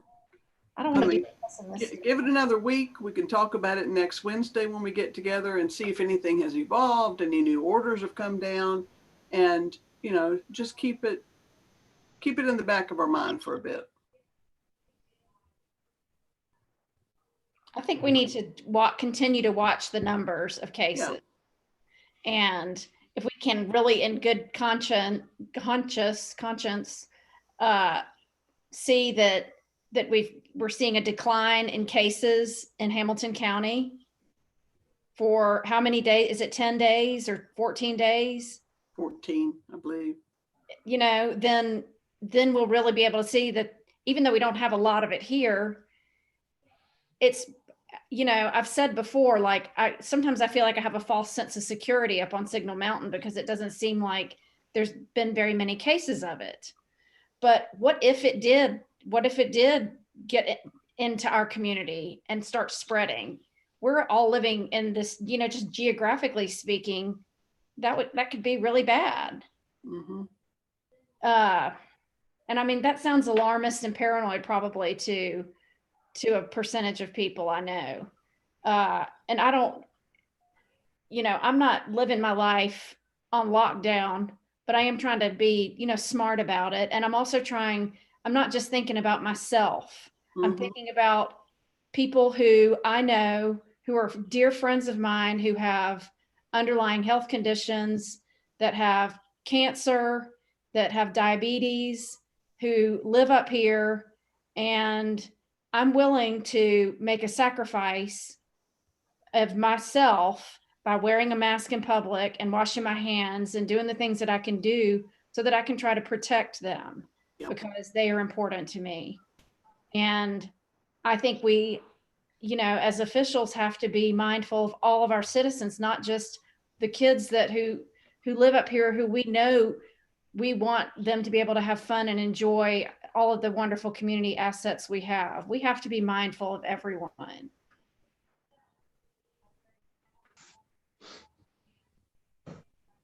So I would add, just for the record,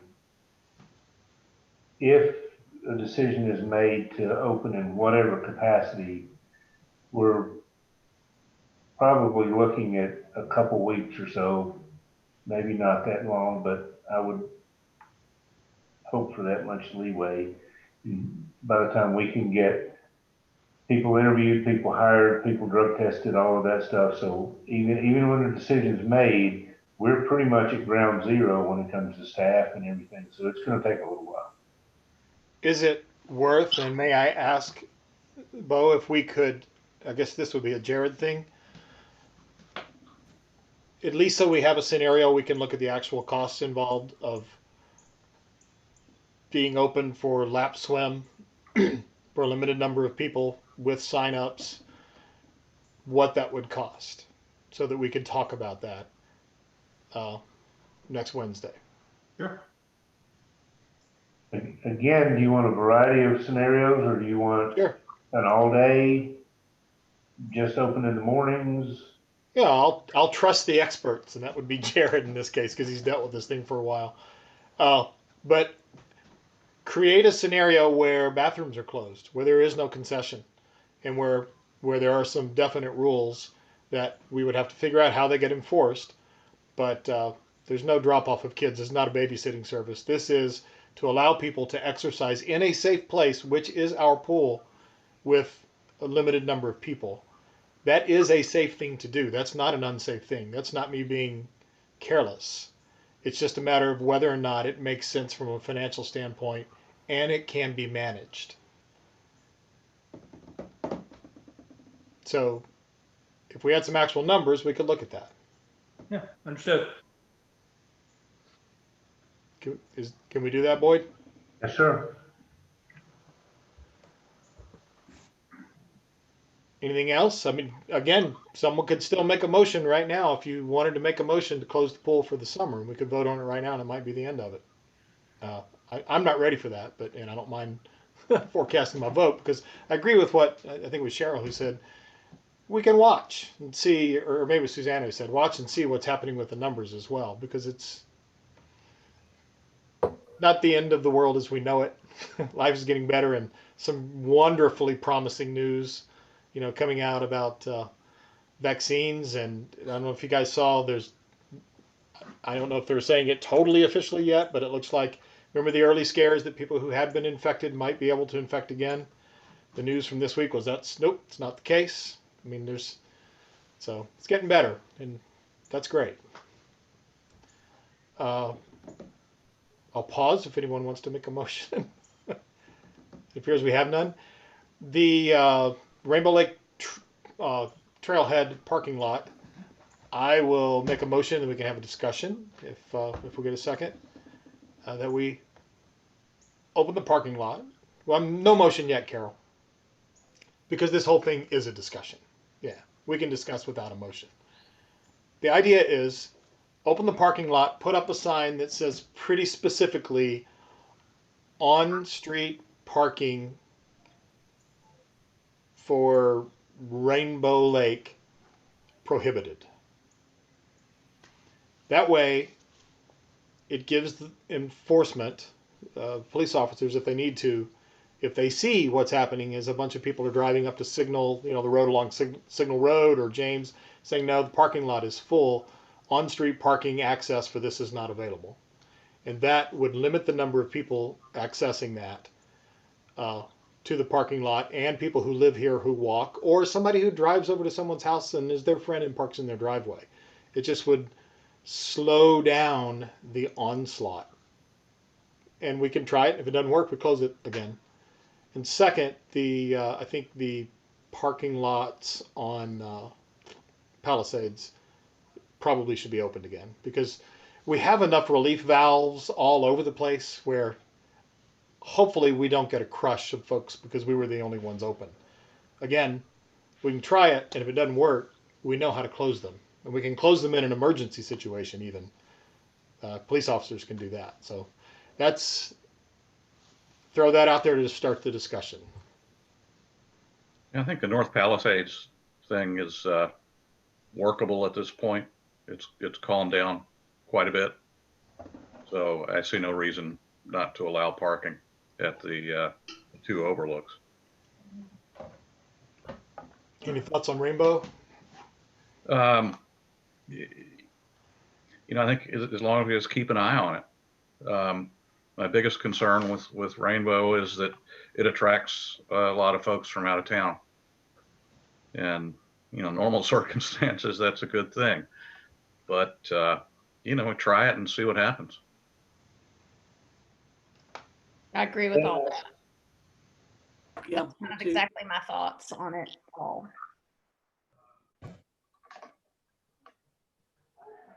We can put something at or around the lot that says no off-site parking. I think we will need to transition some of the no parking signs to more permanent fixtures, because it's going to be hard. Officers are not going to know when they just see a car if that's somebody that's gone to the park or not. So I think we want to improve the signage, at least on Ohio. And then we could post a sign like you were talking about at or around the parking area, but it would really have to be off-site parking on the road, would just have to be controlled in general to really be enforceable. What about, Bill, I think I saw you reply to somebody, maybe it was you, that we may be a couple of weeks away from Signal Point opening. Did you read something? Not that I recall. Who that was? We checked on that because when the They announced that national parks were opening up, and one in particular was Chickamauga Chattanooga Battlefield. And Signal Point is part of that park now, as opposed to a standalone. So we checked on that, and it may have been Mike that posted it, because I asked him to check with their contact. And at that time, he basically said they were opening the main facilities, and satellite locations were probably at least a couple weeks out. So that was maybe a week ago. It was Mike. That's right.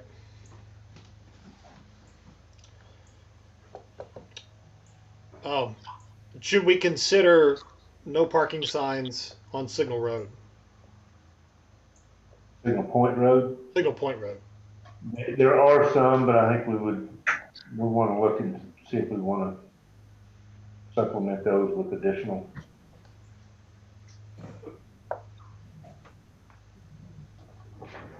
All right. Do we have any? Do you need an action? Do you need a vote from the council on the Palisades parking lots? And it seems like we have consensus. Yes, sir. Everybody okay with this? Okay. So that's the direction on that. We're going to talk about the MAC on Wednesday. So that's the other recreation facility, basically. The gym. It's a Jared and Boyd. What do you guys think? I think it's much the same scenario as the pool when it comes to kids. I don't know that it's practical that it's going to be utilized in a manner that would allow current protocol to be followed, and the cost associated with staffing it. Those seem to be beneficial. Yeah, it just seems like it's worse in that it's a closed space, closed system. You're not in chlorinated water. Chlorinated water is a pretty good place to be. The problem is outside of the pool, not in the pool. All right. On those two though, the MAC and the gym specifically, and the library would fall perhaps more to the library board, but we, as I pointed out in our last meeting, last Friday, was the paycheck that came out for the end of the period that we continued payments for everybody until we got through all of this. So we have all full-time folks are back up and running, but we do have part-time staff in those facilities that, if we anticipate continued closure, we need to formally provide them notice of layoffs so that they can qualify for other benefits. Yeah, we want to give them as much lead time as possible as well, right? Correct. That's again why I brought it up, perhaps not as clearly as I should have at the last meeting, but that we are out of that period now. I didn't get that. What do you need from us in direction on that? Well, if there's no further action along those lines, then I'll give notice to those individuals that the facilities aren't going to be opening in the near future, and that their positions are laid off, and they can then apply for whatever benefits they may qualify for. Likely, I've never had to do that, but at the same time, we have to be realistic of what the town can do. I think council was a very positive and much appreciated position on the front end of this to help us get through the situation without significantly hurting our employees. But we've worked through that process now, and I don't see it as something we can continue to do indefinitely. But we need to make that call so I can give them proper notice. It's unfortunate, but if the place you work isn't there anymore, it's the point at which, times change. And I would hope, and maybe this is impractical on every level, that if there potentially was other work for the town, that needed to be done, they'd be considered first, or at least considered. Right. And right now that's not the case, but should openings come up or anything like that, it absolutely would be where we would look first. Yeah.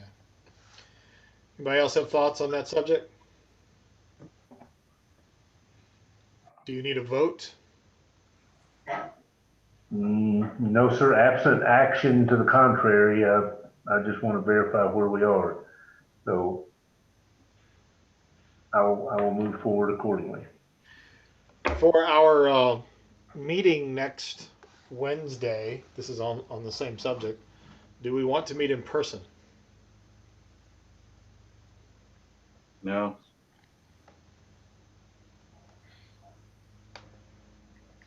What's everybody else think?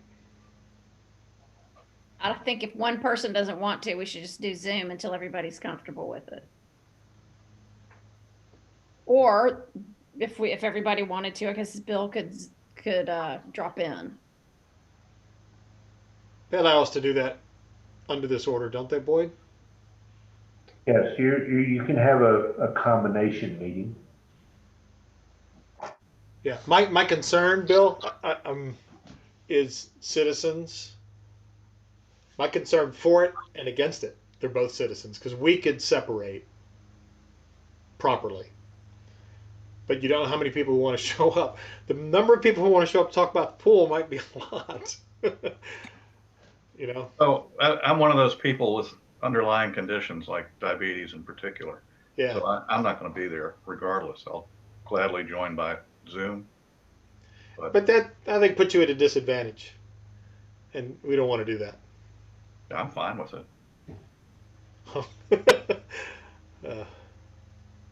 Cheryl, do you have a thought? As much as I would like to meet in person, given that we don't know how many citizens want to show up to discuss some of these items, I just don't think that's feasible right now. Okay. How about the following council meeting in June? Can we make that call later? I think that depends on numbers, how things are looking, what may have changed between now and then. Yeah, we should decide at the next meeting. Yeah. Well, or Boyd, are we safe making that call whenever we send out the email? Yes, I don't think you have to make that call this far in advance. Yeah, you could do a consensus. You could call all the council members. Yeah. Good. I'm comfortable with that. Anything else on recreational facilities? Jared, anything you think we're missing that we ought to be, that you need some guidance on? No, not at all. Like I said, our biggest thing right now is what we want to do with the pool. So. Whatever we do, I want to get a big sign that says Jared Thompson made this decision. All right, moving on to upcoming council vacancy. Boyd, you want to fill us in on the status of council member speak? Okay, before we move to that, we also have general town operations. Oh, I'm sorry, I missed that.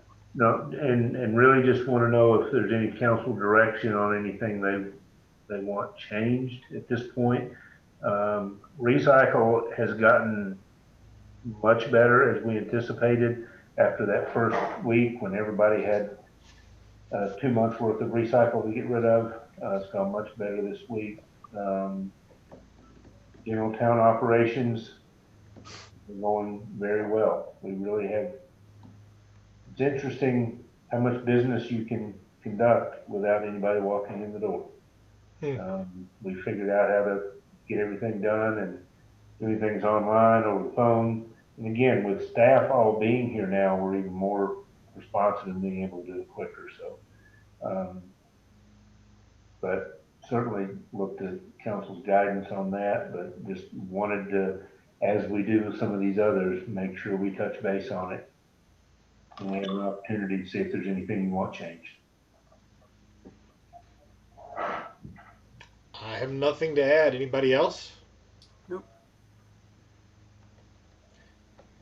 So you go forth with a lack. All right. All right. Upcoming council vacancy. I think Amy sent everyone an email that indicated her last day would be the first meeting in July. I think she had it as the 6th, but it's actually the 13th. I checked with her to clarify that, and she said that she had just looked at it wrong and she intended it to be the 13th.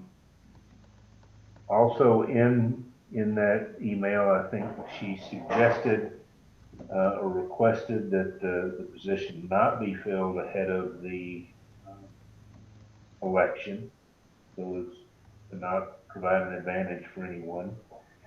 Looked at the provisions in the charter and basically when someone has not lived in the town for 60 days, You haven't mentioned that that's why the vacancy. Pardon? You didn't mention that that's why there's a vacancy. She moved. Right, that's what I was Okay. getting to. So when someone hasn't been a bona fide resident of the town for 60 days, they forfeit their position. And as she has or is moving out of state, that will be the case. And once that vacancy exists, which would be following the meeting on the 13th or following the 13th, then the council has 30 days to appoint a replacement.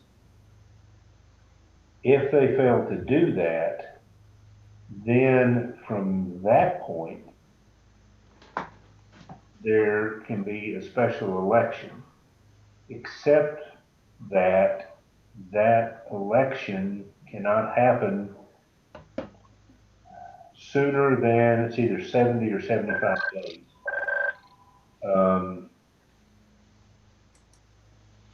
And it can't happen within 30 days of a regular election. So the timing falls that, in fact, if you don't appoint someone within 30 days of the vacancy, there wouldn't be time for a special election.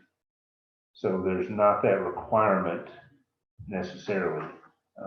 And just wanted to point that out, that while without question whether you do or do not appoint someone is council's decision, as it all plays out, if you didn't appoint someone, it would not trigger a special election because there would not be time to do that. It's the only real point I wanted to make.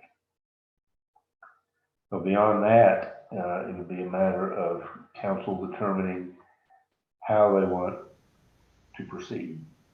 Right. And we don't have to do that just yet, but we just have to be aware that if we did exercise that option to not fill the seat, that it becomes complicated when you have things on which to vote, because a tie, a 2-2 split is a fail.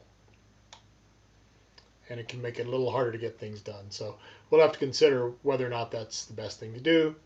The argument against appointing someone, and it's been made multiple times, is that that person can be perceived as having an advantage when it comes to a regular election. But it could also mean that they have a disadvantage when it comes to a regular election, because that could go either way. So I just, this notification is because it's official, and also people who, you know, we have 3 council seats coming up regardless. So if you were considering running for council, there's a chance there might be a seat open earlier than the fall election. Correct? There will be a seat open earlier than the fall election. Whether council chooses to fill it by appointment is the only question. All right, argument man. Okay. I was kidding, by the way. That's a smile. Oh. I have no communication from the mayor. Item B, communication from committees or boards. We touched on the library board meeting already, what took place at that. There are some interesting things that libraries are being instructed to do. They quarantine books that are turned in, even when they're, you know, they come back. So they're making a change so that the children's area in the library when you come in is going to become the quarantine area for books as they come back in anticipation of some kind of a way for pickups to take place, perhaps. Well, they're already doing some of that. So anyway, they're working on plans. The library board normally doesn't meet for the summer, but voted to continue to meet actually more often to try to figure out how to get the library open and running again. That's the only board since our last meeting. Anybody else have any board meetings? Cheryl, your history board, you're muted. I meant to bring this up back in the budget discussion, but just because it's on my mind now, we're getting done early. It was $6,000, right, for fire protection there. Mm-hmm. And I know you can't give a real number, but it seems to me like there must. I've never been in that building, but there should be some percentage of documents in there that could be digitized.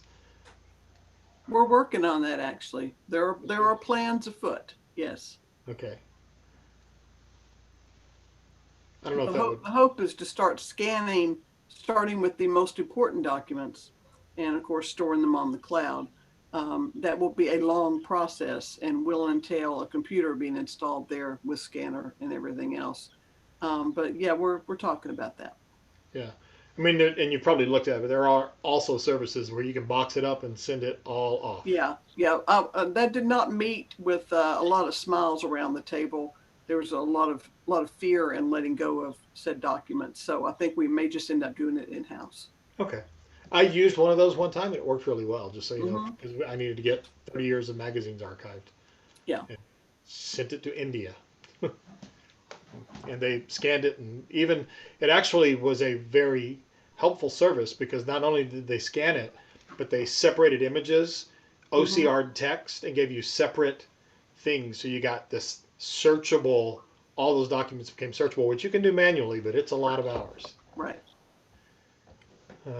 Okay. Anybody else? Committees, boards, other communication from town council? None.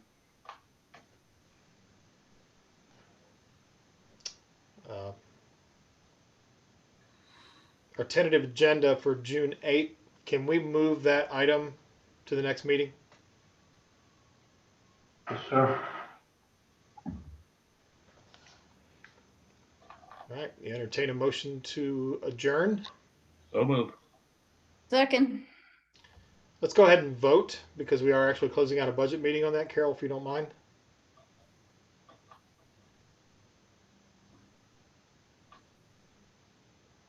Councilmember Cheryl Graham, Yes. Councilmember Bill Lusk, Yes. Councilmember Susanna Murdoch, I guess. we're having so much fun, Mayor Dan Landrum. Yes, and I will miss you all. All right, thanks, everybody. Thanks. Go.